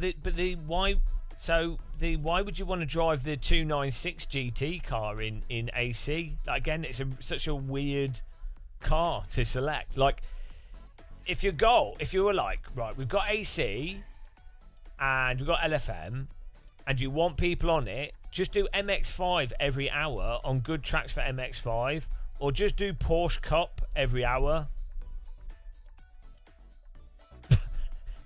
That's it on good tracks. That's all you need to do. But there's like 6 different things. There's a shitty GT. Why would you want to even drive GT3 cars in AC? People would rather just play ACC with GT3 cars because it's what they're used to.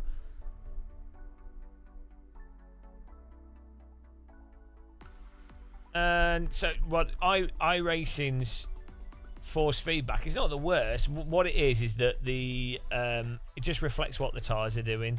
So you just have to underdrive in iRacing, because as soon as you get on the tyres, it goes sloppy, and so the force feedback will be sloppy. So you just have to drive iRacing in a super specific way.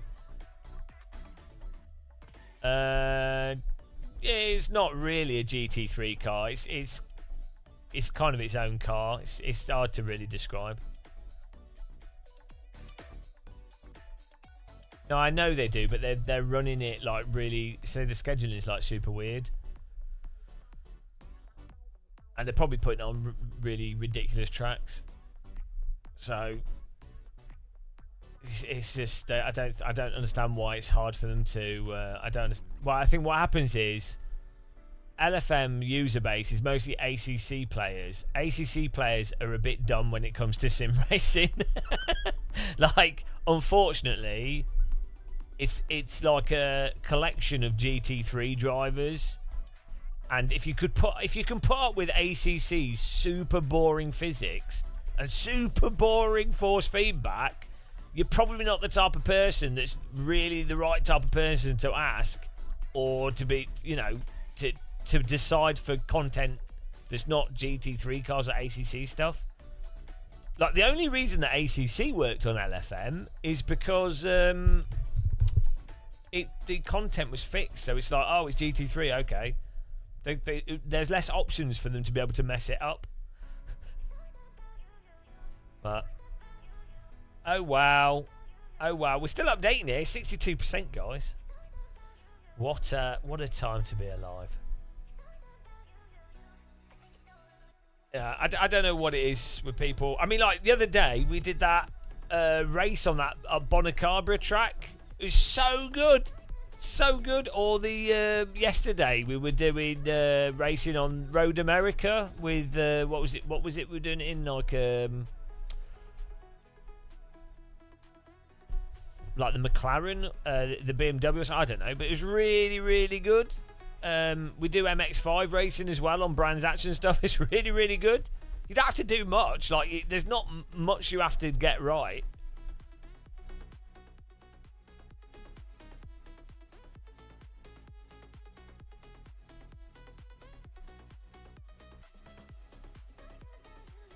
But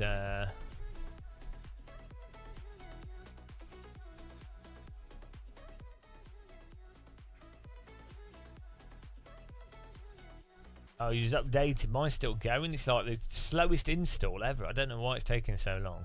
It's on 64%. It's happening. 66. Oh, speed. Sim racing's weird. Sim racing's super weird, but it's just how it is. Doesn't really matter. Hopefully, AC Evo has good physics and force feedback. It'd be nice. I am going to Sim Racing Expo. Yes. No, I'm not gonna play AC Evo. We're not covering it on this channel. It's banned. Do you know? Like, the thing is it? Oh, it's news to me. The thing is,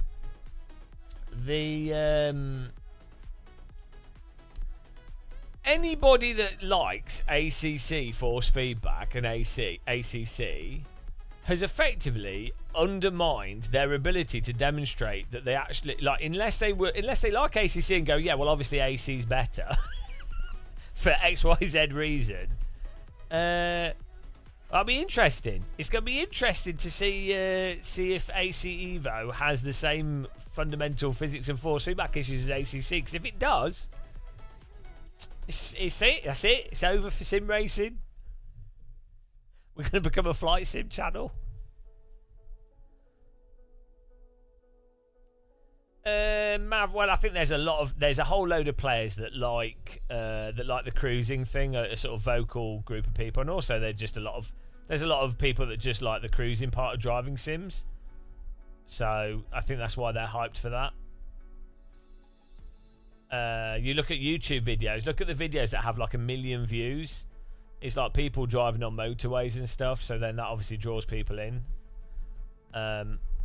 The people that like the competitive like iRacing type racing, there's not as many of them, but they are like super dedicated to like just doing loads and loads of racing. Same with like some of the ACC hardcore esporty type people. There's not as many of them in a general sense, but the amount of time the people that do that put in is really high. So you end up with different user bases that might be more players, but they put less time in the game, or you know, more or less invested in different ways of doing things.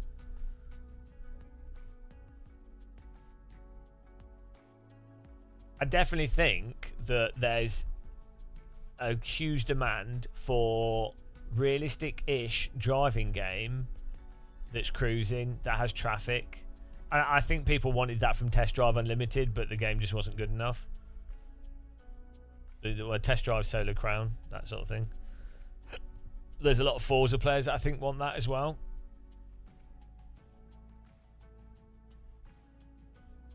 Like they basically would like Euro Truck Sim, but with road cars. they'd be well happy with that.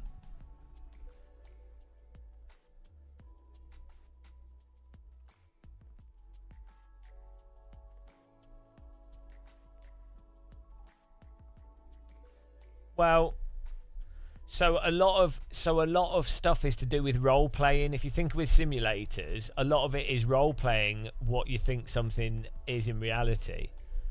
If you think what the lowest common denominator thing when it comes to vehicles and driving is road cars. And also if you think about marketing and exposure, road cars are what people get marketed the most. It's like BMWs, Audis, whatever, Ferraris, Porsche, I don't know. Volkswagen Golfs, whatever. That's what people are exposed to from a really young age. Is what they experience. Their parents drive a car. They might drive themselves, or whatever. But they're like younger. They get experience with it. That's what they're more aware of. So that's generally why they're like, oh, at first they want to do more cruising. They might want to then do racing once they actually get handling and stuff and get into that. But it's like why people generally probably like trains is because they probably went on trains when they were younger, so they're exposed to it and they're like, oh, that's cool, really, really like trains, so then they want to have a go on a train simulator.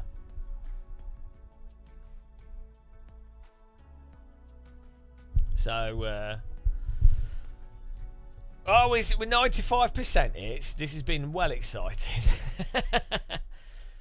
Yeah, no, I just hope, I really, really hope that AC Evo doesn't have the really boring handling that ACC has. Because, I mean, AC1's always going to be around, and AC1's great, but it's not the most convenient of games to get into.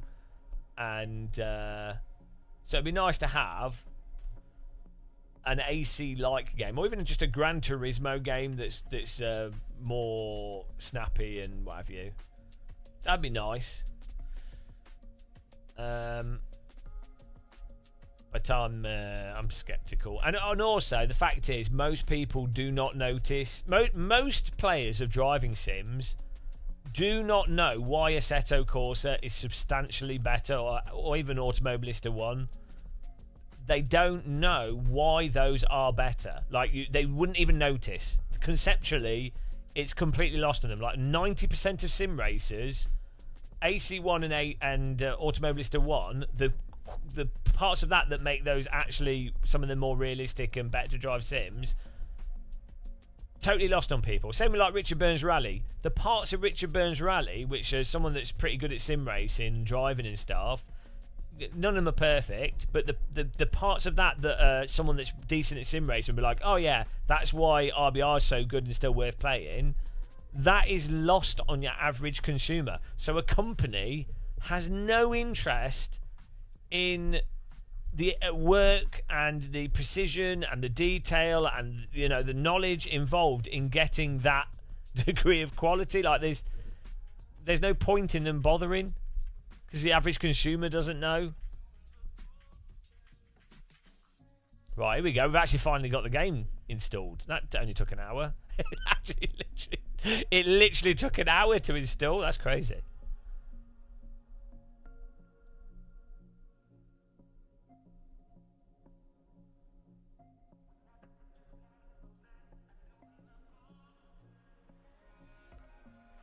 The difference between AC is much better than R Factor 2 though, for actual force feedback, for driving it, for feeling the what the tyres are doing. R Factor 2 has a more advanced tyre model. It's got more depth to it and heats up and wears out more realistically. But the actual driving of the vehicles is better in AC than R Factor 2. R Factor 2's got some really weird issues with it.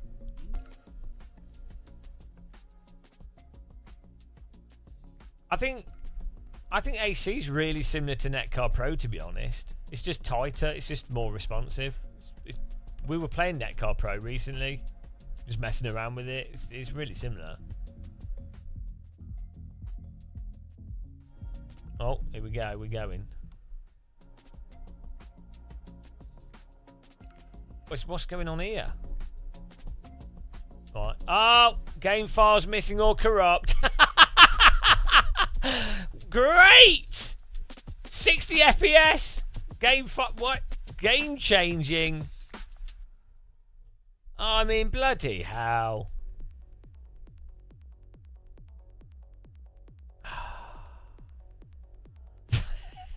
How can this be so hard?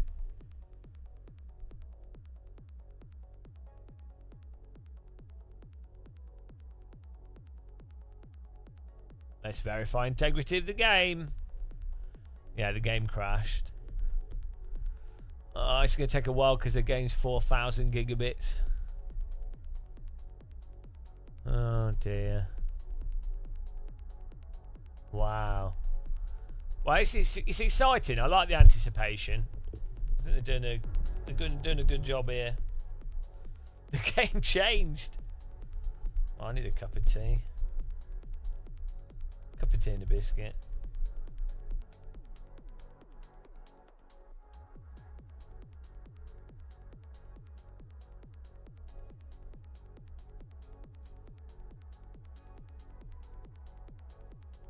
Yeah, I don't know, sim racing. I kind of feel like deep down, I think what's going to have to happen in sim racing is it's unlikely that any other game would ever get the user base that iRacing has. And iRacing has an entrenched user base of people that are happy to spend a lot of money, and also they want to do competitive racing, and it's just become like the default competitive platform. So I think it's quite likely that unless iRacing makes their time model actually realistic and fixes the netcode, which they are working on, they've publicly said now, you know, they're not just that, oh, it just needs tweaking. They really are aware. So that's probably, in terms of like, if you're a hardcore sim racer, like, you know, you want good quality racing online, you want competitive, you want to race against people that are reasonably fast.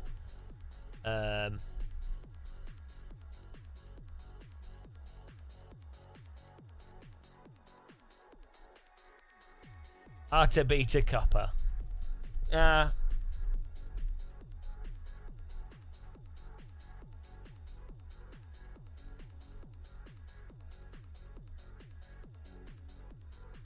I don't like ACC, but I do like the normalist. But that is amazing.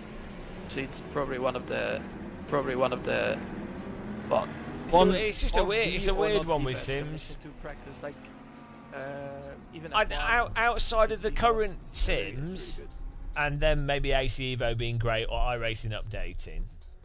The only other thing I can see really happening is that some like indie comes out of nowhere.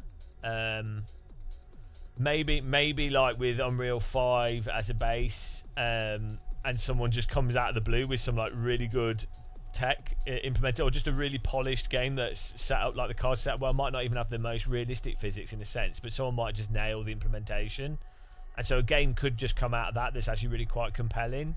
Or you could just have that's just an indie project that just happens to do something well, that really pushes things forwards.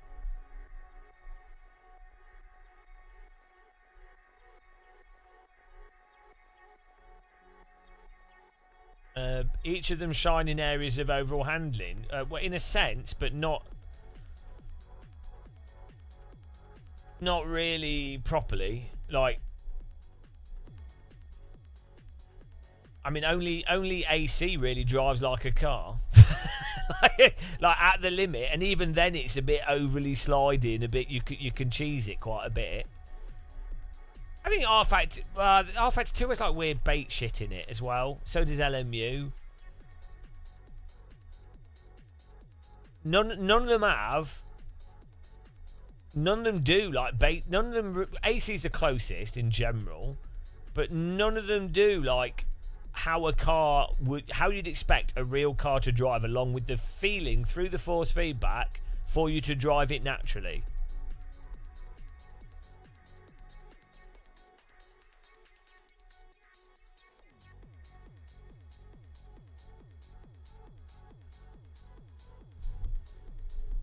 The crucial thing is you need that the force feedback part of it is really important, because you need to be able to feel what the car's doing to be able to actually drive a car properly. So like I think LMU has really good tyre physics. Like the behaviour of the cars seems really, if you're driving like the prototypes and stuff in like in a normal way, like a race driver would be driving those cars, they move around really, really convincingly, but it just doesn't have the force feedback to go with it.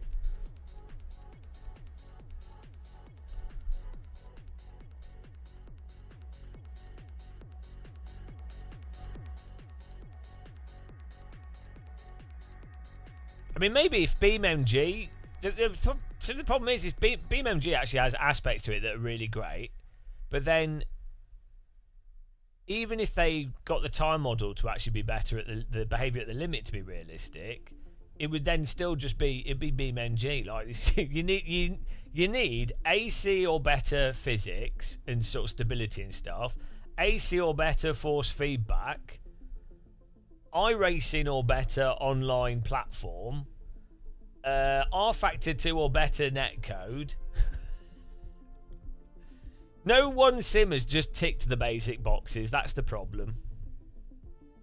Oh, the game's patching, by the way, guys. Guess the year, BeamNG. I'm open with Flight Sim. I would say with the same things happen with Flight Sim. So X-Plane 11 is pretty there for general aviation, but it didn't have like the convenience or like the mission structure or anything. I think the physics in Flight Sim 2020 are a bit wonky, to be honest. Like stuff just feels a bit sluggish and dislocated, especially compared to X-Plane and DCS. But if they can sharpen up the physics in Flight Sim 24, and it's got a career mode in it, that kind of ticks most, like, you know, it does what a good, you know, it's a thing, a coherent whole. There we go. I know it's still verifying. Yeah, so we've yet to have a sim that ticks the basic boxes for what would really make a solid game. Like,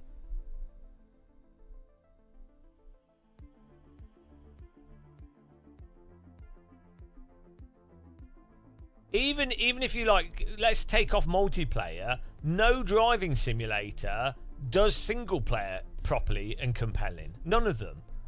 Only iRacing does multiplayer compelling, and even that is a bit of a mess in many ways, but it's good enough. I say it's a good, it's what you'd expect from a game 15 years ago, but like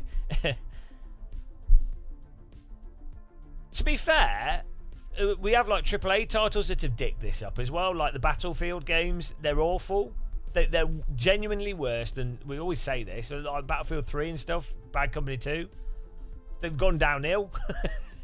If you add ranking in Bad Company 2, that's amazing. Counter-Strike 2, they've removed like loads of the fun gameplay stuff. Netcode's worse, and it's full of like cosmetic shit now. Oh well. It's been a live service. Every other sim franchise has many sequels and spin-offs, so iRacing hasn't segregated its player base. Yeah, I wouldn't say that AC's particularly segregated its player base too much. Like Kunos had no players with Netcar Pro. I had like the biggest Steam community for Netcar, which had like 50 people joined it.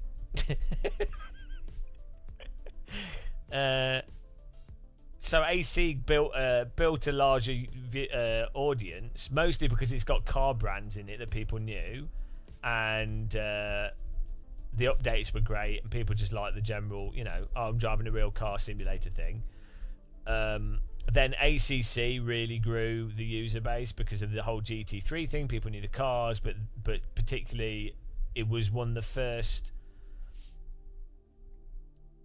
Well, I mean, it was on console. LFM, there's a whole bunch of weird stuff that happened. Then the COVID thing happened, which helped really boost it because it was at the right time.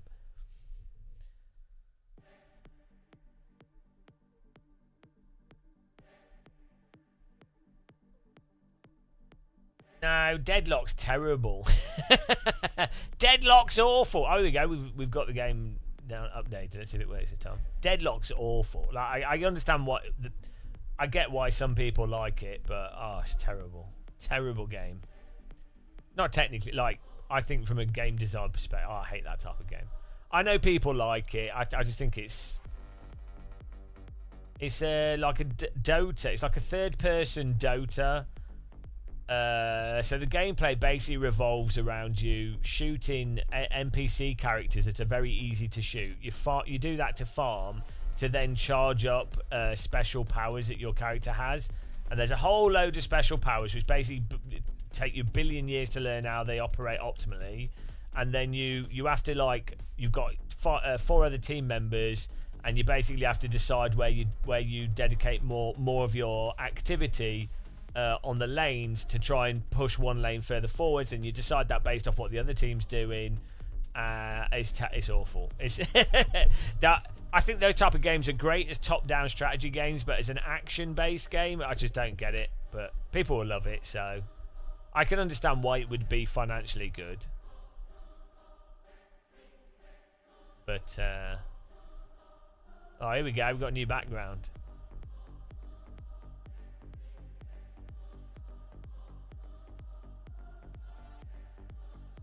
Here we go. Oh, no, I hate games like Dota. Like, I understand why people like them, but I think it's honestly the worst type of gameplay. Well, so right, we're playing WRC here, but right, Deadlock. How much of a better game would it be if it was first person, actual first person? And if you actually had to use cover more effectively, and if it was more like Team Fortress or something, and the NPCs, like, you actually are rewarded more for, like, being really accurate with your aiming and shooting. If you're going to use a mouse to aim and shoot, why have it so that the characters are just like bullet sponges? Why not actually make it a lot faster and more responsive to take advantage of the using a mouse to aim, but then combine that into it being a Dota thing? That would be like, that to me would be really, really exciting. Deadlock is literally, not literally, but it's basically, Deadlock is, we've made Dota 3D and added a whole bunch more like Dota-like mechanics in it. Why? You've got Dota already. It's like, oh dear. It would. I think it could have been a mix, because Team Fortress really hit. Team Fortress 2. It's not my favourite type of game, but the point is, Team Fortress 2 managed to appeal to like your Call of Duty type players, your strategic type players, your casual FPS players. You could play Team Fortress 2 with like someone that's never played an FPS game, and you'd have a really good time, or you could play it as an esports game. Yeah, exactly. Lazy Mavericks, the whole... Yeah, exactly.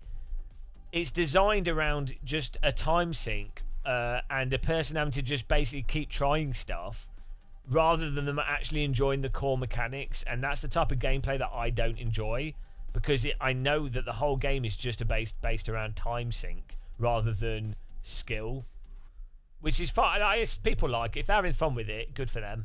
But for me, I think it's terrible. Right, here we go. Let's try this out.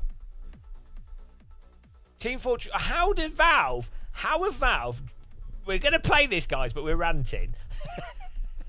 How did Valve drop the bloody ball on Day of Defeat, which was my favourite game as a teenager, and is amazing. The original DOD is so good how it plays. Just basic capture the flag stuff. How did they just shit that off and totally mess it up with Dodge Source? But Dodge Source was still okay, but it was shit compared to the original one. How do they dick that up? How do they completely abandon Team Fortress 2, which is like the Mario Kart of first-person shooters? Probably one of the greatest games in terms of game design for an FPS game, because of the different mechanics of the different characters. They're quite hard to make those things work together, but you've got an RTS mechanic, you've got an FPS mechanic, you've got an accuracy mechanic, you've got a health and support mechanic. All these, from a game design perspective, Team Fortress 2 is... the spy in Team Fortress 2, where you can look like the enemy team and sneak behind them, but it's not fake. You actually have to move... Like, it's... Team Fortress 2, on a game design perspective, is so ahead of anything else. It's so ahead. It's so genius. And Valve are like, oh, well, we don't... Well, let's have some hats. Okay, we're done. Still on this shit. Ah, God. And then Counter-Strike, CSGO, obviously they need to improve the engine, fine.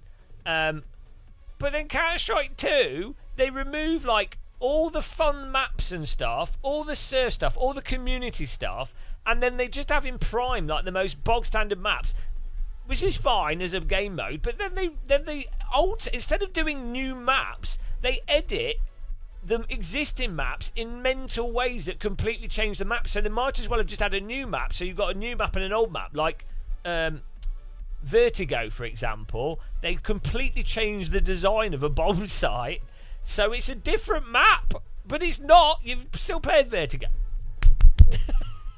This is why I can't. This is why I don't want to do anything with games. Oh dear, the games industry, guys. What's happened? Right, we calm down. Calm down. We've filled time here. To be fair, Valve did a really good job with the VR headset. Steam Deck is absolutely amazing. Steam is run really well. So maybe Valve are just... You just have to think of Valve as... Valve's really... They've done a good job with Steam. They're good at that side of stuff. They're just shit at games now. Oh, Half-Life Alyx was amazing, but then did nothing else with it. Ah, dear. Valve's not really one company. It's one company, but it's like it's more like a boutique art house of like a whole bunch of different people that arbitrarily do projects. There isn't a yeah, I'd wait. But the Quest budget Quest is coming out in 5 or 6 days time. Quest 3 is going to be the best VR headset for a while. Yeah, play Half-Life Alyx on a Quest 3. It's insane. Absolutely insane.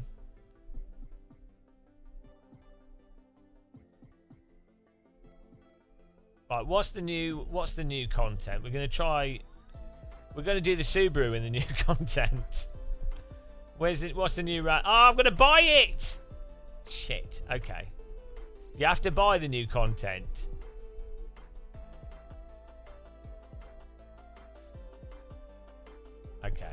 We get 2 new tracks. I forgot to buy. I've got to give them money. Forgot to give EA their profit. Let's just do that now.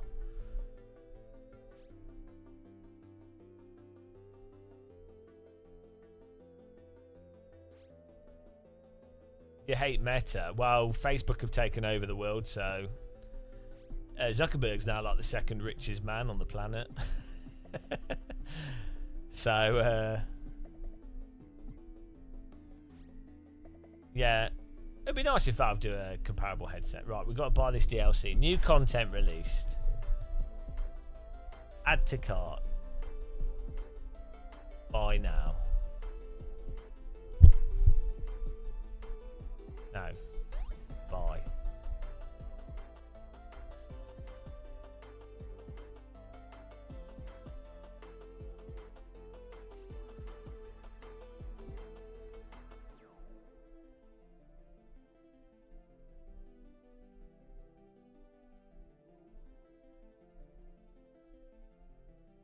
Right, here we go.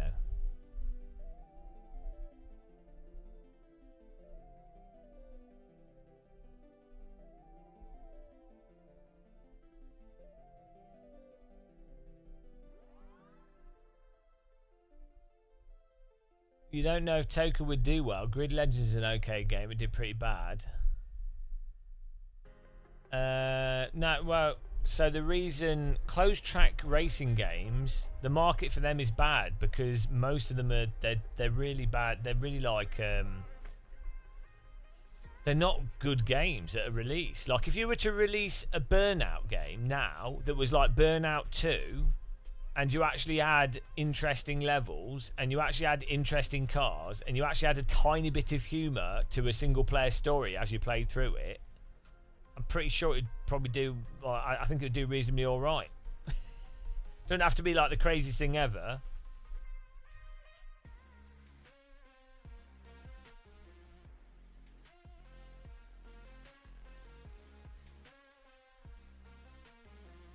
Right. Here we go.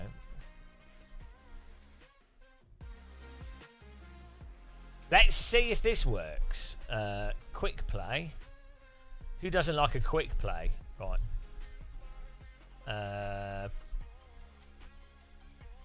Quick generate.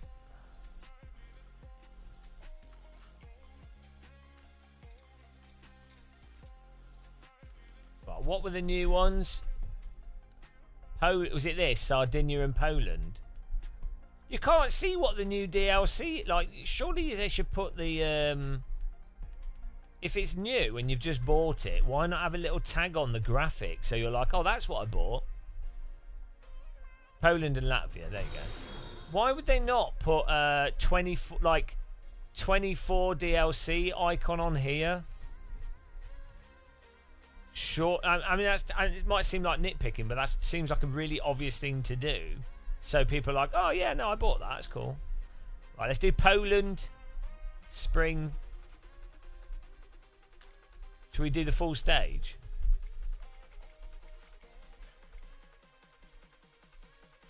Oops.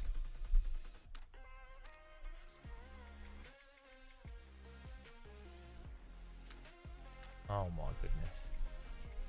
What's the full stage? 18. Is that it? 18 kilometers.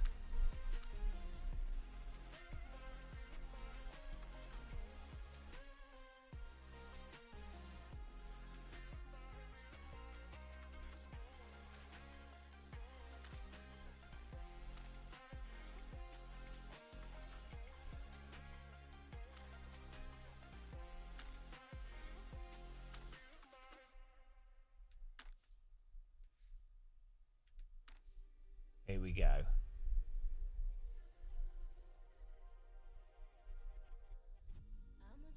I'm going to try it in this car first. Wasn't this track in this stage in like wasn't it in the older WRC games, Poland? All that matters is what does it handle like with a what does it handle like in the Subaru Impreza? So that's all that matters. It's the whole game. I don't care about anything else. So what is it like with the Subaru Impreza? That's the ultimate test.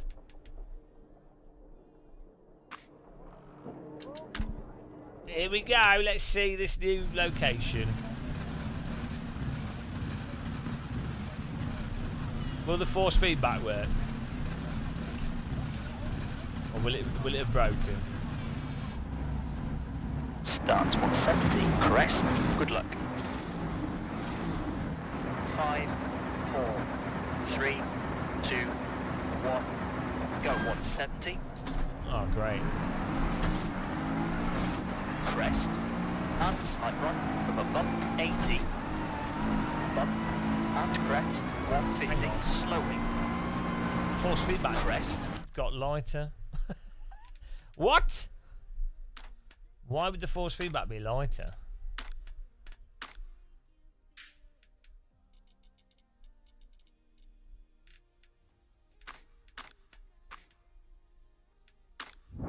Five right short into 3 left sharp, 140. 5 left cut. And 4 right short, 120. Slight left. And early slight right for crest, 200. Slowing, 5 right, 70. Late 4 right, half long, cut, into crest, into 5 left, long, 40. Left of a crest, 100. Slight right, into 6 left. Into 5 right of a crest, opens, 70. Small crest, into 5 left, keep in, and crest, into 3 left, half long, rocks outside. And 3 right, half long, tightens, 140. He put those logs there. Long crest, 170. 5 left, tightens, 120. 5 left short, 70. Crest to 5 right. 4 left short, 90. 5 right. To 5 left of a crest, 80. Late 3 right. No, that's a good line. 70. Bump. And 4 left, slowing, 60, turn, square right, onto cobbles. And 6 right, long, 60. Square left, around Bale. 90, bridge, 80. Turn, 1 left, unseen, onto gravel. And right of a crest, 70. Slight right, 40. Small jump, 60. 6 right. And left of a jump, 120. 6 left, tightens of a jump, 100. Late 4 right, short, and slight left, into crest, sudden 2 right.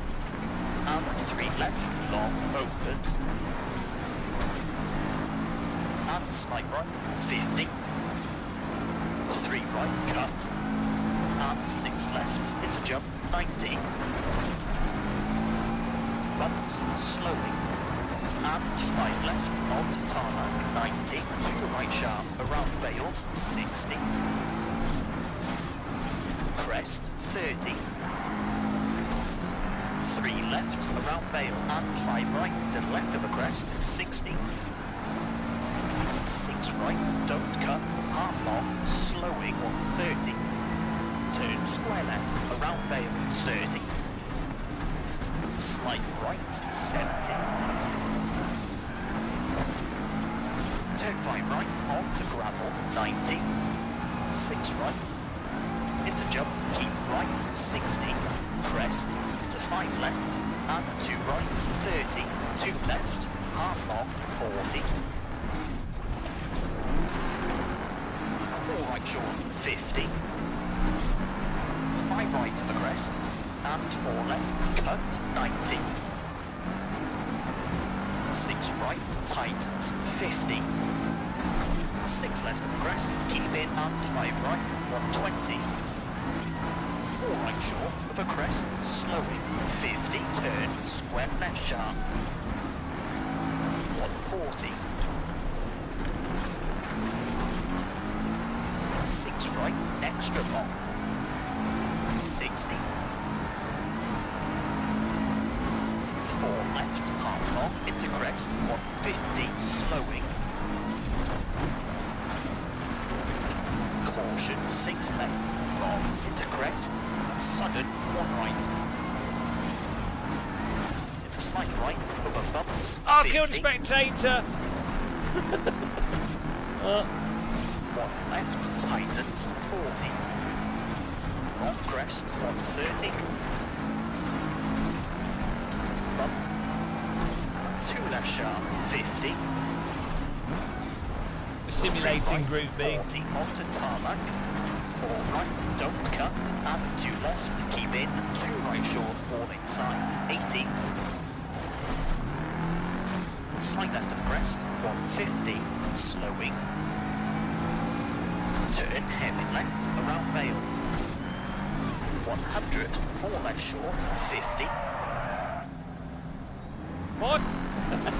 Why is the way right the crest, rears 40, grip is crest, weird in into this? 5 left, half long tightens, 50, 1 right, around Vale, onto gravel, 70, 5 left, half long, 120,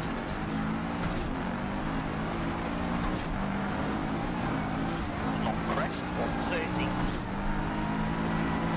5 right short, into crest, 120, late 5 right, 280, What? Edge of the bloody road. And they're clapping. I'm almost dead. Why is it like he's got TC in first gear? Oh, my door's falling off.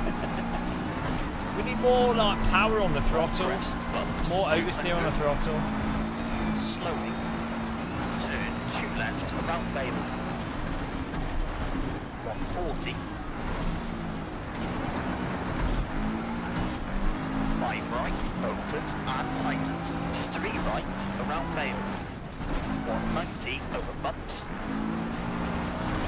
small crest, into 3 left, half long, 40, 3 right, 160,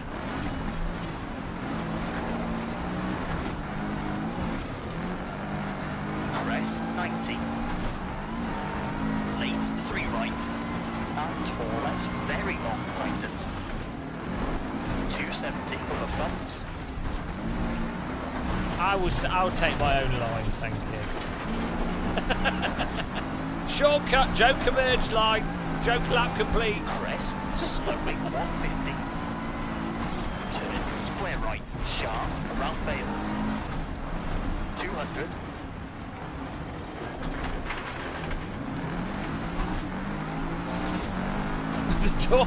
The door's wobbling. Oh no. Square left short, don't cut, 50, slight right to the crest, brake, 70, There he goes. head in right, short, Ah, I needed some air conditioning. and slight It's right, getting a bit too warm in 30, there. 3 left sharp, and slight left, 50, Ah, car's 3 way, right, way better now. left of the crest, 30, right of the Nice jump, breeze. 40, jump, and 6 right, and late 3 left, 30, turn, 1 left, 100, slow crest, to 4 left, 100, right of the small jump, 140, crest, 60, 5 right, 60, 6 left, 120, 6 left, over bumps, and small jump, 50, 5 right short, over crest, keep in, 100, left of a bump, and 6 right, 80, crest, 90, 6 left, onto tarmac, slowing, 60, crest, into 5 left, 50, turn, hairpin right, onto gravel, and 4 left, 30, right to the jump, 40, Try and flick it in. Wrong way.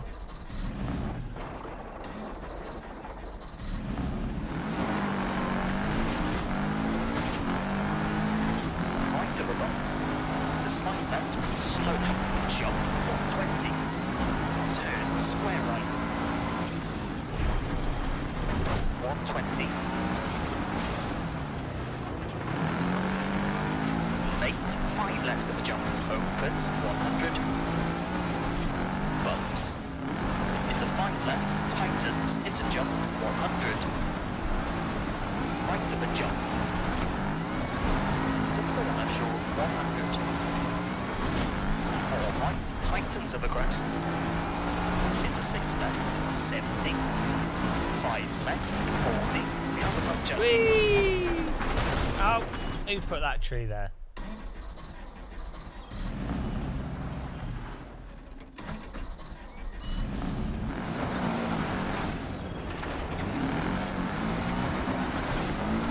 Caution crest to late to right 100. 6 left, over finish to stop. Okay, that's a 10-minute 33.9. Yeah, I mean, car's a bit broken. It's a nice stage, but it feels really artificial. Like it feels like you're driving down a bowling lane, a bowling alley with the things up, and the road feels like it's all the same uniform spline for the most part. So it feels like the kind of stage that should just be like, oh, we've added one of these each month, not like a huge DLC add-on. Like, it's Unreal Engine. Why they could have done like 5 of these. It don't feel like a super crafted stage. It feels like a sort of somewhat mediocre. I mean, it's not bad, but any of the locations in Dirt Rally 1, Richard Burns Rally, feel like nice, unique locations. Or the Kiloton, is it Kiloton? The previous WRC games, the character and feel of the stages is so much more. This just felt like it felt a bit generic. It just feels like somewhat auto-genned.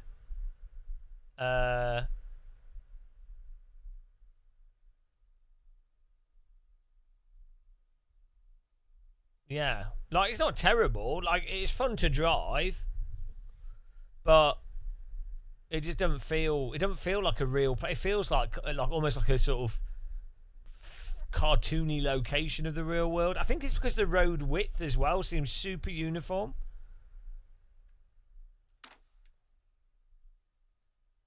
We should try one of the new cars as well. Yeah, like, compare that though, as I say, to like the previous WRC Rally game. When you go to a location in them, every location feels like, oh, I'm in a specific place. It feels really like unique, and every inch of the ground feels handcrafted. This feels like I'm driving a spline that's been done in a 3D modeling package with very uniform edges and stuff.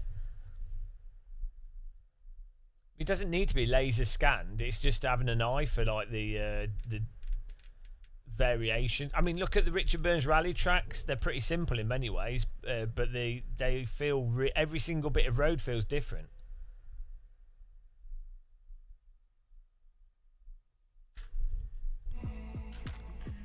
Right, what's one of the new cars? Oh, we won. D Gill. Is DD Gill? That's a real name. G Muscle and D Gill. Ultimate team.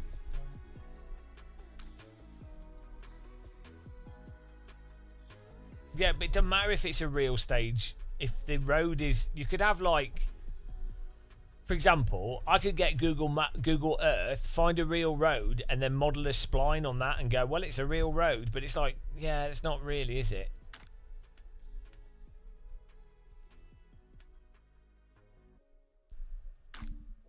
Right, what's one of the new cars, guys?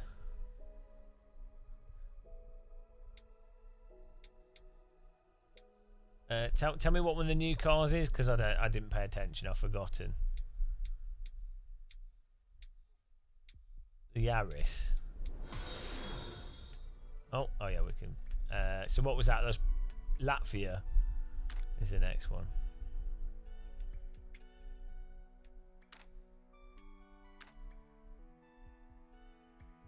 16 kilometers. Okay, go for it.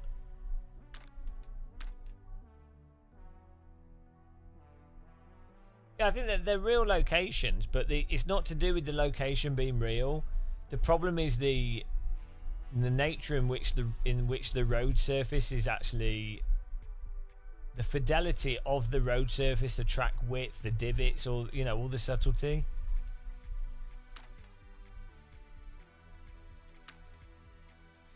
And maybe the surrounding details. I don't know. Whatever it is this it? This Yaris, GR Yaris Rally 2.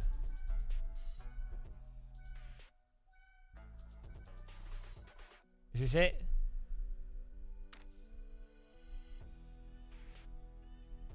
Okay. Give it a bash. I need to change my force feedback setting as well. Like, this looks exactly the same as the previous track. It's like, okay, yeah, there's some different stuff here, but it's the road. There's something about this. Look at it. It's like, oh yeah, well, we've modelled this spline, and then it's this above the ground here, and then it's got this like variation. This has this like it. There's something that just looks super artificial about the road surfaces in this game. That doesn't look like an actual bit of dirt road. It's also completely separate from the environment in a sense. It just looks super generic.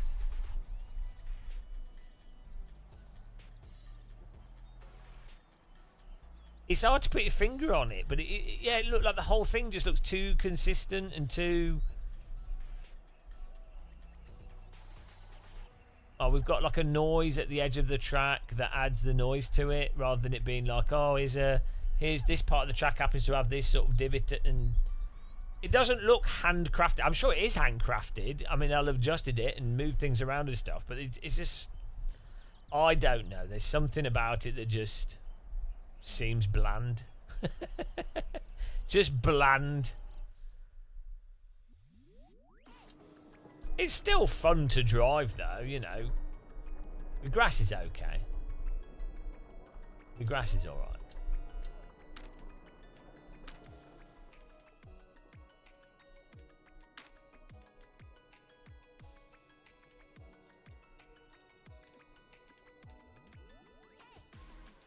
I really want, it seems like the cars in this, they have like this grippy mode where they slop around, but it's the grippy state. But then once you get the back out, or you actually have understeer, then that's like a snap and you've lost the finer control. But what I generally like with cars is I like it to be really oversteery on the brake and really oversteery on the throttle. But this just seems like it kind of just wants to drive in this really small zone of float, rather than you actually, I don't know, it's not like it's even just bit in like a dirt car might potentially bite into the road. It's like there's just a zone of float, and then there's another physics mode for when you're in oversteer, but then it seems quite hard to throw it into that oversteer in a tight way. So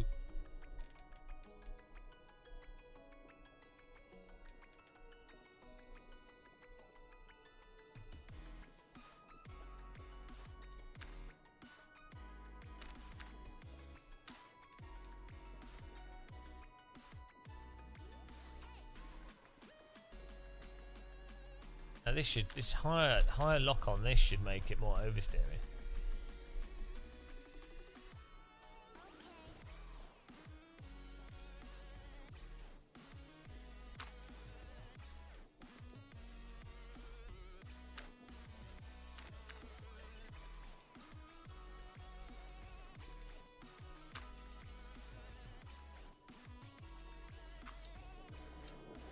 Let's go all in. Oh, hang on. I need to change force feedback as well.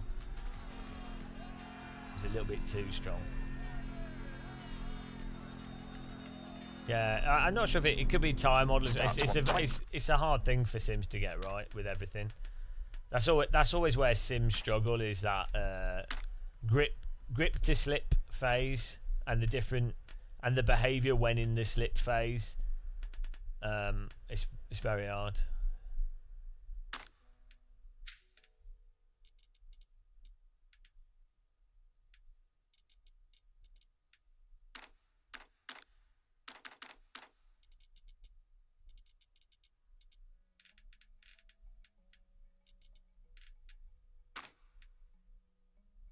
It's basically hard to make bloody simulators, I guess.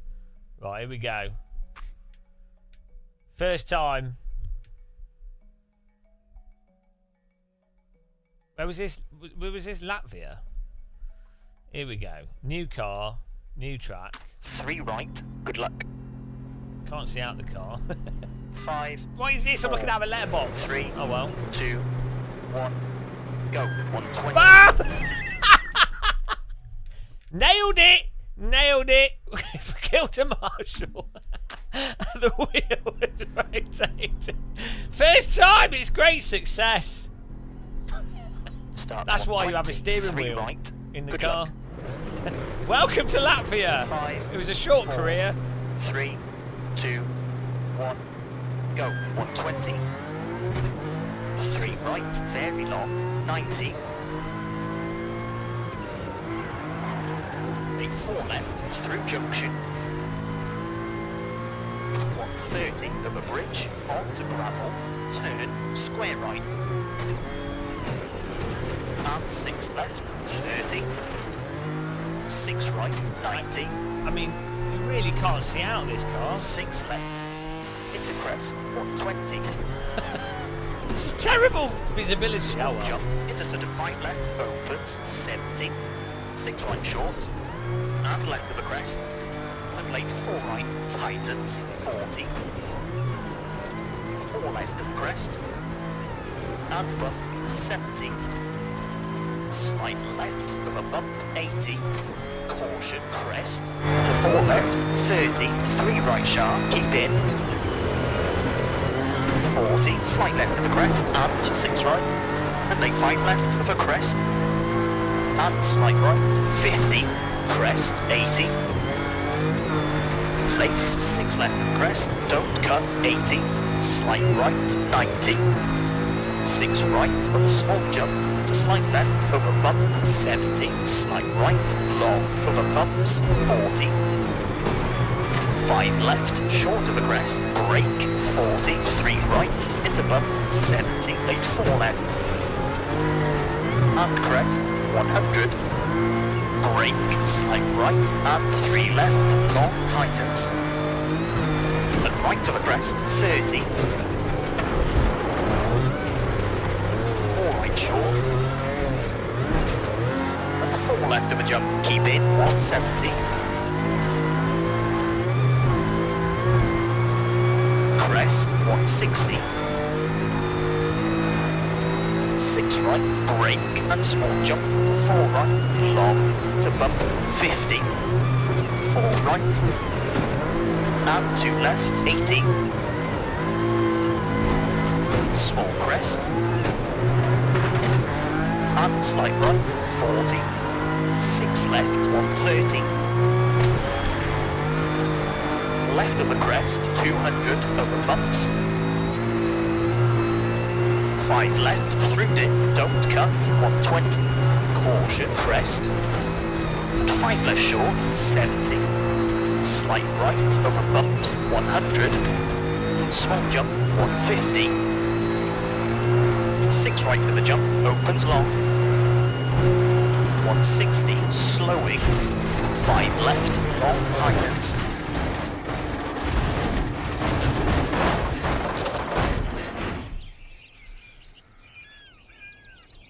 6 right over jump. I think I took that jump pretty straight. I think there was a bit of right after the jump. It said 6 right over jump, so I'm like, oh, I'll hit the jump straight on. Do we have a replay? How do you do replay? I can't believe you've done this. I can't believe you've done this. That'll buff out. Right, we'll start that again. He said 6 right over jump, so...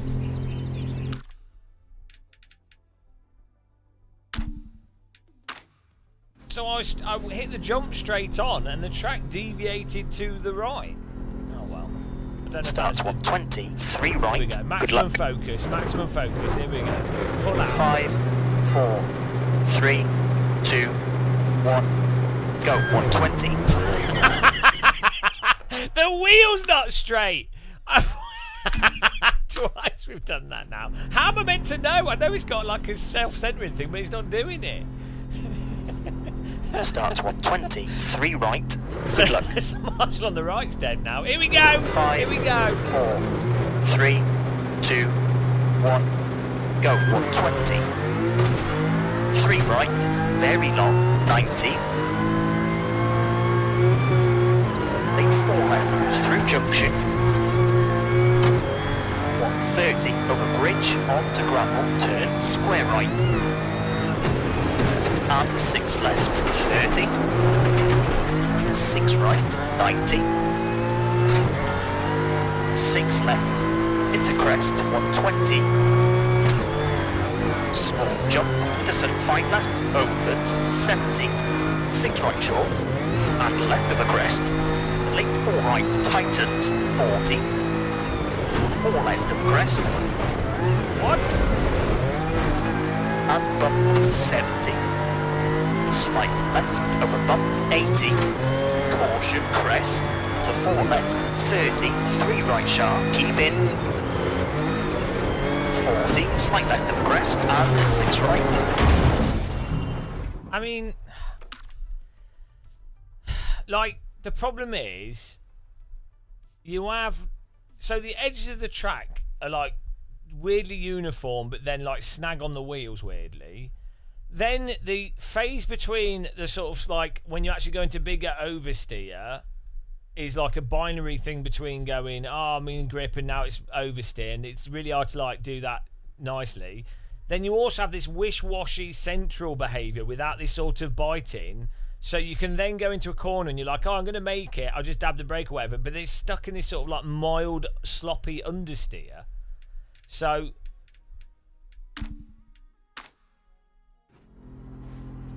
it's like the car wants to be driven both like a bitey car, but then also sloppy car. Starts Like 120, 3 right, good luck. You're having to consider, like, I don't know, we'll try again. 3, 2, 1, go. 120. 3 right, very long, 90. Late 4 left, through junction.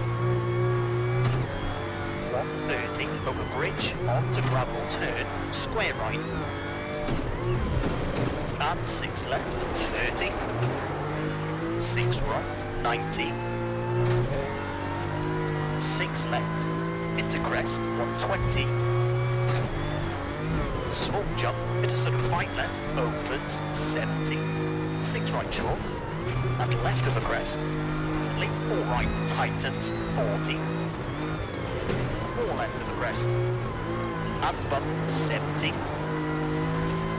Slight left of a bump, 80. Caution, crest, to 4 left, 30. 3 right sharp, keep in. 40, slight left of a crest. And 6 right, and late 5 left of a crest. And slight right, 50. Crest, 80. Late 6 left of a crest, don't cut, 80. Slight right, 90.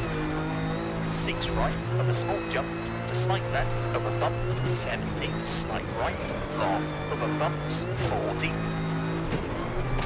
5 left, short of a crest, brake, 40. 3 right, into bump, 70. Late 4 left. And crest, 100. Brake, slight right, and 3 left, long tightens. And right of the crest, 30.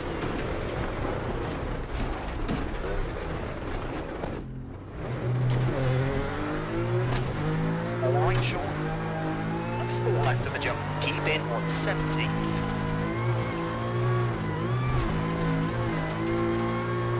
crest, 160. 6 right, brake and small jump to 4 right, long, into bump 50. 4 right, and 2 left, 80. Small crest, and slight right, 40. 6 left, 130. Left of the crest, 200 over bumps. 5 left, through dip, don't cut, 120. Caution crest. And 5 left short, 70. Slight right, over bumps, 100. Small jump, 150. 6 right to the jump, opens long. 160, slowing. 5 left, long tightens. And turn square right, 30. 6 right to the crest, 80.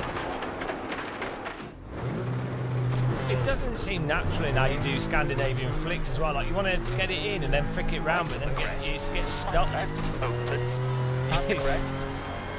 To slight right, long, over bumps, and crest, 220. Right of a crest, to slight right, slowing, 60, unseen, 4 left, opens. 120. Caution, 6 left of the crest, and sudden 3 right, opens, and 4 right. 50, 6 left, opens of a crest, 90. 5 left short, 40. Caution, right of a jump, into 6 left, 40. 6 right, 160. Crest, and 3 right, half long. And crest, to slight left, 70. 5 right, through junction, 70. Slight left, slowing, 60. Small crest. And 3 left, tightens, keep in, and See, 70. fastest way to take that corner. 2 right short, to 3 left of the crest, 40. Caution, long crest. Into early 3 left, at junction. And late 3 right, 40. Left of the crest, 70. Small jump, 100. 3 right, 70. Small crest, 240, over bumps.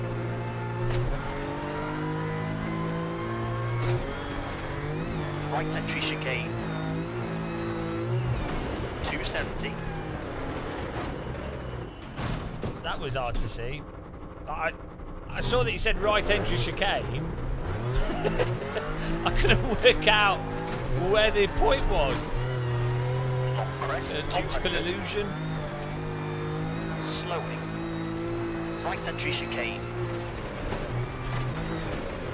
That's And well 5 weird. left, extra long, Those chevrons over do bumps. not help. 50. Those chevrons just make your eyes light. You're like, hang on a minute, what's going on? Slight right, 300. I need to test it in VR. I could get my VR headset. See what it's like. Slowing, left over bump, 80. Right entry chicane, 50. Slight right, Maybe it's the 40. shading on the ones in the background. I don't know. It's weird. It's hard to really see the entry points. Sub 5 right, into turn, 1 left, around Bales, to 2 right short, 180.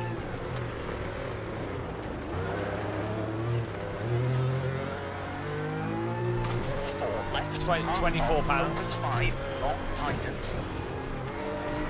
And 3 right, tightens, pass junction, 100. Bump. And 5 left, half long, tightens, 120. Unseen, 3 right, long. And crest, 90. Small jump, 300. I think the key with this vehicle is you have to drive it in a sort of somewhat passive 5 way. left, long, tightens of the crest.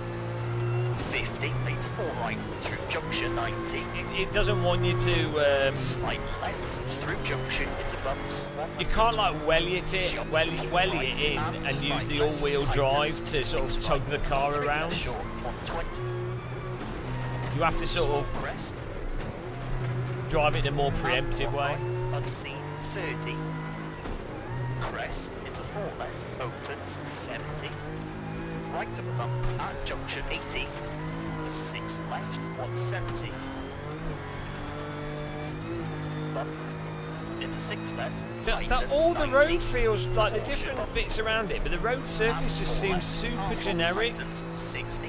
If 4 it- right, You see what I mean? Like the whole of this track has just felt like I'm driving on 180. exactly the same sort of. 3 left, keep in.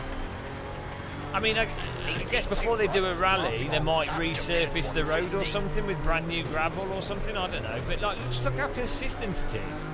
5 right, half long, opens. Over finish, 150 to stop. It's weird. It's like someone's got a location That's an 8 minute, 48, and then has drawn a spline through it, and then has done generate road along that spline. The road just feels like the width of it just feels like super uniform, and as a result, it's like there's no personality to the road surface. Like if you compare it to Richard Burns Rally, Dirt Rally 1, Dirt Rally 2, random mod tracks in RBR, random mod locations in AC, it just like carpety road. Yeah, it's hard to explain. I mean, you do get like new roads that are nicely surfaced in real life, but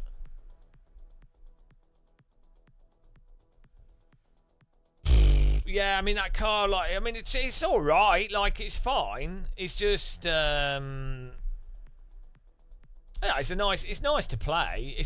The problem is if you have to delete from your brain all your experience of Richard Burns Rally, Dirt Rally 1, Dirt Rally 2, random stuff in AC. Delete all of that. Or even in BeamNG, like the islands, just those roads that going around the islands, they feel like real places to some extent, and even they're somewhat generic. Yeah, it looks bright because the contrast is mental because the cockpit of this car is so small. So it's doing the weird stuff with the brightness.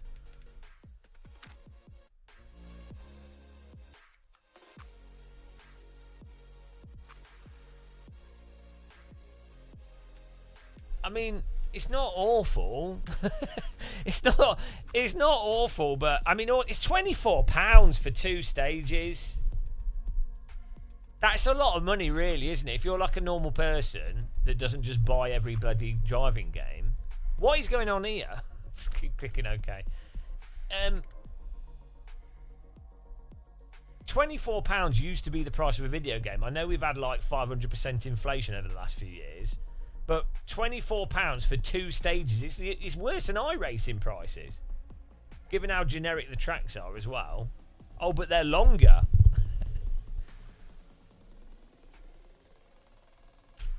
I mean, maybe they actually find. I mean, it seems to be running a little bit better than it used to, frame rate wise, but it could just be the stage.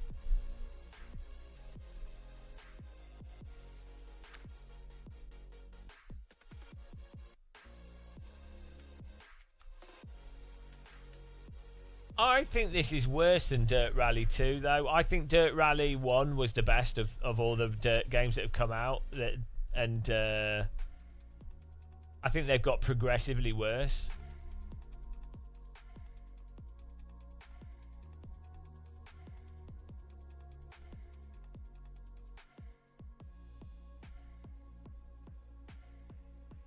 Yeah, 2 locations. It's 2 16, or let's say 2 18-kilometer stages. That's what it is. So it's basically 2 stages. But I mean, 18 kilometers is a lot to model, and there are different things in the scenery, but the roads, you wouldn't notice if they'd repeated the start and the end of a bit of road on some of those stages. You wouldn't notice because it looks so generic.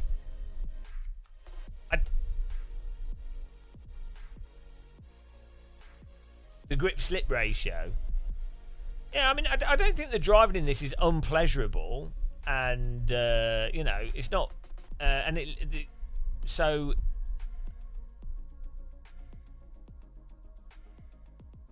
Yeah, Dirt Rally 1 issues was like edges of tracks would fire your car into the air randomly, and there were some hidden objects. There was some weird stuff with some of the cars as well, but still. Okay, let's try a rear wheel drive car. Okay. What was it? Poland. What's a good rear wheel drive car for us to do?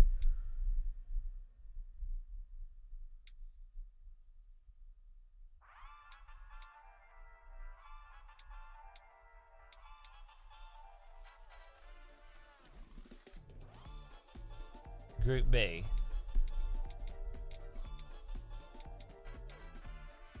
Rear wheel drive, okay.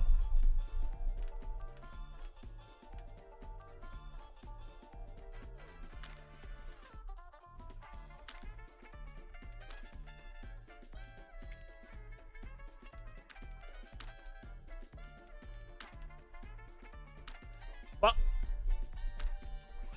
Oh. User interface. Ah, this is what I drove last time when I was playing the single player. Maybe it was the last Dirt game. What should we go for? I mean, these cars look nice. Should go for what do we go for, guys? You pick. 430. Jeez. You would have to be insane to drive these in real life.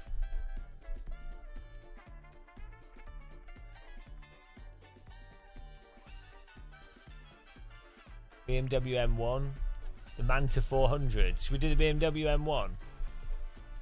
Okay.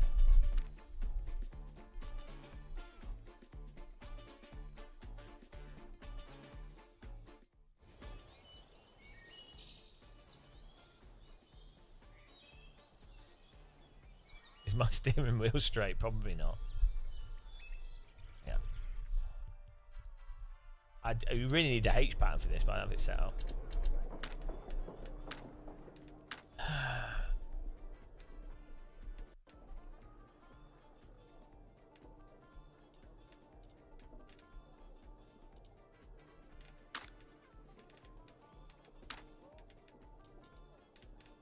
It's weird. Brake bias is pretty far back by default in this.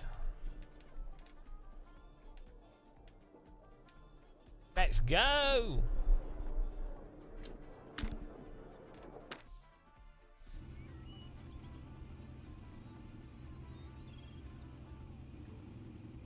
Okay.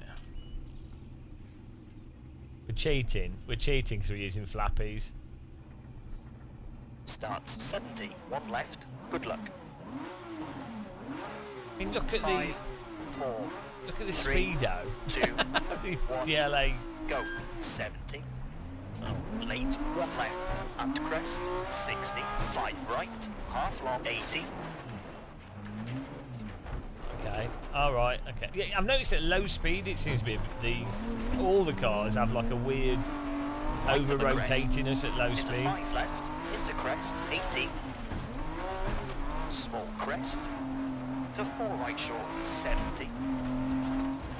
Slight left of a jump. 100. Small jump to 4 right short, 120 bumps. Slight right, 40, 5 right to the jump, opens, keep in, 130. Oh, it's getting stuck. Square left, don't cut. Yeah, this actually magnifies the sort of the physics seem to get stuck in like various Jump, keep left, conditions a bit. Slight left, 70, slowing. Left of a jump and 5 right to turn, hairpin left onto tarmac. Like it has a really sort of wish-washy right, tightens, vagueness to the handling.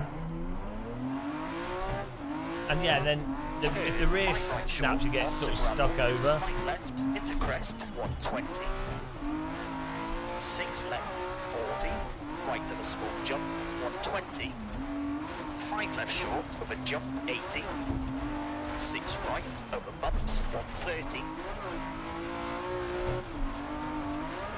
6 right to the crest, 70. 5 left, 40. Small jump, 200. Jump, slowing, 80, 4 right, tightens, 100. Small crest, 40, turn, 1 right. And 2 right. And 6 left, 30. Left It's of a not jump, like you're driving 40, 6 on left the of a jump, throttle properly to with the right rear of coming crest, out on the so then 2 throttle. left, What 70. you're doing is you're getting into like an initiated Right of a slide, crest, 40. and 3 right sharp. yeah, it's like you're not driving on the throttle properly in And this turn, game. hairpin left, short. 40, crest, into 6 left. It's hard to 70. explain. Caution, square right, don't cut. 30, crest, into dip. And small jump, 100, slowing. Crest, 60, turn square. Basically, sharp, I'm having to round drive. bend, I feel like I'm 120, going to miss long that. crest, 180. That's me, missed the break point. I feel like you have to drive everything in this almost as if they're front-wheel drive cars, in a sense.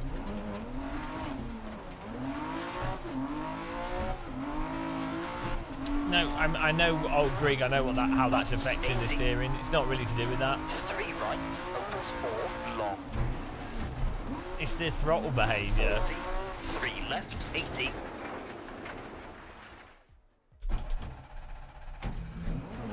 And then the rear behaviour when the rears go over like the limit basically, or like are in more slip.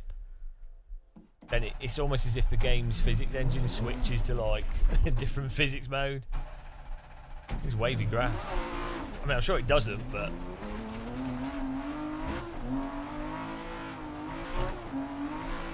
Crest, 200.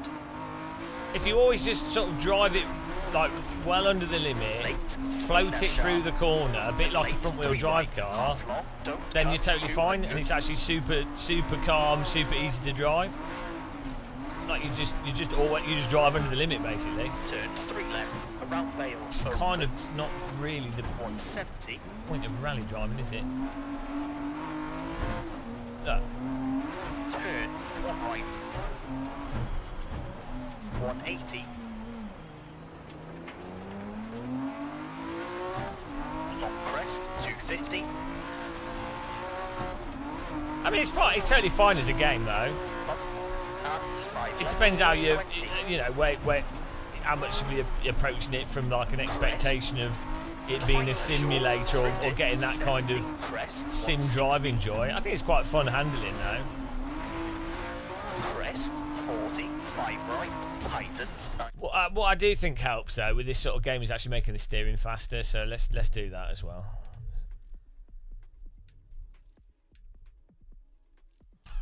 No, I don't think it's like, at least technically the game's working now. It seems a bit heavy, like you need a fast computer. So my biggest gripe, basically with games, you obviously have like your subjective enjoyment of a video game, like my personal subjective thing from my experience and everything. That's one thing. For me, I'm not enjoying this that much. I don't think it's terrible. I like rally cars, I like the stages. I normally do really like rally, so it's probably a pretty shit game if you're a proper sim racer type person fan. So for me, not very good on my own personal subjective view. However, at least technically, apart from it requiring a fast computer to get good frame rates, we're not getting stupid stutter stuff. It seems quite playable. The cars are generally drivable. I could see a lot of people having fun with it.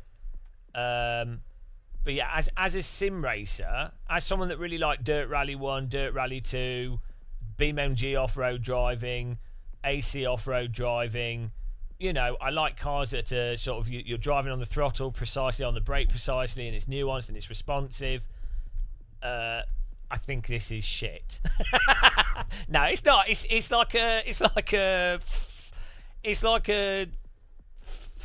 mediocre. It's just utterly mediocre. Whereas Dirt Rally 1 and 2 were like, oh, this is awesome. They're not perfect, but they were like, oh, you know, awesome.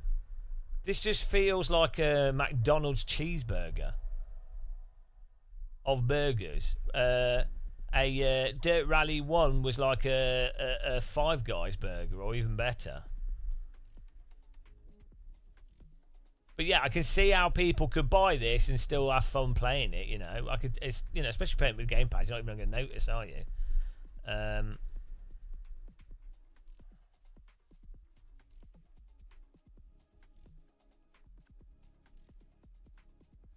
Well, yeah, but you probably like the handling because it's quite approachable to drive. If you're not really used to being super precise on the throttle or super precise on the brake or really wanting to like really navigate it and everything, or like have really good responsiveness to it, you probably won't care, because this is actually, if you're just driving slightly under the limit or like within its sort of zone of little bit of slip, it's very predictable, it's sliding a bit, it's quite satisfying. But if you try and actually drive the car to its actual maximum capacity, it just falls apart immediately. So, I think that's where you'll get a big divide with this game, where a lot of people could play it and be like, oh, I'm in the zone, I'm really enjoying how it drives, you're sliding a bit, you're getting to flow, you're doing the corners. I can see why that you don't need to yeah, no, I'm not a real rally driver, so you can't make any informed view on anything. Right. Turn one left, unseen, around Vale, onto tarmac, and late 5 right, 80.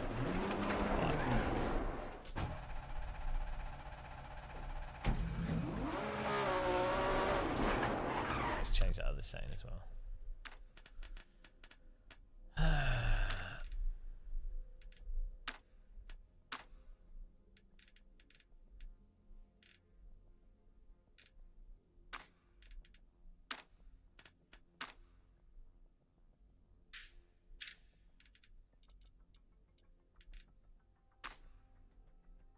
Oh, yeah. I mean, I don't know what the single player's like now, but I could see if you're just going to play through it as well.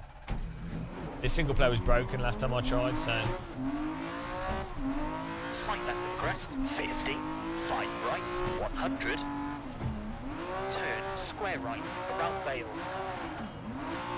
150.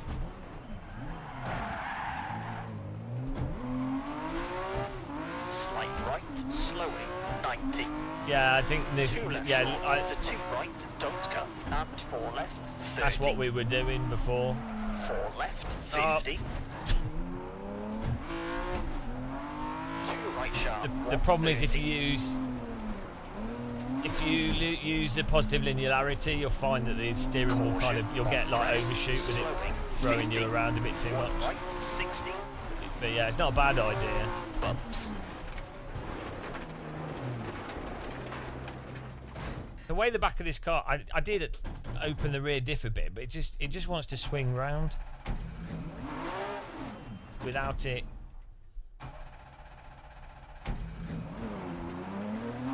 It doesn't swing around in other situations though. And crest into slight right, long. And crest, 100. Small jump into 4 right, 50. Slight left, 80. I mean, we did move the brake bias a bit far back, so maybe that's inducing that oversteer, but you'd think you'd get a bit of a tug from the wheel before, but let's try changing the brake bias again.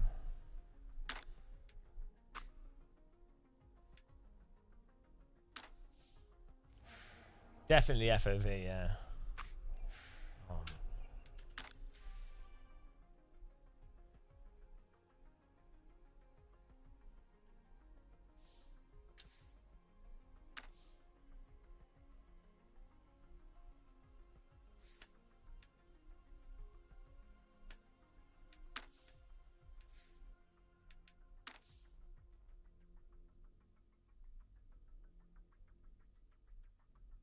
Yeah, so the thing is, what all-wheel drive does, it really helps with driving games in the balancing the vehicle out, because all the wheels have power. It stabilises the vehicles a lot.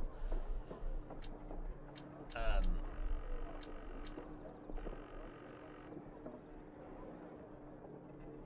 think it produces a more inherently. So it's weird because rear-wheel drive cars, in a sense, surprisingly drive like all-wheel drive cars.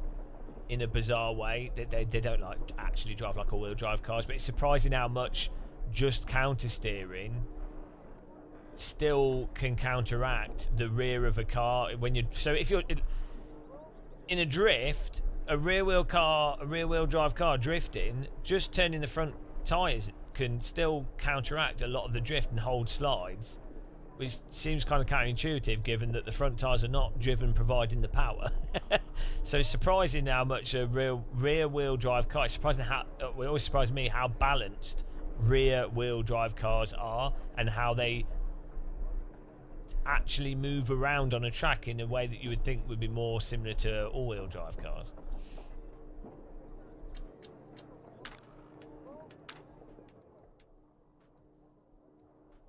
Have I ever driven a real car? No, never driven anything. Right, we're gonna put the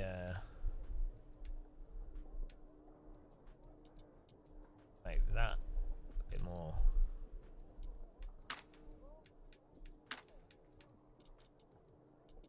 What is a car?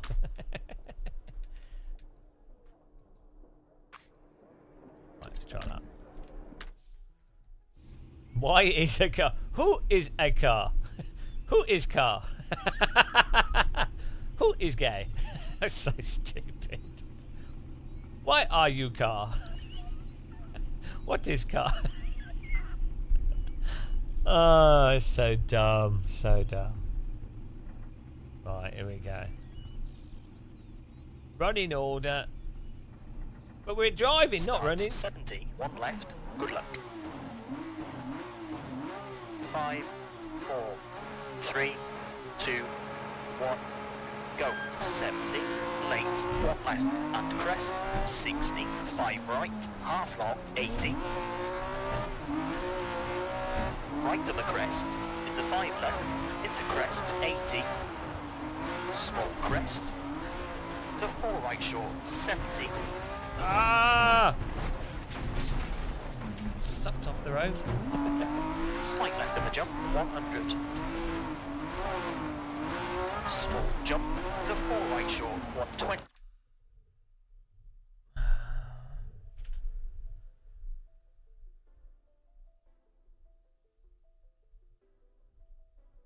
Bumps.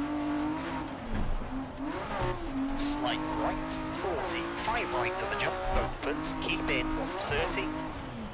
Turn square left, don't cut. 100. Jump, keep left, and slight right. It's Slight like left, you also, 70, so the counter slowing. steering this, oh my goodness. Left of a jump. The counter steering And 5 this right. wants you Turn to, hairpin left onto tarmac. when the back comes out, you have to massively 5 right, counter steer, tightens, like 130. really, really aggressively counter steer. That's disproportionate to the counter steer Turn 5 right short. in the other onto gravel, situations. slight left into crest, 120. 6 left, 40. Right of a small jump, 120.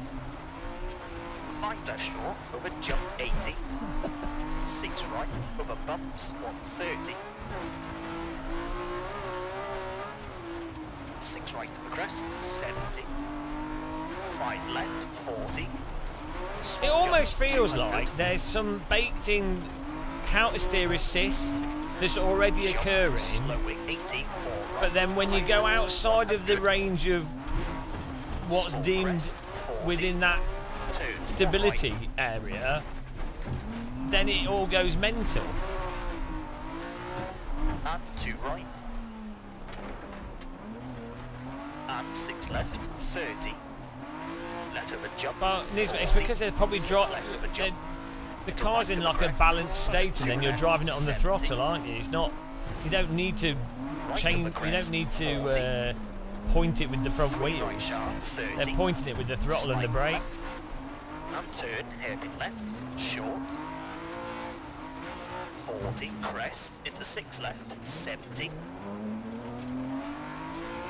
Caution, square right, don't cut, 30.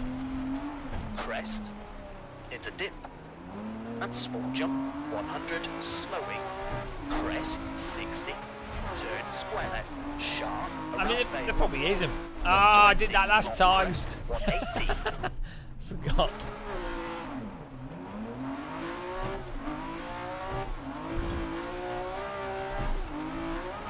Bumps 80. 3 right, opens 4, long. 40. 3 left, 80.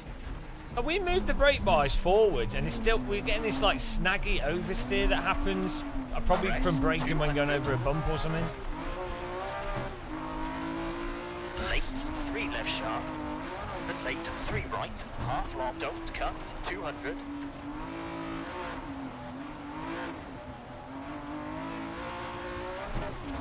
Turn 3 left, around Vale, opens. 170.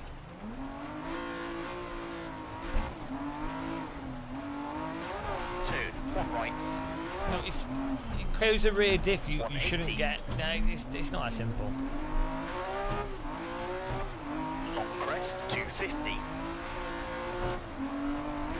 The diff coast is more closed anyway from what we had it before. And 5 left, 120. Even so, even if you had it moderately open, like the way the car handles in this situation, so you don't need to fully open, fully close, or change setup to know if something is a bit mental, because you can tell what a car's doing in one situation to then be like, how should it proportionately handle in the other situation, if that makes sense. Like,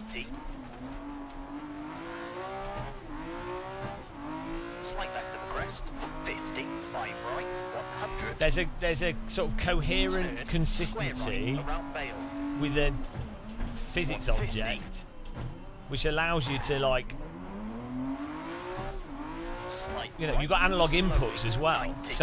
So if you've got too much oversteer from the diff being too open, well, you can just turn in less, you can load the car in less, you can brake lighter, you can brake less whilst turning less, and so you can. That's as a driver, you just drive differently based on your setup, but you 1 right, 60. yeah. Bumps. And 1 left, tightens. And crest to slight right. Yeah, it's weird, that reflection. I mean, the reflection, I think, is reflecting the bonnet 100. flopping up and down. Small jump to 4 right, 50. Slight left, 80. 6 left, long. Tightens, 170. Slowing. Turn square right, unseen. 40, 4 left short of a crest, 1. Let's try the slower car. The Subaru again. Oh, I do not want to save. I just want to.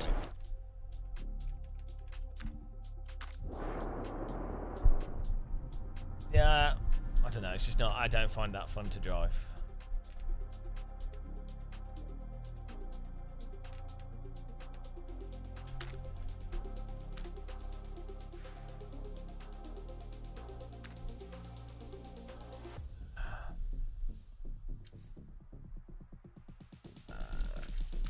I'm going to do the Subaru Impreza again. I think that's more of a generally floaty car. Slower cars are generally easier to do. All-wheel drive, slower cars, they'll be more fun to. I mean, you could just play that with that, can't you? You can play through the game using that, so.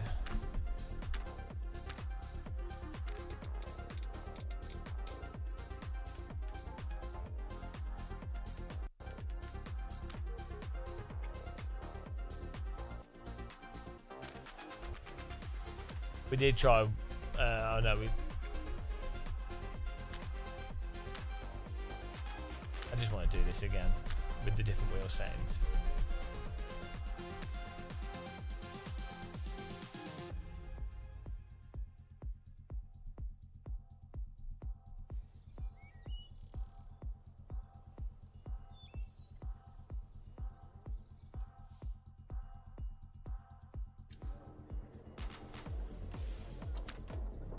Yeah.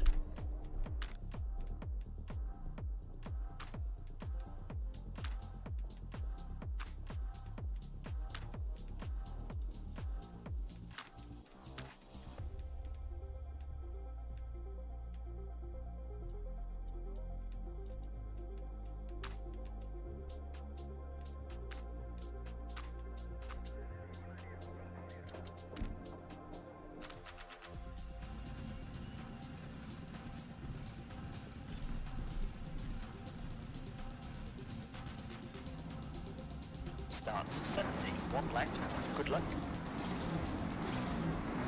5, 4, 3, 2, 1, go. 70, late, one left, and crest, 60, 5 right, half long, 80.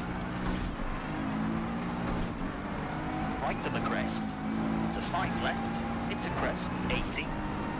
Small crest, to 4 right short, 70. Slight left of the jump, 100. Small jump, to 4 right short, 120, bumps. Slight right, 40. 5 right of the jump, opens, keep in, 130. Turn square left, don't cut. Oh, flew. Flying. 100. Fine. Jump, keep left. Well, I fully expect it to, Slight left, Richard. 70. It's Slowing, gonna be. left of the I honestly, jump, it'll be and 5 hilarious. right. Into turn, hairpin left, onto tarmac. And 5 right, tightens, 130. Turn, 5 right short, onto gravel. Well, I'm gonna be into playing. left, I'm looking forward to crest, Flight Sim, to be honest. 6 left, 40. Right of the small jump, 120. 5 left short of a jump, 80. 6 right over bumps, 130. Thanks for following. Welcome. Was that a 6 right subscription? I reverse, can't. 70. Yeah, I mean, this still has the same behaviour as that rear-wheel drive 5 car, left, 40. where it's. If you're in this particular space with the handling, you can just sort of go around the track and slide a bit, and it's nice and stable and all great, hunky-dory. But it feels like the car's driving itself, and you're not driving it. It feels like there's like auto drive on it to some degree, like an automatic stability control. It's really weird. Jump, slowing, 80. And 4 right, tightens, 100. but then as soon as you start trying to like actually give it, you know, you're actually trying to drive it more yourself, 1 right, it feels like you're trying to get the game to do what it doesn't want to do, and you're going outside of its permissible 6 physics. left, 30. The throttle response, 40, even, I mean, 6 left of a jump. it's like it doesn't want me to drive the car precisely on the throttle to rotate it through the corners. Right of the crest, 40. 3 right sharp, 30. Slight left. And if you try and set the car up into more aggressive slip, you then induce the 40, rear crest, grip loss 6 left, 70. situation with the physics, where it's like, oh no, it like mega rear grip loss. 30. And then through some of the corners, if you haven't set up the corner 100. and you're on the brakes just right, Crest, you get this 60. weird, like vague, somewhat understeer, mid-corner understeer behaviour, which just means you slide off the track in an annoying way. And you can't like wrench the steering and use the throttle to all-wheel drive avoid it. So Bumps, 80. I can see why people could really enjoy driving this, because if you're fully, you know, you drive it how it wants to be driven, 3 left, you stay well within its sort of crest, thing, 200. and then you can zoom along quite nicely. Like you can actually turn off, and it's quite stable, Late, so it can make you feel like you're. and late, 3 right, half long, don't cut, 200. It kind of follows the track by itself, in a sense. It's really weird. Turn 3 left, around Vale, opens, 170. Turn 1 right, 180. Long crest, 250.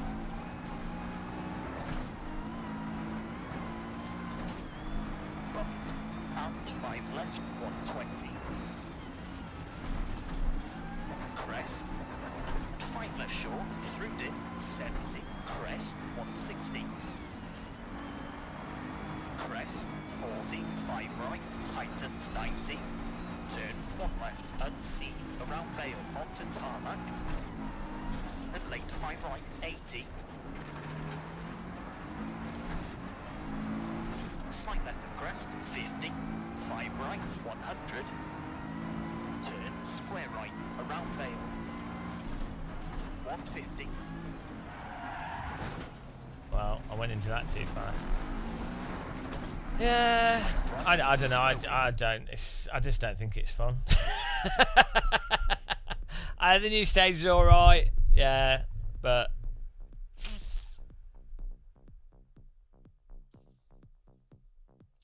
yeah, it's oh yeah. What career stuff is there? What can you go through? Is it career mode? No, hang on. It's another Unreal. Maybe it's Unreal Engine making everything vague as usual. Right, what do you get? Oh, we can continue. Yeah, it's still the same thing. Yeah, you just go through this benefactor stuff or whatever. Calendar, pick events. It's fine. Oh no, actually this was crap, wasn't it? I forgot. It was really uninspired and just like really, yeah. It was like, where's the like real sense of nice progress? It was just like what about daily races or whatever? Like that was fun in Dirt Rally.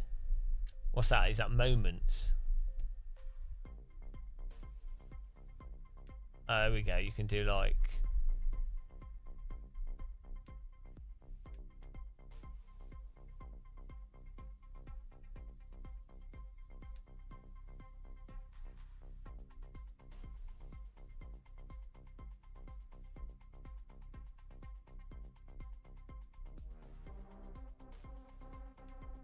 okay, so they're like challenges, I think.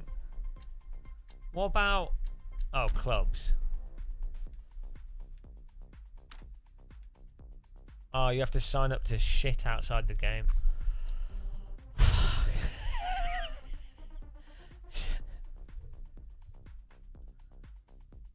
Or do you? Is there something else?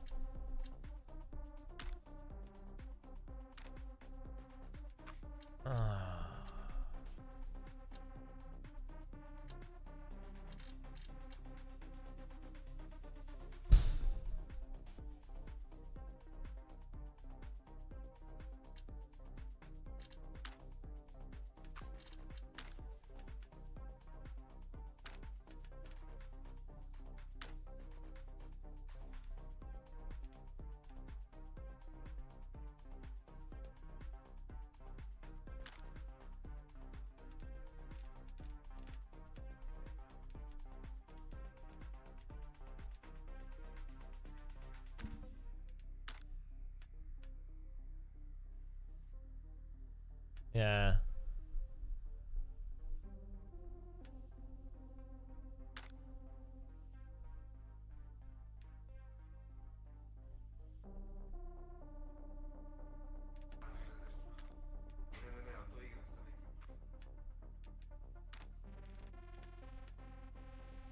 Oh, I just can't be bothered with this.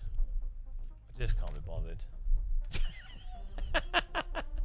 I just can't be bothered. Like, there's just nothing in. It's just so uninspired.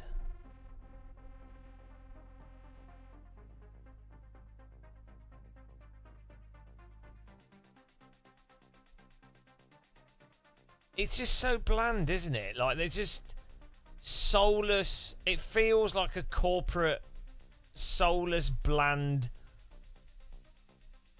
It's just soulless. it's like everything about it. Like, I'm sure the people worked really hard on it, and you know, with the time they had, but this screen right here just looks like some generic mobile phone game screen. It's like, oh, free to play WRC mobile phone game. Oh, that's nice. I'm 12 and I like rally cars. Oh, look, I can do a little bit of rally on my phone. That'd be great. Why is it so zoomed in as well? Just Oh, because we have to display the driver's avatar. Why? Because we have to have a justification for the stupid clothing bollocks that we've added to the game, which nobody plays driving games for hats and clothing. Well, maybe they do. Maybe I'm just old. Maybe I've lost the plot. Who buys a driving game primarily or with the focus on the clothing items? It's just for investors, isn't it? But EA are the investor. They're the publisher. Why they don't need... Oh! Surely the cars are the stars in a driving game. In a rally game, the cars and the location. Or the current rally champion is the star. Like Richard Burns Rally. The loading screen had Richard Burns stood next to the co-driver. Which made sense because you're like, oh God, I get to pretend to be Richard Burns and he's bloody good driver. And he's a legend. And there's his car. There's the best driver and the car. And I get to pretend to be Richard Burns. And that is appealing. It's not, oh, what can I dress Richard... I mean, actually, it'd be quite funny if you could have the real driver and then you could dress him up stupid. That'd actually be funny. But, gaming, guys. It's so bad. It's so mediocre. Oh well. It is what it is. Says well. God, jeez. Right, I'm done with this. I'm done with it. Like I wasn't expecting amazing stuff. It runs. I can see how people can play it. We'll do a review video talking about summarising our thoughts.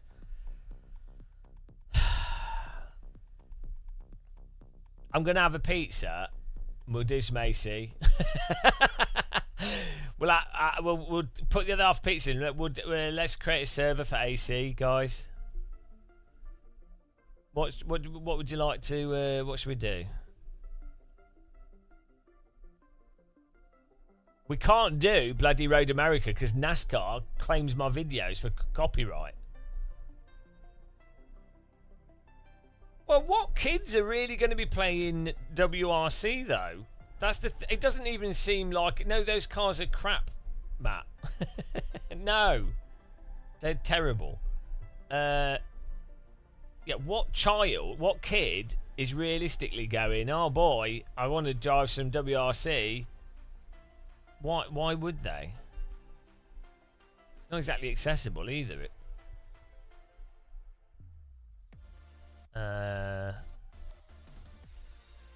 There we go. We've got a server up. No, I'm not driving a bloody... No. I need something good. My brain's falling out. We've got the servers up here. Brands Hatch, guys.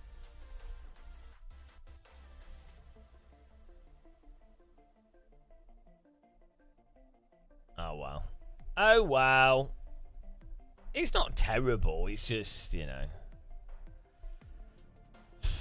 I mean, you can load it up. You can do some stages. It's fine, I guess.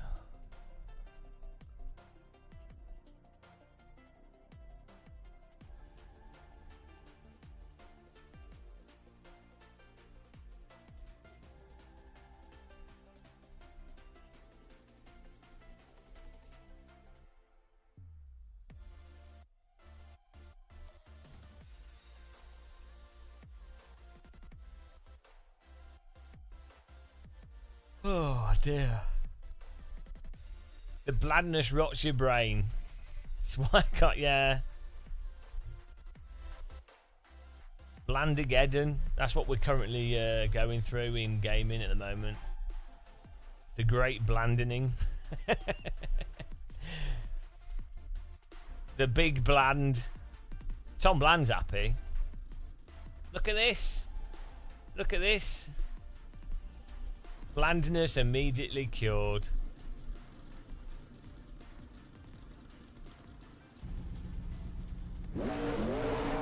Oh wow. Immediate detail. And that blandness removed. The bland has been defeated instantaneously.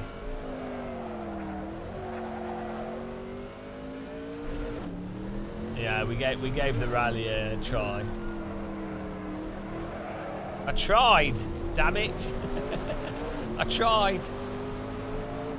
It was interesting.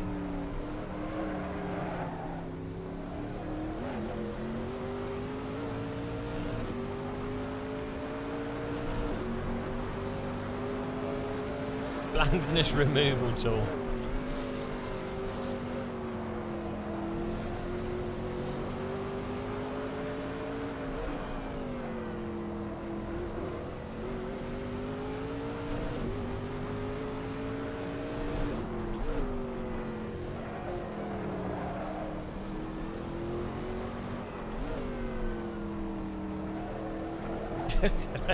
Yeah, they really transformed the game.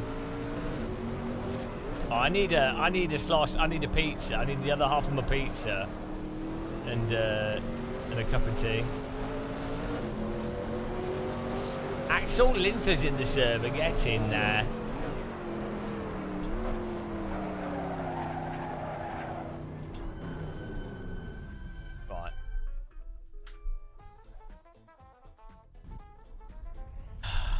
In a minute, I'm going to get a cup of tea.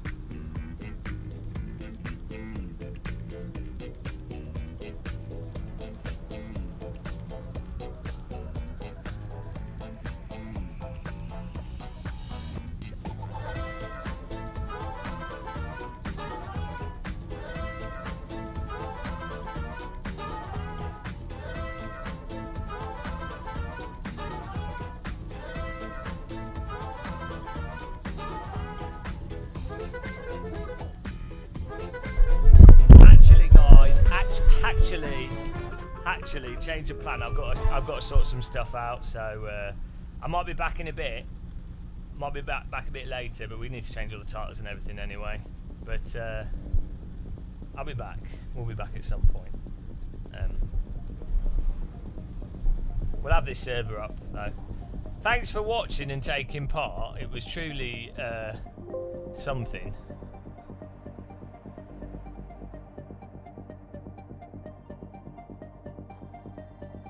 Where's Matt?